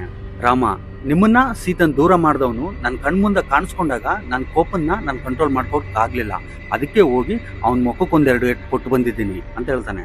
ನಾನ್ ರಾವಣನ್ ಜೊತೆ ಮಾತಾಡ್ಬೇಕು ಅನ್ಕೊಂಡಿದ್ದೆ, ನೀನ್ ನನ್ಗ ಆ ಚಾನ್ಸೇ ಕೊಡ್ಲಿಲ್ಲ, ಮತ್ತೆ ಟ್ರೈ ಮಾಡೋಣ ಅಂತ ರಾವಣನ್ ಜೊತೆ ಮಾತಾಡಕ್ಕೆ ವಾಲಿ ಮಗ ಆದಂತ ಅಂಗದನ್ ಕಳ್ಸಿಕೊಡ್ತಾನೆ. ಅಂಗದ ಲಂಕ ಪ್ರವೇಶ ಮಾಡಿದಾಗ ಸುತ್ತಮುತ್ತಲಿರೋ ರಾಕ್ಷಸರೆಲ್ಲ ಅವನ ಮೇಲೆ ಬಾಣವನ್ನು ಗುರಿ ಇಡ್ತಾರೆ. ಎದಕ್ಕಂದ್ರೆ ಆಂಜನೇಯ ಆಲ್ರೆಡಿ ಅವ್ರಿಗೆ 3D ಅಲ್ಲಿ ಸಿನಿಮಾ ತೋರಿಸಿರ್ತಾನೆ, ಅದಕ್ಕೆ ಅವರು ಅಲರ್ಟ್ ಆಗಿದ್ದಾರೆ. ಅಂಗದ ರಾವಣ ಹತ್ರ ಬಂದು ಹೇಳ್ತಾನೆ, ರಾವಣ ಆಗಿದ್ದೇನೋ ಆಗೋಯ್ತು, ನೀನ್ ತಕ್ಷಣನೇ ಸೀತೆನ ರಾಮನ್ ಕೊಟ್ಬಿಡು, ನಿನಗೆ ನಿನ್ ಲಂಕಕ್ಕೆ ಏನೂ ಆಗಲ್ಲ, ಇಲ್ಲ ಅಂದ್ರೆ ನೀನು ಇರಲ್ಲ, ನಿನ್ ಲಂಕನೂ ಇರಲ್ಲ ಅಂತೇಳಿ ವಾರ್ನಿಂಗ್ ಕೊಡ್ತಾನೆ. ನೀನ್ ನನ್ಗೆ ವಾರ್ನಿಂಗ್ ಕೊಡ್ತಾ ಇದೀಯಾ? ನಾನ್ ಯಾರು ಗೊತ್ತಾ? ದಶಕಂಠ ರಾವಣ. ನಾನ್ ಯುದ್ಧ ರಂಗದಲ್ಲಿ ಇಳಿದ್ರೆ ನಿನ್ ರಾಮ ಉಳಿಯಲ್ಲ ಅಂತ ಹೇಳ್ತಾನೆ. ಅದನ್ನ ಕೇಳಿ ಅಂಗದ, ನೀನ್ ರಾಮನ ಹತ್ರ ಹೋಗಿ ಯುದ್ಧ ಮಾಡೋದು ಸೆಕೆಂಡ್ರಿ, ಅದಕ್ಕಿಂತ ಮುಂಚೆ ಅಂತೇಳಿ ಅವ್ನ್ ರೈಟ್ ಲೆಗ್ ಎತ್ತಿ ಜೋರಾಗಿ ನೆಲಕ್ಕೊಡ್ದು ಸ್ಟ್ರಾಂಗ್ ಆಗಿ ನಿಂತ್ಕೊಂತಾನೆ. ಆ ಹೆಜ್ಜೆ ಫೋರ್ಸ್ಗೆ ಒಂದ್ ದೊಡ್ಡ ಸಿಡಿಲ್ ಬಿದ್ದಂಗ್ ಸೌಂಡ್ ಬರುತ್ತೆ. ಅವ್ರ ಹೆಜ್ಜೆ ಇಟ್ಟಿರೋ ಕಡೆ ತುಂಬಾ ಕ್ರಾಕ್ಸ್ ಬಂದ್ಬಿಡುತ್ತೆ. ನಿಮಗ್ ದಮ್ಮಿದ್ರೆ ನನ್ ಕಾಲ್ ಜಸ್ಟ್ ಒಂದ್ ಇಂಚ್ ಕದಲ್ಸಿ ನೋಡೋಣ ಅಂತೇಳಿ ಎಲ್ಲರಿಗೆ ಚಾಲೆಂಜ್ ಮಾಡ್ತಾನೆ. 100 ಜನ ರಾಕ್ಷಸರು ಟ್ರೈ ಮಾಡಿದ್ರು ಕೂಡ ಅವ್ರ ಕಾಲ್ ಇಂಚ್ ಕೂಡ ಕದಲ್ಸಕ್ ಆಗಲ್ಲ. ಎದಕ್ಕಂದ್ರೆ ಅಂಗದ ಹತ್ರ ಗರಿಮಾನ ವಿದ್ಯೆ ಇರುತ್ತೆ. ರಾವಣನಿಗೆ ಸಿಟ್ಟು ಬಂದು ಎಲ್ರು ಸರಿರಿ, ಅವನ್ನ ನಾನ್ ನೋಡ್ಕೊಂತೀನಿ ಅಂತ ಬರ್ತಿರ್ತಾನೆ. ಅವಾಗ ಅಂಗದ ಹೇಳ್ತಾನೆ, ರಾವಣ ನಿಂತ್ಕೋ, ನೀನ್ ನನ್ ಕಾಲ್ ಮುಗಿಯೋದು ಅವಶ್ಯಕತೆ ಇಲ್ಲ, ನಾಳೆ ಯುದ್ಧದಲ್ಲಿ ನಾನ್ ರಾಮನ್ ಕಾಲ್ ಮುಗಿಯುವಂತೆ, ನಿನ್ನ ಹತ್ರ ಸಮಯ ತುಂಬಾ ಕಮ್ಮಿ ಇದೆ, ಯುದ್ಧಕ್ಕೆ ಸಿದ್ಧವಾಗಿರೋ ಅಂತ ಹೇಳಿ ಅಲ್ಲಿಂದ ವಾಪಸ್ ಬಂದ್ಬಿಡ್ತಾನೆ. ರಾವಣನ್ ತಮ್ಮ ಆಗಿರೋ ವಿಭೀಷಣ ಮತ್ತೆ ರಾವಣನ್ ಹೊಗಳೋಕೆ ಸ್ಟಾರ್ಟ್ ಮಾಡ್ತಾನೆ. ಅಣ್ಣ, ನಮ್ಗೆ ಯುದ್ಧ ಅವಸರನ, ಅವ್ರ ಶಕ್ತಿ ಏನಂತ ನಾವು ಕಣ್ಣಾರೆ ನೋಡಿದೀವಿ, ತಕ್ಷಣನೇ ಸೀತನ್ ಕರ್ಕೊಂಡೋಗಿ ಆ ರಾಮನ್ಗೆ ಒಪ್ಸ್ಬಿಡು ಅಂತ ಹೇಳ್ತಾನೆ. ಅದನ್ನ ಕೇಳಿ ರಾವಣನ್ಗೆ ತುಂಬಾ ಸಿಟ್ಟು ಬರುತ್ತೆ. ವಿಭೀಷಣನ್ನ ಲಂಕದಿಂದ ಬಹಿಷ್ಕಾರ ಮಾಡ್ತಾನೆ. ವಿಭೀಷಣ ಬಂದು ರಾಮನ್ ಜೊತೆ ಸೇರ್ಕೊಂತಾನೆ. ಯುದ್ಧಕ್ಕೆ ಒಂದು ಮುಹೂರ್ತ ಬೇಕಾಗುತ್ತೆ, ಅದಕ್ಕೆ ಒಬ್ಬ ಬ್ರಾಹ್ಮಣ ಬೇಕು. ಲಂಕದಲ್ಲಿ ಯಾರಾದ್ರೂ ಒಂದು ಒಳ್ಳೆ ಬ್ರಾಹ್ಮಣ ಇದನ ಅಂತ ಕೇಳ್ತಾನೆ. ಅವಾಗ ಒಬ್ಬ ಬ್ರಾಹ್ಮಣ ಅಲ್ಲಿಗೆ ಬರ್ತಾನೆ. ಬಂದು ನಾಳೆ ಬೆಳಗ್ಗೆ ಒಂದು ಒಳ್ಳೆ ಮುಹೂರ್ತ ಇದೆ, ನಾಳೆ ಬೆಳಿಗ್ಗೆ ಯುದ್ಧ ಸ್ಟಾರ್ಟ್ ಮಾಡಿ ಅಂತ ಹೇಳಿ ಆ ಬ್ರಾಹ್ಮಣ ಅಲ್ಲಿಂದ ಹೋಗ್ಬಿಡ್ತಾನೆ. ಆ ಬ್ರಾಹ್ಮಣ ಬೇರೆ ಯಾರು ಅಲ್ಲ, ರಾವಣ ಆಗಿರ್ತಾನೆ. ಆ ಶ್ರೀರಾಮನ್ನ ಹತ್ರದಿಂದ ನೋಡೋಕೆ ವಾನರ ಸೈನ್ಯದಲ್ಲಿ ಎಷ್ಟು ಜನ ಇದ್ದಾರೆ, ಅವ್ರ ವೆಪನ್ಸ್ ಏನು ಅಂತ ತಿಳ್ಕೊಳಕ್ಕೆ ಮಾಯಾ ರೂಪದಲ್ಲಿ ರಾವಣ ಅಲ್ಲಿಗೆ ಬಂದಿರ್ತಾನೆ. Next day ಬೆಳಕಾಗುತ್ತೆ. ಬೆಳಕಾದ್ಮೇಲೆ ಶಂಖ ಪೂರಿಸೋ ಶಬ್ದ ಎಲ್ಲ ಕಡೆ ಕೇಳಿಸುತ್ತೆ. ಲಂಕಾ ಕೋಟೆ ಗೇಟ್ಗಳು ಓಪನ್ ಆಗುತ್ತೆ. ಓಪನ್ ಆದಾಗ ಸಾವಿರಾರು ರಾಕ್ಷಸರು ಲಂಕದಿಂದ ಹೊರಗಡೆ ಬರ್ತಾರೆ. ಲಂಕದಿಂದ ಒಂದ್ ದೊಡ್ಡ ರಥ ಹೊರಗಡೆ ಬರುತ್ತೆ. ಆ ರಥದ ಮೇಲೆ ಆ ದಶಕಂಠ ಕೂತಿದ್ದಾನೆ. ಅದನ್ನ ನೋಡಿ ವಾನರ ಸೇನೆ ಎಲ್ಲ ಯುದ್ಧಕ್ಕೆ ರೆಡಿ ಆಗುತ್ತೆ. ವಾನರ ಸೇನೆ ಎಲ್ಲರೂ ಸೇರ್ಕೊಂಡು ಕಿರ್ಚಕ್ ಸ್ಟಾರ್ಟ್ ಮಾಡ್ತಾರೆ. ಭೂ ಭೂ ಭೂ. ಆ ಶಬ್ದ ಕೇಳಿ ರಾವಣನ ಸೈನ್ಯ ಅರ್ಧ ಸತ್ತೋಗುತ್ತೆ. ಆಲ್ರೆಡಿ ಅವರು ಆಂಜನೇಯನ ಶಕ್ತಿ, ಅಂಗದನ ಶಕ್ತಿ ನೋಡಿರ್ತಾರೆ. ಅಂತ ವೀರರು ವಾನರ ಸೈನ್ಯದಲ್ಲಿ ಈಗ ಸಾವಿರಾರು ಜನ ಇದ್ದಾರೆ. ಅವ್ರನ್ನ ಈ ಯುದ್ಧದಲ್ಲಿ ಸೋಲ್ಸಕ್ ಆಗಲ್ಲ ಅಂತ ಅನ್ಕೊಂತಾರೆ. ವಾನರ ಸೈನ್ಯ ಮುಂದೆ ಒಬ್ಬ ವ್ಯಕ್ತಿ ನಿಂತಿದ್ದಾನೆ. ಅವ್ರು ಬೇರೆ ಯಾರು ಅಲ್ಲ, ಆಂಜನೇಯ. ಆಂಜನೇಯನ್ ನೋಡಿ ರಾವಣ ಹೇಳ್ತಾನೆ, ಓಯ್ ಕೋತಿ, ನನ್ ಜೊತೆ ಯುದ್ಧ ಮಾಡ್ಬೇಕಂದ್ರೆ ನನ್ಗೆ ಸರಿ ಸಮಾನ ಆಗಿರ್ಬೇಕು. ಹೋಗಿ ನೀನ್ ರಾಮನ್ ಕಳ್ಸು ನನ್ ಜೊತೆ ಯುದ್ಧ ಮಾಡಕ್ಕೆ. ಫಸ್ಟ್ ನನ್ ಜೊತೆ ಯುದ್ಧ ಮಾಡಿ ಗೆಲ್ಲು, ನನ್ ರಾಮನ ಹತ್ರ ಹೋಗೋ ಅವಶ್ಯಕತೆ ಇಲ್ಲ ಅಂತ ಹೇಳಿ ಆಂಜನೇಯ ಹೇಳ್ತಾನೆ. ಸರಿ, ಹಂಗಾದ್ರೆ ನಾನು ನೋಡ್ತೀನಿ ಅಂತ ಹೇಳಿ ಆಂಜನೇಯನ್ ಹೇಳ್ತಾನೆ. ನಿನ್ ಶಕ್ತಿ ಎಲ್ಲ ಉಪಯೋಗಿಸಿ ನನ್ನ ಎದೆ ಮೇಲೆ ಒಂದೇಟು ಗುದ್ದು ನಾನು ನೋಡ್ತೀನಿ ಅಂತ ಹೇಳಿ ಎದೆ ಉಬ್ಬಿಸ್ಕೊಂಡು ಸ್ಟ್ರಾಂಗ್ ಆಗಿ ನಿಂತ್ಕೊಂತಾನೆ. ಆಂಜನೇಯ ಅವನ ಶಕ್ತಿ ಎಲ್ಲ ಉಪಯೋಗಿಸಿ ರಾವಣನ ಎದೆ ಮೇಲೆ ಜೋರಾಗಿ ಒಂದು ಗುದ್ದುತ್ತಾನೆ. ಅಷ್ಟೇ, ರಾವಣ ಕೆಳಗ್ ಬಿದ್ದೋಗ್ತಾನೆ. ಕೆಳಗ್ ಬಿದ್ದಿರೋ ರಾವಣನ ಕಣ್ಣು ತುಂಬಾ ರೆಡ್ ಆಗಿರ್ತವೆ. ಅವನ್ ಹಾರ್ಟ್ ಬೀಟ್ ತುಂಬಾ ಫಾಸ್ಟ್ ಆಗಿ ಓಡ್ಕೊಳ್ತಾ ಇರುತ್ತೆ. ಅವನ್ ಮೂಗಲ್ಲಿ ರಕ್ತ ಬರುತ್ತೆ. ತಕ್ಷಣನೇ ರಾವಣ ಎದ್ದು, ಇದು ಯುದ್ಧ ಅಂದ್ರೆ, ಈಗ ಬಾ, ನನ್ ಶಕ್ತಿ ನಿನಗ್ ತೋರಿಸ್ತೀನಿ ಅಂತ ಕರಿತಾನೆ. ಆಂಜನೇಯ ಹೇಳ್ತಾನೆ, ನಾನ್ ಸೋತೆ, ನಾನು ಒಪ್ಕೊಳ್ತೀನಿ, ನೀನೇ ನನ್ಕಿನ್ನ ಶಕ್ತಿಶಾಲಿ. ನಾನು ಅಷ್ಟು ಜೋರಾಗಿ ಗುದ್ದಿದ್ರೆ ಕೂಡ ನೀನ್ ಬದುಕೆ ಇದೆಯಾ ಅಂದ್ರೆ ನೀನ್ ನನ್ಕಿನ್ನ ಬಲಶಾಲಿ. ನೀನು ನನ್ ರಾಮನ್ ಜೊತೆನೆ ಯುದ್ಧ ಮಾಡಂತ ಹೇಳಿ ದಾರಿ ಬಿಟ್ಕೊಡ್ತಾನೆ. ವಾನರ ಸೇನೆ ರಾಕ್ಷಸರು ಯುದ್ಧ ಮಾಡಕ್ ಸ್ಟಾರ್ಟ್ ಮಾಡ್ತಾರೆ. ರಾವಣ ಅವನ್ ರಥದ ಮೇಲೆ ಕುಂತ್ಕೊಂಡು ರಾಮ ಹತ್ರವರೆಗೂ ಬರ್ತಾನೆ. ಆ ರಾವಣ ಕಾಣಿಸ್ಕೊಂಡಿದ ತಕ್ಷಣನೇ ಶ್ರೀರಾಮ ಒಂದ್ ಬಾಣವನ್ನು ಹಾಕ್ತಾನೆ. ಶ್ರೀರಾಮ ಹಾಕಿರೋ ಬಾಣ ನಿಲ್ಸೋಕೆ ರಾವಣ 3 ಬಾಣವನ್ನು ಹಾಕ್ತಾನೆ. ರಾಮ ಹಾಕಿರೋ ಬಾಣ ರಾವಣನ ಕಿರೀಟಕ್ಕೆ ಹೋಗಿ ಬೀಳುತ್ತೆ. ಬಿದ್ದು ಆ ಕಿರೀಟ ಅವನ ತಲೆಯಿಂದ ಎಗರೋಗುತ್ತೆ. ಆ ಏಟ್ಗೆ ರಾವಣ ರಥದ ಮೇಲೆಯಿಂದ ಕೆಳಗಡೆ ಬೀಳ್ತಾನೆ. ಸಾಯಂಕಾಲ ಆಯ್ತು. ರಾಮ ರಾವಣನ ಹತ್ರ ಹೋಗ್ತಾನೆ. ರಾವಣ, ಇಲ್ಲಿ ಯಾರಿಗೂ ಕಿರೀಟ ಇಲ್ಲ, ಅಂದ್ರೆ ಇಲ್ಲಿ ಯಾರು ರಾಜ ಅಲ್ಲ. ರಾಜ ಇಲ್ದಿರೋ ರಾಜ್ಯದ ಜೊತೆ ನಾನು ಯುದ್ಧ ಮಾಡಲ್ಲ. ಸುಸ್ತಾಗಿ ಕೆಳಗ್ ಬಿದ್ದಿರೋರ್ ಜೊತೆ ನಮ್ ಸೂರ್ಯವಂಶದವರು ಯುದ್ಧ ಮಾಡಲ್ಲ. ನೀನ್ ಕಿರೀಟ ಎತ್ಕೊಂಡು ನೀನ್ ಒಳಗಡೆ ಹೋಗು. ನಾಳೆ ಬೆಳಗ್ಗೆ ಫ್ರೆಶ್ ಆಗಿ ಮತ್ತೆ ಬಾ. ನನ್ ಸೀತೆಗೆ ಎಷ್ಟೊಂದು ಕಷ್ಟ ಕೊಟ್ಟಿದ್ಯಾ, ನಿನ್ನ ನಾನು ಒಂದೇ ದಿನದಲ್ಲಿ ಸಾಯಿಸಲ್ಲ. ನಿನ್ಗಿರೋ ಅಹಂಕಾರ, ನಿನ್ ಬಲ ಎಲ್ಲನೂ ಸರ್ವನಾಶ ಮಾಡಿ ಅವಾಗ ನಿನ್ನ ನಾನು ಸಾಯಿಸ್ತೀನಿ. ಈಗ ನೀನ್ ಹೋಗಿ ನಾಳೆ ಬಾ ಅಂತೇಳಿ ರಾಮ ಅಲ್ಲಿಂದ ಹೋಗ್ಬಿಡ್ತಾನೆ. ಅದನ್ನ ಕೇಳಿ ರಾವಣ ತುಂಬಾ ಇನ್ಸಲ್ಟ್ ಫೀಲ್ ಆಗ್ತಾನೆ. ಕೆಳಗ್ ಬಿದ್ದಿರೋ ಅವ್ನ ಕಿರೀಟ ತಗೊಂಡು ಲಂಕಕ್ಕೆ ಹೋಗ್ತಾನೆ. ಹೋಗಿ ಯೋಚನೆ ಮಾಡ್ತಾ ಕೊಡ್ತಾನೆ, ರಾಮ ಸೈನ್ಯದ ಜೊತೆ ಯುದ್ಧ ಮಾಡ್ಬೇಕಂದ್ರೆ ಭುಜಬಲ ಸಾಕಾಗಲ್ಲ, ಅವ್ರ ಜೊತೆ ಮಾಯಾ ಯುದ್ಧ ಮಾಡ್ಬೇಕಾಗುತ್ತೆ. ಅಂತ ಮಾಯಾ ಯುದ್ಧ ಮಾಡೋಕೆ ನನ್ ಮಗ ಇಂದ್ರಜಿತ್ ಇದ್ದಾನೆ ಅಂತೇಳಿ ಇಂದ್ರಜಿತ್ನ ಯುದ್ಧ ಮಾಡಕ್ ಕಳ್ಸ್ಕೊಡ್ತಾನೆ. Next day ಬೆಳಕಾಗುತ್ತೆ. ಬೆಳಕಾದ್ಮೇಲೆ ಗಾಳಿಯಲ್ಲಿ ಯಾರೋ ರಥದ ಮೇಲೆ ಇಂದ್ರಜಿತ್ ಬರ್ತಾನೆ. ಇಂದ್ರಜಿತ್ ಆಕಾಶದಲ್ಲಿರೋ ಮೇಘಗಳನ್ನ ನೋಡಿ ಒಂದ್ ಬಾಣ ಹಾಕ್ತಾನೆ. ಆಕಾಶ ಎಲ್ಲ ತುಂಬಾ ಬ್ಲಾಕ್ ಆಗುತ್ತೆ. ಯುದ್ಧ ಭೂಮಿ ಹೊಗೆ ತುಂಬಿಕೊಳ್ಳುತ್ತೆ. ಇಂದ್ರಜಿತ್ ಮಾಯ ಆಗ್ಬಿಡ್ತಾನೆ. ಯಾರ ಕಣ್ಣಿಗೂ ಕಾಣಿಸ್ತಾ ಇಲ್ಲ. ಆದ್ರೆ ಅವನಲ್ಲೇ ಗಾಳಿಯಲ್ಲಿ ತಿರುಗ್ತಾ ಇರ್ತಾನೆ. ಗಾಳಿಯಲ್ಲಿ ಯಾರೋ ರಥದ ಮೇಲೆ ಕುಂತ್ಕೊಂಡು ವಾನರ ಸೇನೆ ಮೇಲೆ ಬಾಣ ಹಾಕ್ತಾನೆ ಇದ್ದಾನೆ. ವಾನರಗಳ ಕಣ್ಣಿಗೆ ಅವನು ಕಾಣಿಸ್ತಾ ಇಲ್ಲ. ಅದಕ್ಕೆ ವಾನರಗಳಿಗೆ ಸಿಟ್ಟು ಬಂದು ಕಲ್ಲು ತಗೊಂಡು ಆಕಾಶಕ್ಕೆ ಎಸಿತಾ ಇದ್ದಾರೆ. ಇಂದ್ರಜಿತ್ ಆಗ್ತಿರೋ ಬಾಣಗಳಿಗೆ ಒಂದೊಂದು ವಾನರ ಕೆಳಗ್ ಬಿದ್ದೋಗ್ತಾ ಇದ್ದಾನೆ. ರಾಮ ಲಕ್ಷ್ಮಣ ಇಂದ್ರಜಿತ್ ಆಗ್ತಿರೋ ಬಾಣಗಳಿಗೆ ಇಬ್ರು ಪಕ್ಕ ಪಕ್ಕ ನಿಂತ್ಕೊಂಡು ಕೌಂಟರ್ ಮಾಡ್ತಾ ಇರ್ತಾರೆ. ಇನ್ನು ಸಾಯಂಕಾಲ ಆಗುತ್ತೆ. ಕೊನೆಯದಾಗಿ ಇಂದ್ರಜಿತ್ತು ಒಂದು ನಾಗಾಸ್ತ್ರವನ್ನು ಪ್ರಯೋಗ ಮಾಡ್ತಾನೆ. ಆ ಅಸ್ತ್ರದ ಪ್ರಯೋಗ ಹೆಂಗಿರುತ್ತಂದ್ರೆ, ಸುತ್ತಮುತ್ತ ಅಲ್ಲಿಗೆ ಸಾವಿರಾರು ಹಾವುಗಳು ಬಂದ್ಬಿಡ್ತವೆ. ಬಂದು ರಾಮ ಲಕ್ಷ್ಮಣನ ಮತ್ತೆ ವಾನರ ಸೇನನ್ನ ಸುತ್ತಕೊಂಡು ಅವ್ರಿಗೆ ಕಚ್ಚಿ ವಿಷ ಏರಿಸ್ತಿರ್ತವೆ. ಇನ್ನು ಕೆಲವು ನಿಮಿಷಗಳಲ್ಲಿ ಎಲ್ರೂ ಸಾಯ್ತಾರೆ. ರಾವಣ ಯುದ್ಧ ಗೆಲ್ತಾನೆ. ಅನ್ಕೊಳ್ಳೋಷ್ಟ್ರಲ್ಲೇ ಆಕಾಶದಿಂದ ಒಂದು ದೊಡ್ಡ ಶಬ್ದ ಬರುತ್ತೆ. ಏನಾಯ್ತು ಅಂತೇಳಿ ಎಲ್ರೂ ಮೇಲ್ಗಡೆ ನೋಡ್ತಾರೆ. ಅವಾಗ ಮೇಘಗಳು ಸೈಡ್ಗೆ ಸರ್ಕೊಂತವೆ. ವೈಕುಂಠದಿಂದ ಒಂದ್ ಬೆಳಕು ಭೂಮಿಗೆ ಬೀಳುತ್ತೆ. ಆ ಬೆಳಕಲ್ಲಿ ಗರುಡ ವೈಕುಂಠದಿಂದ ಭೂಮಿಗೆ ಬರ್ತಾನೆ. ಗರುಡ ಅವನ್ ರೆಕ್ಕೆಯನ್ನು ಚಾಚಿ ಯುದ್ಧ ಭೂಮಿಯೆಲ್ಲ ಹಾರಾಡ್ತಾನೆ. ಆ ರೆಕ್ಕೆ ಚಾಚಾಗ ಅಲ್ಲೊಂದು ದೊಡ್ಡ ಬೆಳಕು ಬೀಳುತ್ತೆ. ಆ ಬೆಳಕಿನ ಕೆಳಗಿರೋ ಸರ್ಪಗಳೆಲ್ಲ ಹಂಚ್ಕೊಂಡು ಅಲ್ಲಿಂದ ಓಡೋಗ್ತವೆ. ಯುದ್ಧ ಭೂಮಿಯಲ್ಲಿ ಒಂದು ಸರ್ಪ ಕೂಡ ಇರಲ್ಲ. ಸರ್ಪಗಳೆಲ್ಲ ಓಡೋಗ್ತವೆ. ಸ್ವಲ್ಪ ಹೊತ್ತಾದ್ಮೇಲೆ ರಾಮ ಮತ್ತೆ ಅವ್ರ ಸೈನ್ಯ ಎಲ್ಲರೂ ಚೇತರಿಸ್ಕೊಳ್ತಾರೆ. ಯುದ್ಧಕ್ಕೆ ಮತ್ತೆ ರೆಡಿ ಆಗ್ತಾರೆ. ಶ್ರೀರಾಮ, ರಾವಣ, ಲಕ್ಷ್ಮಣ, ವಿಭೀಷಣ, ಆಂಜನೇಯ ಎಲ್ರೂ ಶಾಕ್ ಆಗ್ತಾರೆ. ಇಷ್ಟಕ್ಕೂ ವೈಕುಂಠದಿಂದ ಗರುಡ ಬಂದು ಎದಕ್ಕೆ ಇವ್ರಿಗೆ ಹೆಲ್ಪ್ ಮಾಡ್ತಿದ್ದಾನೆ ಅಂತ. ಶ್ರೀರಾಮನ್ಗೆ ಅವರು ವಿಷ್ಣು ಅವತಾರ ಅಂತೇಳಿ ಅವ್ರಿಗೆ ಗೊತ್ತಿರಲ್ಲ. ಇದಾದ ನಂತರ ಗರುಡ ಅಲ್ಲಿಂದ ವೈಕುಂಠಕ್ಕೆ ಹೋಗ್ಬಿಡ್ತಾನೆ. ರಾವಣ ಸೈನ್ಯದಲ್ಲಿರೋರು ಬರೇ ರಾಕ್ಷಸರು ಮಾತ್ರ. ಆದ್ರೆ ರಾಮನ್ ಸೈನ್ಯದಲ್ಲಿರೋರು ವಾನರರು. ಅವ್ರಿಗೆ ಕಾಡಲ್ಲಿ ಹೆಂಗ್ ಬೇಟೆ ಆಡ್ಬೇಕನ್ನೋದು ತುಂಬಾ ಚೆನ್ನಾಗಿ ಗೊತ್ತು. ಒಬ್ಬ ಸೈನಿಕ, ಒಬ್ಬ ಬೇಟೆಗಾರ, ಇವ್ರ ಮಧ್ಯ ತುಂಬಾ ಡಿಫ್ರೆನ್ಸ್ ಇರುತ್ತೆ. ಒಬ್ಬ ನಾರ್ಮಲ್ ಸೈನಿಕನ್ಕಿಂತಲೂ ಜಾಸ್ತಿ ಒಬ್ಬ ಬೇಟೆಗಾರ ತುಂಬಾ ಚೆನ್ನಾಗಿ ಬೇಟೆ ಆಡ್ತಾನೆ. ರಾವಣ ಯುದ್ಧದ ಮೊದಲನೇ ದಿನ ಸೋತೋಗ್ತಾನೆ. 2ನೇ ದಿನ ರಾವಣನ್ ಮಗ ಆದಂತ ಇಂದ್ರಜಿತ್ತು ಸೋತೋಗ್ತಾನೆ. ಹಿಂಗಿದ್ರೆ ವರ್ಕೌಟ್ ಆಗಲ್ಲ ಅಂತೇಳಿ ಮಲಗಿರೋ ಕುಂಭಕರ್ಣನ್ನ ಎಬ್ಬಿಸಿ ಅಂತೇಳಿ ರಾವಣ ಅವನ್ ಸೈನಿಕರಿಗೆ ಹೇಳಿ ಕಳಿಸ್ತಾನೆ. ಕುಂಭಕರ್ಣ ಅನ್ನೋನು 6 ತಿಂಗಳು ಹೊಟ್ಟೆ ತುಂಬಾ ತಿಂತಾನೆ. ಇನ್ನು ಮಿಕ್ಕಿದ 6 ತಿಂಗಳು ಕಣ್ತುಂಬಾ ಮಲ್ಕೊಂತಾನೆ. ಕುಂಭಕರ್ಣ ರಾವಣನ ಹತ್ರ ಬಂದಾಗ ರಾವಣ ಆಗಿರೋ ಸಿಚುವೇಶನ್ ಎಲ್ಲ ಅವನ್ಗೆ ಎಕ್ಸ್ಪ್ಲೇನ್ ಮಾಡ್ತಾನೆ. ರಾವಣ ಹೇಳಿರೋದೆಲ್ಲ ಕುಂಭಕರ್ಣ ಕೇಳಿ ಒಂದ್ ಮಾತು ಹೇಳ್ತಾನೆ. ರಾವಣ, ನಿನ್ಗೂ ನಿಜವಾಗ್ಲೂ ಹುಚ್ಚಿಡ್ದಿದೆ. ನೀನು 3 ತಪ್ಪುಗಳು ಮಾಡಿದೀಯ. ಅವೇನಂದ್ರೆ, ಮೊದಲನೇ ತಪ್ಪು, ಶೂರ್ಪಣಖ ಹೇಳಿದ್ದೆಲ್ಲ ಕೇಳಿ ಅದೇ ನಿಜ ಅಂತೇಳಿ ನಂಬಿ ತಪ್ಪು ಮಾಡಿದೀಯ. 2ನೇ ತಪ್ಪು, ಯಾರಿಗೂ ಗೊತ್ತಾಗದೆ ಒಬ್ಬ ಕಳ್ಳನ್ ತರ ಸೀತೆನ ಎತ್ಕೊಂಡ್ ಬಂದಿದೀಯ. 3ನೇ ತಪ್ಪು, ಆಂಜನೇಯ ಲಂಕಕ್ಕೆ ಬಂದು ಲಂಕಾ ಎಲ್ಲ ಬೆಂಕಿ ಹಚ್ಚಿ ಹೋದ್ಮೇಲೆ ಕೂಡ ಅವ್ರನ್ನ ತುಂಬಾ ಲೈಟ್ ಆಗಿ ತಗೊಂಡಿದೀಯಾ. ಇವನ್ನೆಲ್ಲ ಕೇಳ್ತಾ ಇದ್ರೆ ನನ್ಗೆ ಏನ್ ಅನಿಸ್ತಾ ಇದೆ ಗೊತ್ತಾ, ನೀನು ಆಲ್ರೆಡಿ ಅರ್ಧ ಸತ್ತೋಗಿದೀಯಾ, ನಿನ್ ಕೈಯಲ್ಲಿ ಯುದ್ಧ ಮಾಡಕ್ ಆಗಲ್ಲ. ಅದಕ್ಕೆ ನನ್ ಮಾತು ಕೇಳು, ಸೀತನ್ ಕರ್ಕೊಂಡು ಹೋಗಿ ರಾಮನ್ ಕೊಟ್ಬಿಡು, ನಾನು ಹೋಗಿ ಮಲ್ಕೊಂತೀನಿ ಅಂತ ಹೇಳ್ತಾನೆ. ಯಾವ್ದು ಸರಿ ಯಾವ್ದು ತಪ್ಪು ಅಂತ ನಿನ್ ಕೈಯಲ್ಲಿ ಹೇಳಿಸ್ಕೊಳ್ಳೋದು ನನಗೆ ಅವಶ್ಯಕತೆ ಇಲ್ಲ, ನನ್ ಪರವಾಗಿ ನೀನು ಯುದ್ಧ ಮಾಡ್ತೀಯಾ ಇಲ್ಲ ಅಂತ ರಾವಣ ಕೇಳ್ತಾನೆ. ಇಷ್ಟೆಲ್ಲ ಅರ್ಥ ಮಾಡಿ ಹೇಳಿದ್ರೆ ಕೂಡ ನಿನಗೆ ಅರ್ಥ ಆಗ್ತಾ ಇಲ್ಲ. ಸರಿ, ನಿನ್ ಕರ್ಮ, ನಾನು ಯುದ್ಧಕ್ಕೆ ಹೋಗ್ತೀನಿ ಅಂತ ಹೇಳಿ ಕುಂಭಕರ್ಣ ಅಲ್ಲಿಂದ ಯುದ್ಧಕ್ಕೆ ಹೋಗ್ತಾನೆ.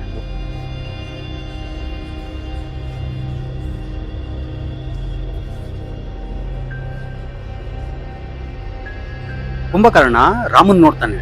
ನೋಡಿ ಅವ್ರ ಮೇಲೆ ಅಟ್ಯಾಕ್ ಮಾಡಕ್ಕೆ ತುಂಬಾ ಸ್ಪೀಡ್ ಆಗಿ ಮುಂದಕ್ಕೆ ಬರ್ತಾನೆ. ಶ್ರೀರಾಮ ಕುಂಭಕರ್ಣನ್ ನೋಡಿ ಅವ್ರ ಬಾಣಗಳನ್ನ ಕುಂಭಕರ್ಣನ್ ಮೇಲೆ ಹಾಕ್ತಾ ಇದ್ದಾರೆ. ಶ್ರೀರಾಮ ಹಾಕಿರೋ ಬಾಣಗಳು ಕುಂಭಕರ್ಣನ್ ಬಾಡಿಯಲ್ಲಿ ಒಂದೊಂದ್ ಪಾರ್ಟ್ ಕಟ್ ಮಾಡ್ತಾ ಹೋಗ್ತವೆ. ಶ್ರೀರಾಮ ಕೊನೆಯದಾಗಿ ಒಂದ್ ಬಾಣವನ್ನ ಹಾಕ್ತಾರೆ. ಅದು ಡೈರೆಕ್ಟ್ ಆಗಿ ಹೋಗಿ ಕುಂಭಕರ್ಣನ್ ತಲೆಗ್ ಬೀಳುತ್ತೆ. ತಲೆಗ್ ಬಿದ್ದು ಅವನ್ ರುಂಡ ಕಟ್ಟಾಗಿ ಡೈರೆಕ್ಟ್ ಆಗಿ ಹೋಗಿ ರಾವಣನ್ ಕಾಲ್ ಹತ್ರ ಬೀಳುತ್ತೆ. ಅದನ್ನ ನೋಡಿ ರಾವಣನ್ಗೆ ಅರ್ಥ ಆಗುತ್ತೆ, ನಾನು ಯುದ್ಧ ಗೆಲ್ಲಕ್ ಆಗಲ್ಲ ಅಂತೇಳಿ. ಇವನ್ನೆಲ್ಲ ಇಲ್ಲೇ ಬಿಟ್ಟು ಹಿಮಾಲಯಕ್ಕೆ ಹೋಗ್ಬೇಕು ಅನ್ಕೊಂತಾನೆ. ರಾವಣ ಹತ್ರ ಇರೋ ಮಂತ್ರಿಯರು ಇದಕ್ಕೊಪ್ಪಲ್ಲ. ರಾಜ ಇಲ್ದಿರೋ ಲಂಕನ್ನ ನಮ್ ಕೈಯಲ್ಲಿ ನೋಡಕ್ ಆಗಲ್ಲ, ಒಳ್ಳೇದೋ ಕೆಟ್ಟದೋ ಒಂದ್ ಡಿಸಿಷನ್ ತಗೊಂಡಿದೀಯಾ, ಈಗ ಒಂದ್ ಹೆಜ್ಜೆ ನೀವು ಹಿಂದಾಕಿದ್ರೆ ಹೇಗ್ ಪ್ರಭು ಅಂತೇಳಿ ರಾವಣನ್ನ ಕನ್ವಿನ್ಸ್ ಮಾಡ್ತಾರೆ. ರಾವಣ ಎಷ್ಟೋ ಜನ ರಾಕ್ಷಸರನ್ನ ಯುದ್ಧಕ್ಕೆ ಕಳಿಸ್ತಾನೆ. ವಾನರ ಸೇನೆ ಅವ್ರನ್ನ ತುಂಡು ತುಂಡಾಗಿ ಕಟ್ ಮಾಡಿ ಸಾಯಿಸ್ತಾರೆ. ರಾಕ್ಷಸರು ಯುದ್ಧದಲ್ಲಿ ಸತ್ತಿದ ತಕ್ಷಣನೇ ಅವ್ರ ಬಾಡಿಗಳು ತಗೊಂಡೋಗಿ ಸಮುದ್ರದಲ್ಲಿ ಹಾಕಿ ಅಂತೇಳಿ ಜಾಂಬವಂತ ಹೇಳ್ತಾನೆ. ಮಾರನೇ ದಿನ ಇಂದ್ರಜಿತ್ತು ಮತ್ತೆ ಯುದ್ಧಕ್ಕೆ ಬರ್ತಾನೆ. ಸಾಯಂಕಾಲ ಆಗುತ್ತೆ. ಅವಾಗ ಇಂದ್ರಜಿತ್ತು ಬ್ರಹ್ಮಾಸ್ತ್ರವನ್ನು ಪ್ರಯೋಗ ಮಾಡ್ತಾನೆ. ಪ್ರಯೋಗ ಮಾಡಿದ್ಮೇಲೆ ವಾನರ ಸೇನೆದಲ್ಲಿರೋರೆಲ್ಲ ಪ್ರಜ್ಞೆ ತಪ್ಪಿ ಕೆಳಗಡೆ ಬಿದ್ದೋಗ್ಬಿಡ್ತಾರೆ. ಅವಾಗ ಶ್ರೀರಾಮ ಆದಿತ್ಯ ಉದಯ ಶ್ಲೋಕವನ್ನು ಆಡ್ತಾನೆ. ಶ್ರೀರಾಮ ಸೂರ್ಯವಂಶದವರು ಆಗಿರೋ ಕಾರಣದಿಂದ ಆದಿತ್ಯ ಉದಯ ಆಡಿದ ತಕ್ಷಣನೇ ಸೂರ್ಯ ಮೇಲ್ಗಡೆ ಬರ್ತಾನೆ.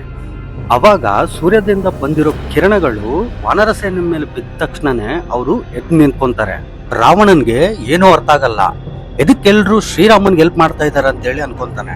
ಜಟಾಯು, ಸುಗ್ರೀವ, ವಾನರ ಸೇನೆ, ಆಂಜನೇಯ, ಗರುಡ, ಈಗ ಸೂರ್ಯದೇವ ವೈಕುಂಠದಿಂದ ಶ್ರೀರಾಮನ್ಗೆ ಹೆಲ್ಪ್ ಎದಕ್ ಬರ್ತಾ ಇದೆ ಅನ್ಕೊಂತಿರ್ತಾನೆ.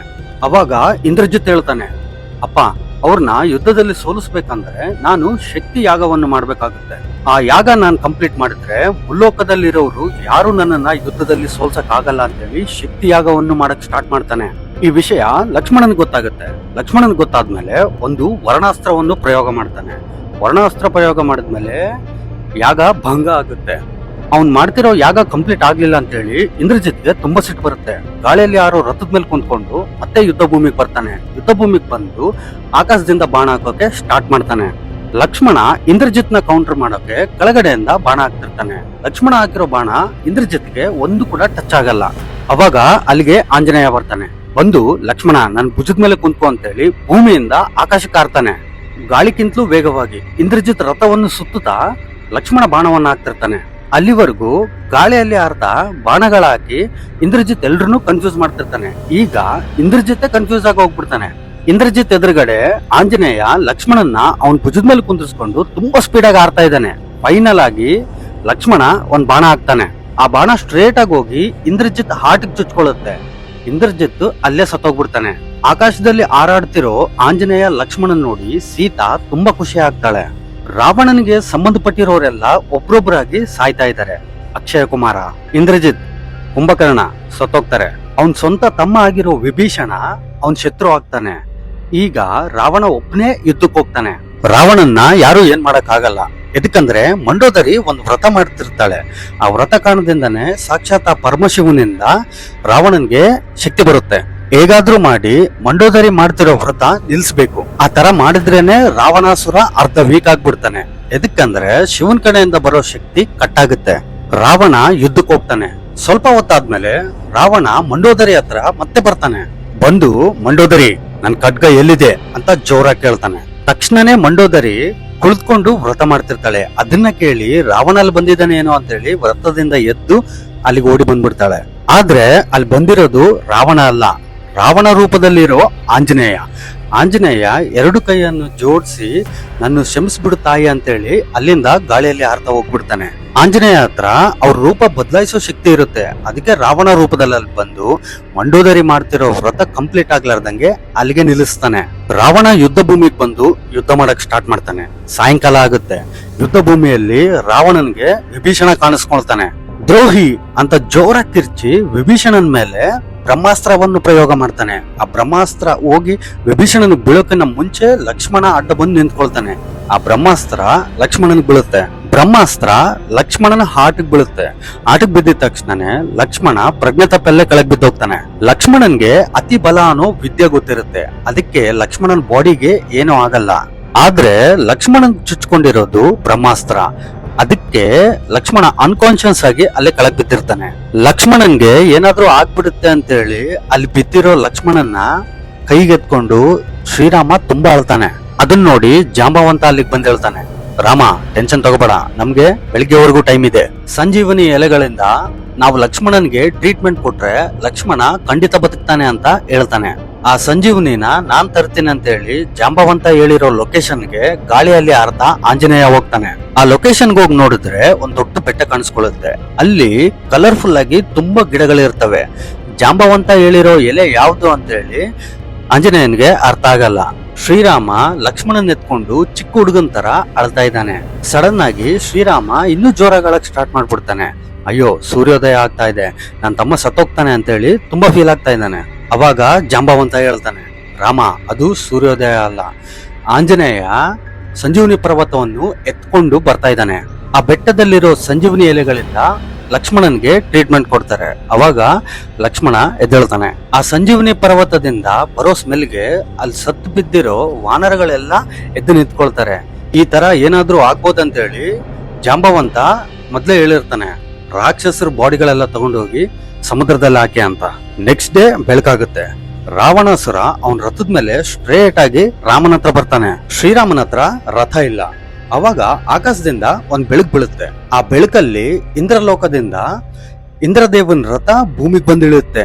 ಶ್ರೀರಾಮ ಆ ರಥ ಏರಿ ಯುದ್ಧ ಮಾಡಕ್ ಸ್ಟಾರ್ಟ್ ಮಾಡ್ತಾನೆ. ರಾವಣನ ಮೇಲೆ ಎಷ್ಟು ಬಾಣ ಹಾಕಿದ್ರೆ ಕೂಡ ರಾವಣ ಸಾಯ್ತಿಲ್ಲ. ಅವನ್ ತಲೆಗಳು ಎಷ್ಟು ಸರಿ ಕಟ್ ಮಾಡಿದ್ರೆ ಕೂಡ ಮತ್ತೆ ಅವನ್ ತಲೆಗಳು ಉಟ್ಕೊಂಡ್ ಬರ್ತಾ ಇದಾವೆ. ಅವಾಗ ವಿಭೀಷಣ ಹೇಳ್ತಾನೆ, ರಾವಣನ ನಾಭಿ ಕೆಳಗಡೆ ಆ ಬ್ರಹ್ಮದೇವ ಕೊಟ್ಟಿರೋ ಅಮೃತ ಗಡಿಗೆ ಇದೆ, ನೀನ್ ಆ ಗಡಿಗೆ ಹೊಡೆದ್ರೇನೆ ರಾವಣ ಸತ್ತೋಗ್ತಾನೆ ಅಂತ ಹೇಳ್ತಾನೆ. ರಾಮ ಹೇಳ್ತಾನೆ, ಹಂಗಂದ್ರೆ ನಾನು ಯುದ್ಧ ಸೋತೋದೆ. ಎದಕ್ಕಂದ್ರೆ ಕ್ಷತ್ರಿಯ ವಂಶದವರು ನಾಭಿ ಕೆಳಗಡೆ ಬಾಣ ಹಾಕಲ್ಲ, ನಾನು ಧರ್ಮವನ್ನು ತಪ್ಪಲ್ಲ ಅಂತೇಳಿ ರಾಮ ಹೇಳ್ತಾನೆ. ಅವಾಗ ಆಂಜನೇಯ ಹೇಳ್ತಾನೆ, ಸ್ವಾಮಿ ಕೊನೆಯದಾಗಿ ಒಂದ್ ಬಾಣ ಹಾಕ್ಬಿಡಿ, ಸತ್ರೆ ಸಾಯ್ತಾನೆ, ಇಲ್ಲ ಅಂದ್ರೆ ನಾವು ಸೋತ್ವಿ ಅಂತ ಒಪ್ಕೊಂಡ್ಬಿಡೋಣ.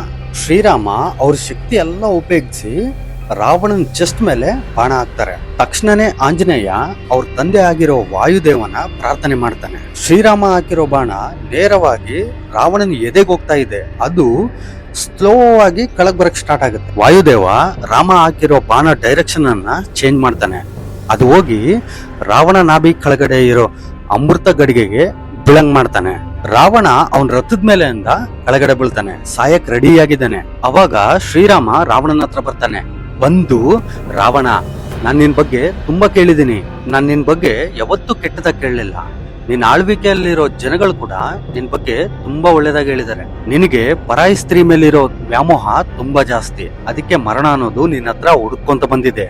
ನಾವಂದ್ರೆ ಇಷ್ಟ ಇಲ್ಲಾರ್ದ ಸ್ತ್ರೀನ ಬಲವಂತವಾಗಿ ವಶಪಡಿಸ್ಕೊಳ್ಬೇಕಂದ್ರೆ ಇಂಥ ಸಾವೇ ಬರುತ್ತೆ. ಅವಾಗ ರಾವಣನ್ ಗೊತ್ತಾಗುತ್ತೆ ನಾವು ಜಯ ವಿಜಯ ಅಂತೇಳಿ. ರಾಮನ್ ಹಿಂದ್ಗಡೆ ಒಂದ್ ದೊಡ್ಡ ವಿಷ್ಣು ರೂಪ ಅವನಿಗೆ ಕಾಣಿಸ್ಕೊಳ್ಳುತ್ತೆ. ಅವಾಗ ರಾವಣ ಹೇಳ್ತಾನೆ, ಸ್ವಾಮಿ ತಕ್ಷಣನೇ ನನ್ನನ್ನ ನಿನ್ನ ಹತ್ರ ಕರ್ಕೊಂಡ್ಬಿಡು ಅಂತ. ಶ್ರೀರಾಮನ್ಗೆ ಅರ್ಥ ಆಗಲ್ಲ ರಾವಣ ಯಾರ ಹತ್ರ ಮಾತಾಡ್ತಿದ್ದಾನ ಅಂತ. ರಾವಣ ಸತ್ತೋಗ್ತಾನೆ. ಲಂಕಗೆ ವಿಭೀಷಣ ರಾಜ ಆಗ್ತಾನೆ. ಪುಷ್ಪಕ ವಿಮಾನದಲ್ಲಿ ಹೋಗಿ ಎಲ್ರು ಅಯೋಧ್ಯೆಗೆ ಸೇರ್ಕೊಂತಾರೆ. ಗಾಯ್ಸ್, ಈ ಹ್ಯಾಪಿ ಎಂಡಿಂಗ್ ನ ನಾನು ಇಲ್ಲೇ ಮುಗಿಸ್ತಾ ಇದ್ದೀನಿ.